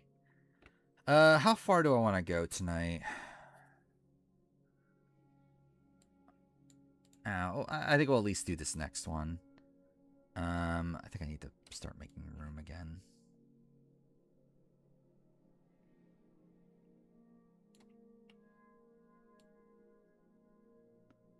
Let's do something like that. Dude, there's still so much to go. How many people did we do today? We did like a decent-ish amount, right? Start off here, right? We did 62 people. What did we do last time? Oh, we did more than last time. That's something. Okay. This grouping. All right, what do we got? We got Sydney, Soda, Lydia, Cliff Robinson. What am I doing with Cliff Robinson also? I think that was like a big thing too. I generally, because I remember I moved him down a lot at a point, and I think like last phase we like moved him up again. I generally don't remember what I'm doing with Cliff Robinson.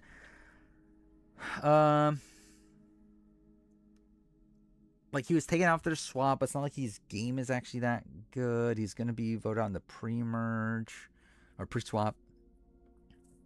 How they went to tribal by the end. Above Soda.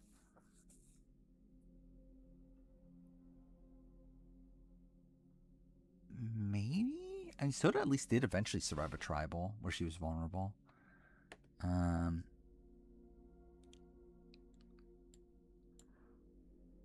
I think in terms of these, I feel like this. He's like, Soda gets flipped on, but like, I don't even think Soda does like that much wrong to get flipped on. Like, I think that's more so just a Tevin being Tevin thing. I don't know. It's like, it's an issue in the fact that like, I guess Soda didn't secure a relationship with Tevin well enough, but also it's like, I don't think there's like a thing you can point to that Soda did this wrong to cause this. And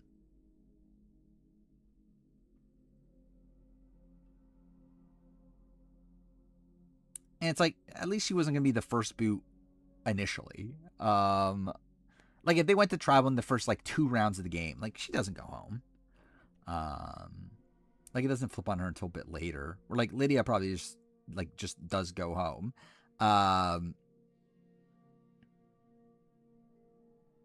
And, like, so, I guess Lydia also survives a vote following that.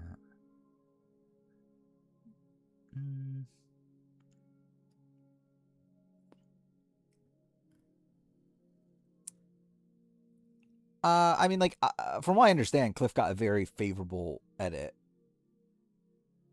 Like, from what I understand, like, Cliff got into, like, fights with Trish and, like, pushed her away and everything.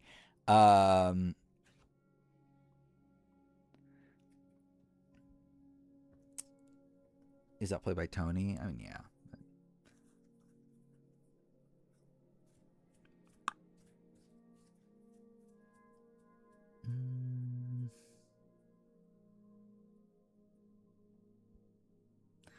I do just I want to put him really around here.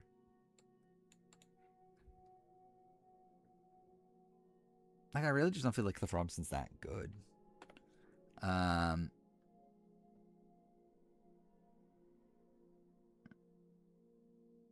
I guess there is the notion though that he wouldn't have been the first boot if they went to the first tribal at least, which I think is like something in common with like Lydia and Soda. Um,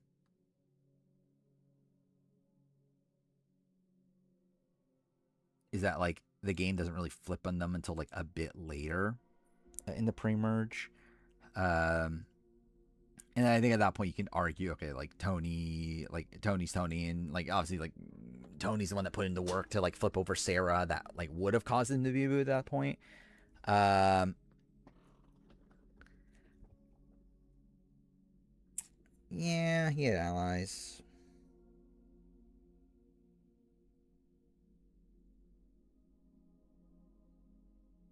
Mm.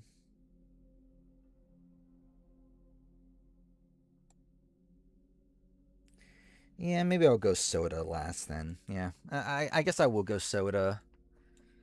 Because like at least Lydia also like it's not like Lydia was like this consensus target. It's like it had to flip on her like last second when she eventually does go home. Um,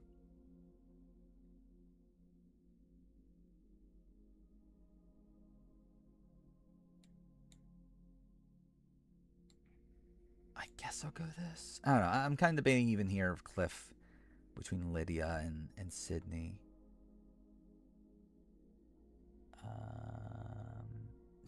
Matt is Matt Williams still not here? Fuck is Matt Williams? Fuck me. Actually, Matt Williams got that high. Okay. Yeah. Sure. I guess.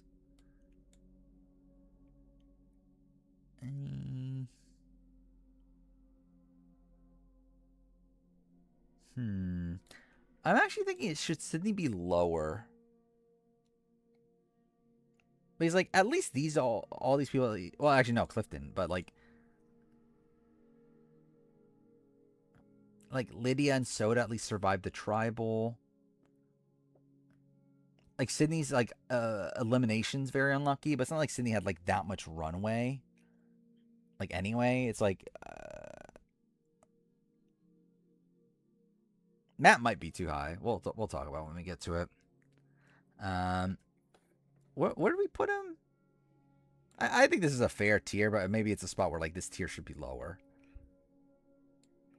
I think it's fair to put him with like a Christina Kell in them, but because like I do think he's like playing optimally in the sense that like he at least like knew what he should be doing. It just didn't really have the social capital to do it, which is like kind of a similar thing with like Christina and like Francesca and Mikey B, and I guess Stacy. But yeah, maybe it's about where like they all should be lower. I don't know. We'll see. That'll be for like next stream at this point.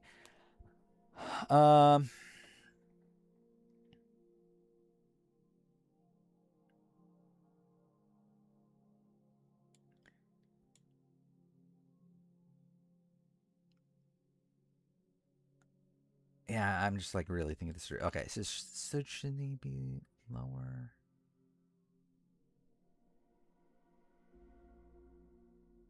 Like I think her elimination's more unlucky, but also her run, like it's like she just doesn't like. At least these two survive more tribals. But I guess like, is there really that big of a difference between her and Cliff? I guess it's like the aspect of like Tony outplayed Cliff and.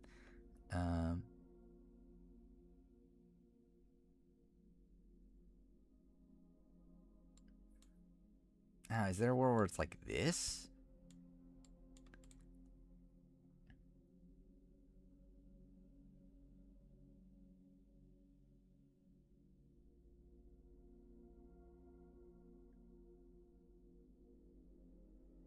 Yeah.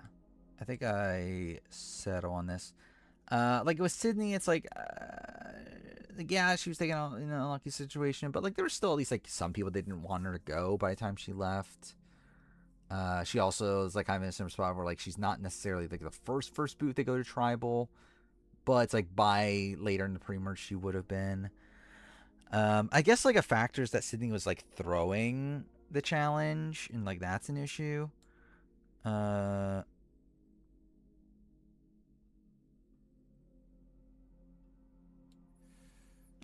I think I'll just do it. I don't really, to be honest, I don't really care that much. And I just feel like my initial instinct is like, yeah, I feel like Sydney probably is just worse. Um, next day time stream, the 20th. Oh fuck me, the 20th. September 20th. Is what it should be. I still haven't technically gotten the time off approved. But yeah, that is the plan. Let me check this real quick just to make sure I don't get doxxed. For bring up the calendar. I think it should be fine. Yeah, okay.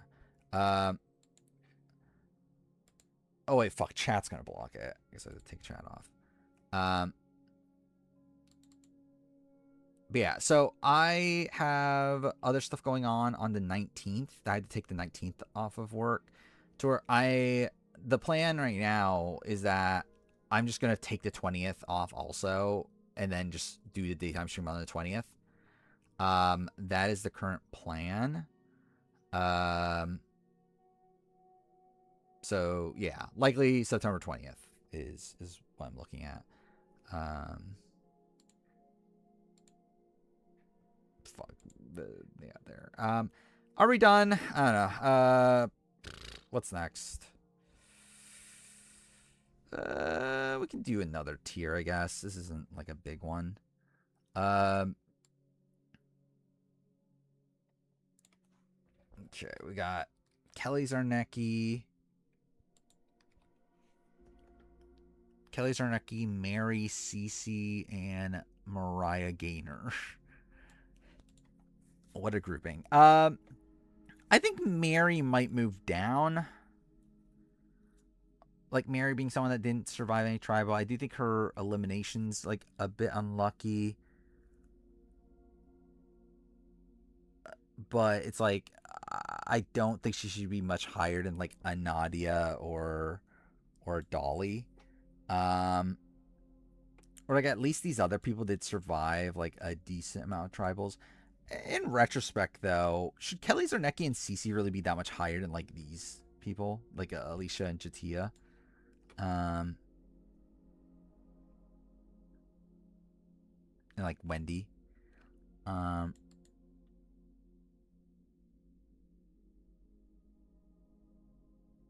Also, should Mariah. Actually, I think just in general, this tier probably just is a little fucked.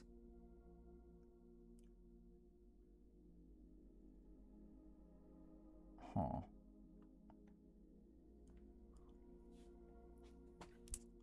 Do I possibly handle 24-hour stream? I think I can. I just really don't want to. Like, I think I technically can. I think I can if it doesn't involve anything like this. Like, if it doesn't involve, like, actually having to critically think for a long time and, like, do a player ranking or do, like, a draft and that sort of stuff. Like, if it was just me, like, playing a game and talking to chat for 24 hours, I think I can. But yeah, if it's like literally having to like organize, like to like run a draft or do a big ranking and that sort of stuff, then yeah, I definitely wouldn't be able to.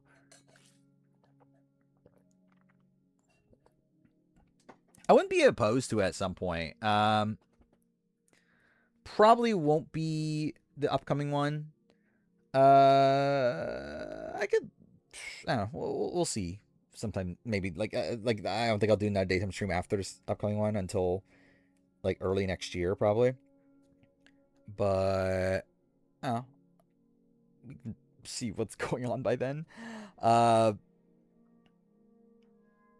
think the first daytime stream of the year is probably the better one to do it than the last one. More so from like a time thing, because the last one usually is like around like when Big Brother's about to end, Survivor's starting. So there's like kind of like stuff that I probably should be doing instead. Where the other ones like kind of more so in the middle of nowhere. Where it's like kind of like mid big Survivor season, and there's not really too like I guess like Australian Survivor's happening, whatever. But like I said, nothing like too major, especially nowadays. So yeah, I think like maybe like I think the one after will probably be sometime in March or something. Maybe that one. But we'll see. Yeah,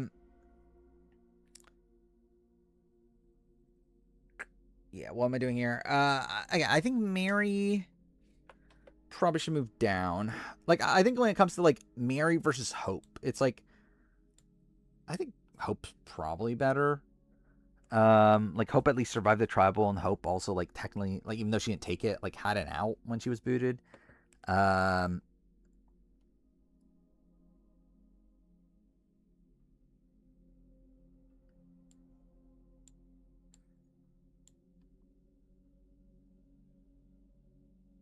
I think I'll go here for her. I think I'll go around where Dolly is, like a spot above Dolly.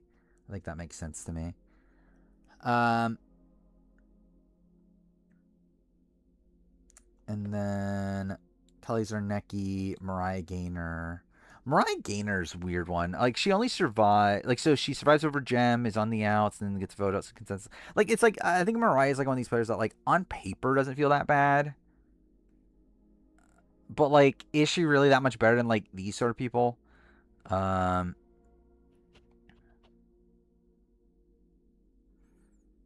like, she's essentially just this, isn't she?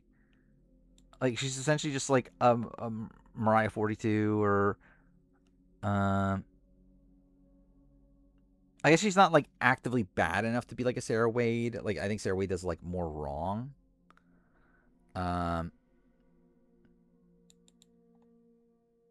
But yeah, I would say she's like closer to that range.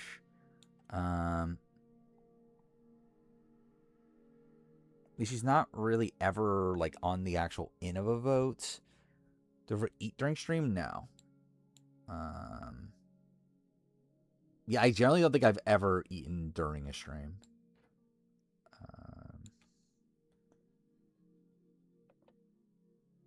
Like, usually on the daytime streams, I just have like a big lunch.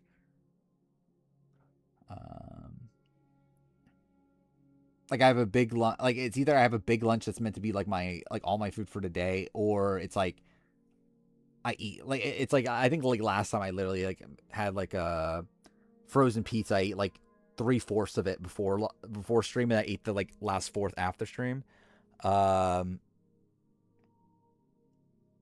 times before I would like order like Chinese food, like a lunch special or whatever, and that'll just be my food for the day. Like, I usually go that route over like eating midstream and stuff. But like, if obviously if it's a 24-hour stream, then like obviously I would handle it differently. But like 12-hour or whatever, that's like more tolerable to do it that way.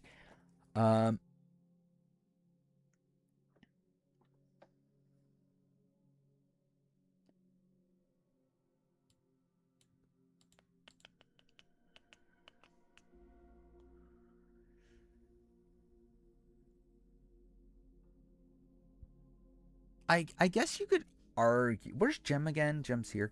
Like, I think you can argue Mariah like almost had a majority on her original group. But I guess that's just Claire though. Like, that is essentially just Claire. It does get voted out after that anyway. So yeah, maybe it is just like one spot above Claire.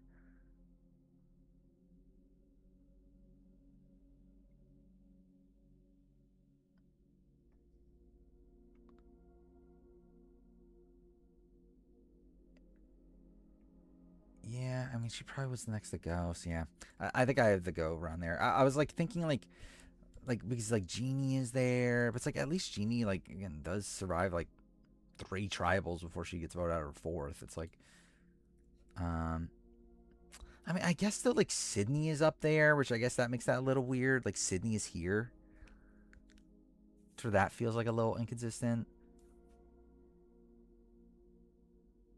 And like I think Sydney was like more screwed in her elimination, but it probably shouldn't be like that big of a gap. But more so, like, I feel like that's more so that Sydney should move down.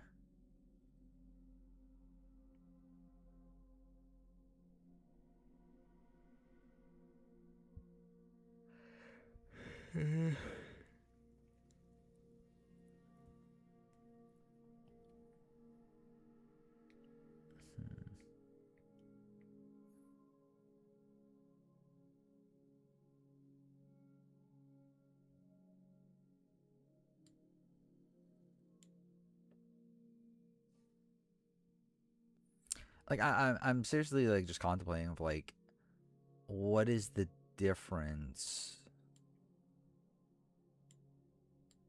between Mariah and like Sydney at this point.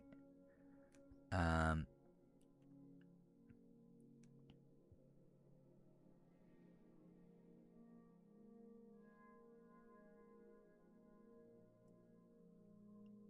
that to clarify, to make that would make Sydney better, because like Mariah, like Sydney would have been the one taken out had they gone to a pre-merge tribal. Mariah wasn't at the first tribal, at least. Like Sydney was like more screwy in her elimination, but it's like Mariah's positioning before that was just better. If anything, like I kind of feel like Mariah should be probably like here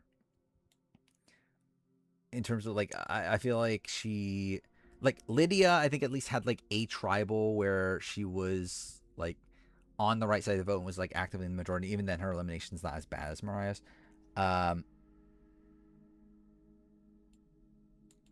But like Mariah does technically have a cleaner early game. What Survivor winners do I think is least in the community? Like in terms of like as you mean like Natalie White, who just like doesn't like isn't around at all? Like probably that, right? If that's what you're meaning. I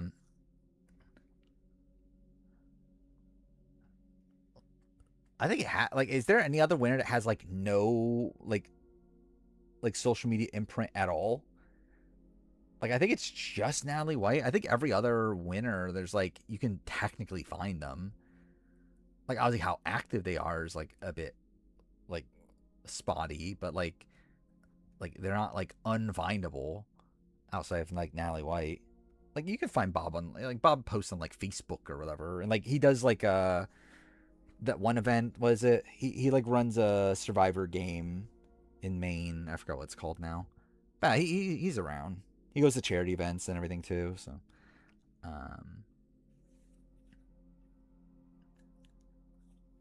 wait, where are we at now? We're at Kelly Zarnecki, CC. I also feel like these are probably closer to. I just realized something. Wait, no, that is right. Never mind. I feel like they also are probably not this high. All right, let me think. So CC survives over Rachel, survives over Paul Wachter, survives over Lucy, and then gets taken out the swap following that. Which like, I guess to be fair to her, she is in the mid. Like she's actually like she's in the majority into Paul vote, and she is technically one of the votes to get Lucy out.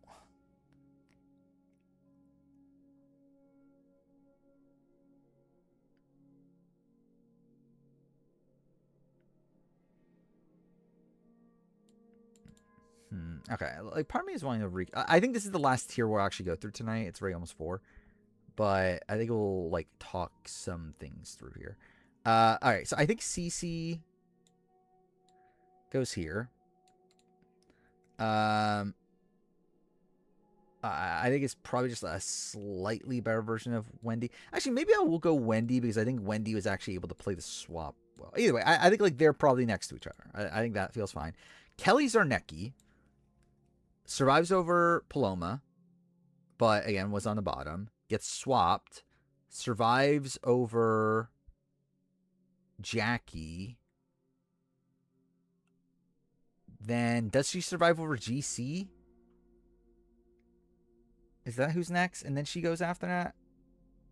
I generally forgot the fucking Gabon boot order. Survivor, Gabon. It's up like that though, right? Yeah, she goes over GC and then she's voted after that. That's actually not that good, is it? Like the only vote that she like she survives over GC just because like GC quit more than like she was playing that well. So it's really only the Jackie vote that she's actually like involved in anyway. For that finale, she was put through the ring after Samoa. Yeah.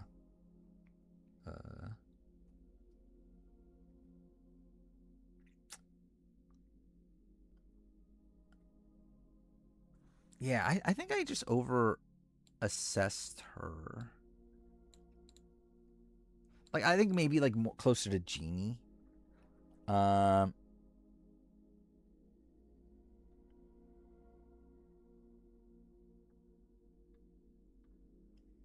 I don't think Kelly was long for the game.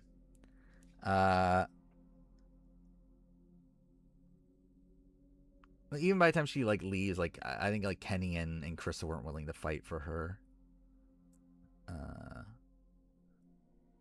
And you already had like Maddie, Sugar, and Ace becoming a group. Kaiser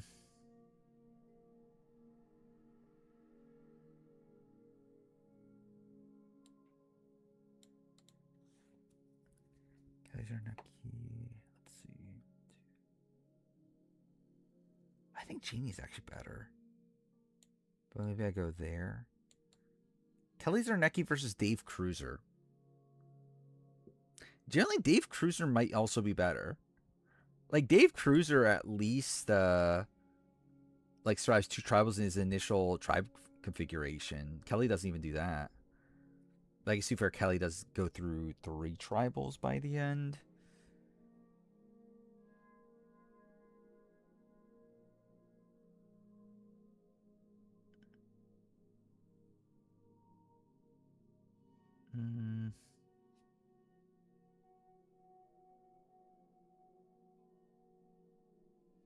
Yeah. Okay. I think I'll leave her above Dave Cruiser. I think it's very close though. But yeah, I think I'll leave her there. Is that it? Okay, well, actually, the one other thing I wanted to talk through is like, am I sticking with this? I think up to this point, I feel content. I am debating on should this be a group that like maybe moves lower.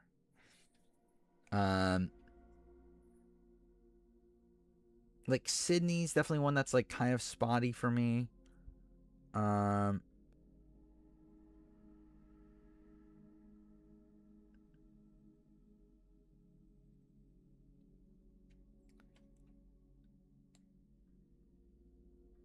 kind of thinking like maybe like here instead.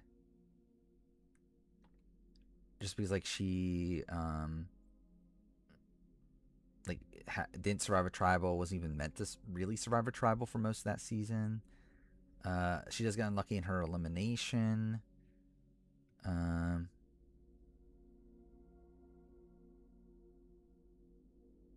maybe that's like above to be like there. And maybe in general is that okay, is Dave Cruiser like is this getting too high for Dave Cruiser? And like these other people. I think that's kind of the issue. Is that it feels like it is, but also practically isn't really when like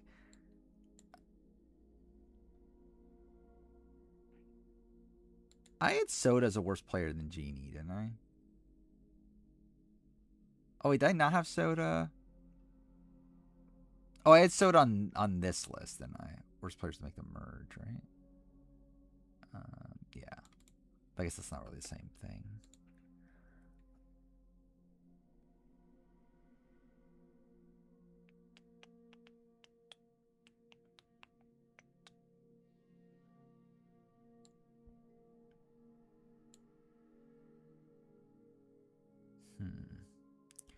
I'm generally like trying to think through. Is there anything that contradicts this? I don't think there really is. Like all these people were people that were like going out their first tribal or like never. Like I think it's like they don't have a vote. Well, actually, no, that's not really the case either. Okay, let me think this through again. I think Soda moving down. Soda did survive a vote though. Like she survives the vote where Mariah goes home.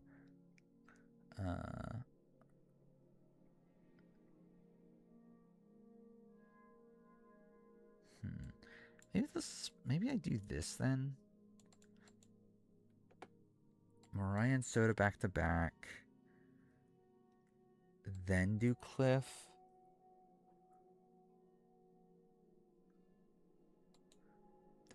Okay, cool. I don't know if my internet just dropped out. Okay. Yep. I don't know what's going on there. The stream seems to be fine, but also on my phone, it's like freaking out, but whatever. I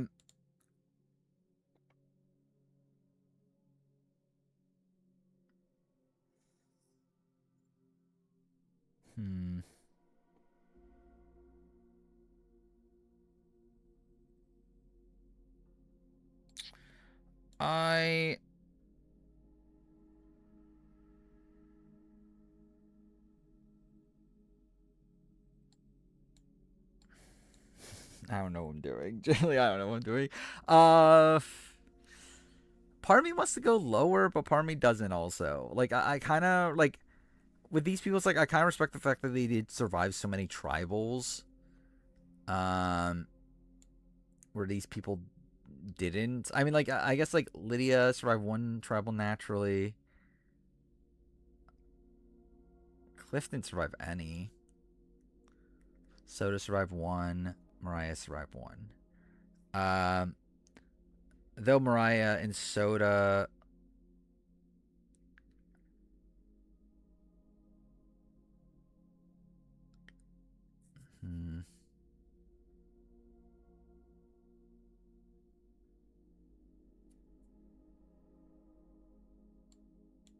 Maybe I do Mariah lower than Soda.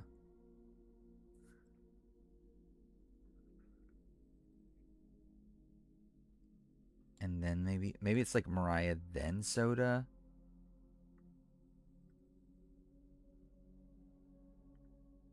And then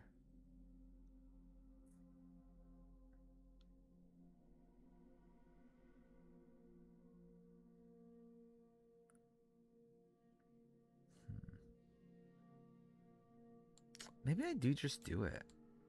I think Lydia is the one that's like maybe holding me back. I think outside that I feel okay with this.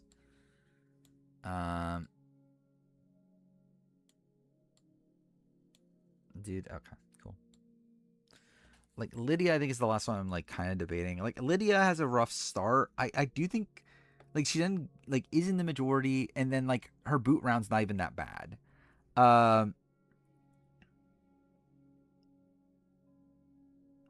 So I'm not really sure where that lands her. I think these people are moving down, by the way. We'll see, though.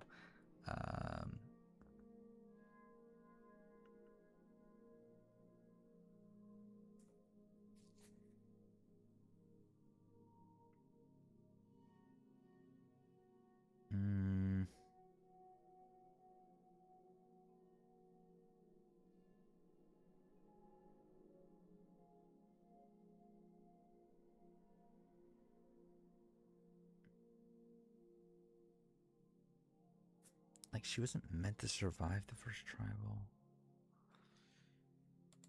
I had Josh as a worse player, didn't I? Oh, I guess he didn't make it.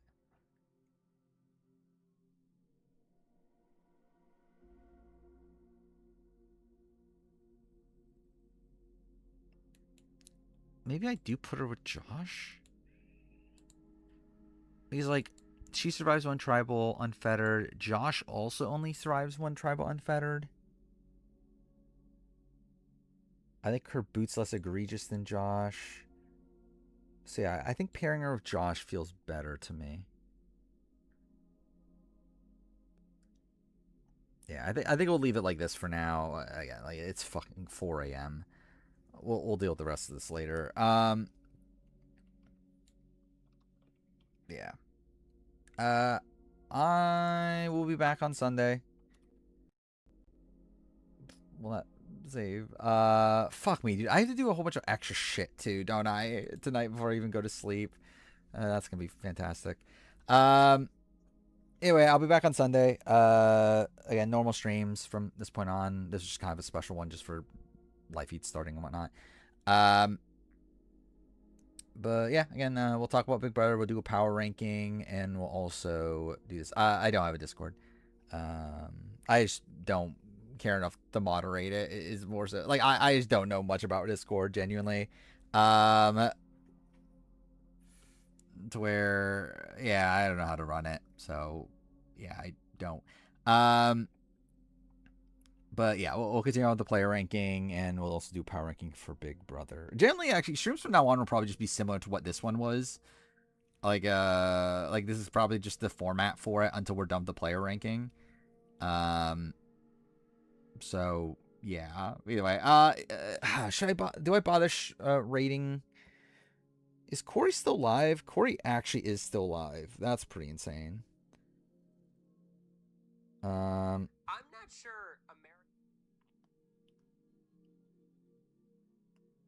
Yeah, I guess I'll fucking record. Is there a point? How many people are even here anymore? There's not even that many people here anymore, right? Well, whatever. I'll raid Corey just for the sake of it. Now the question is, do I remember how to fucking raid? I haven't fucking done this in forever. How do I raid? There's a thing that I'm meant to do. Raid. Cool. I definitely know what I'm doing. Search Corey Wurzenberger.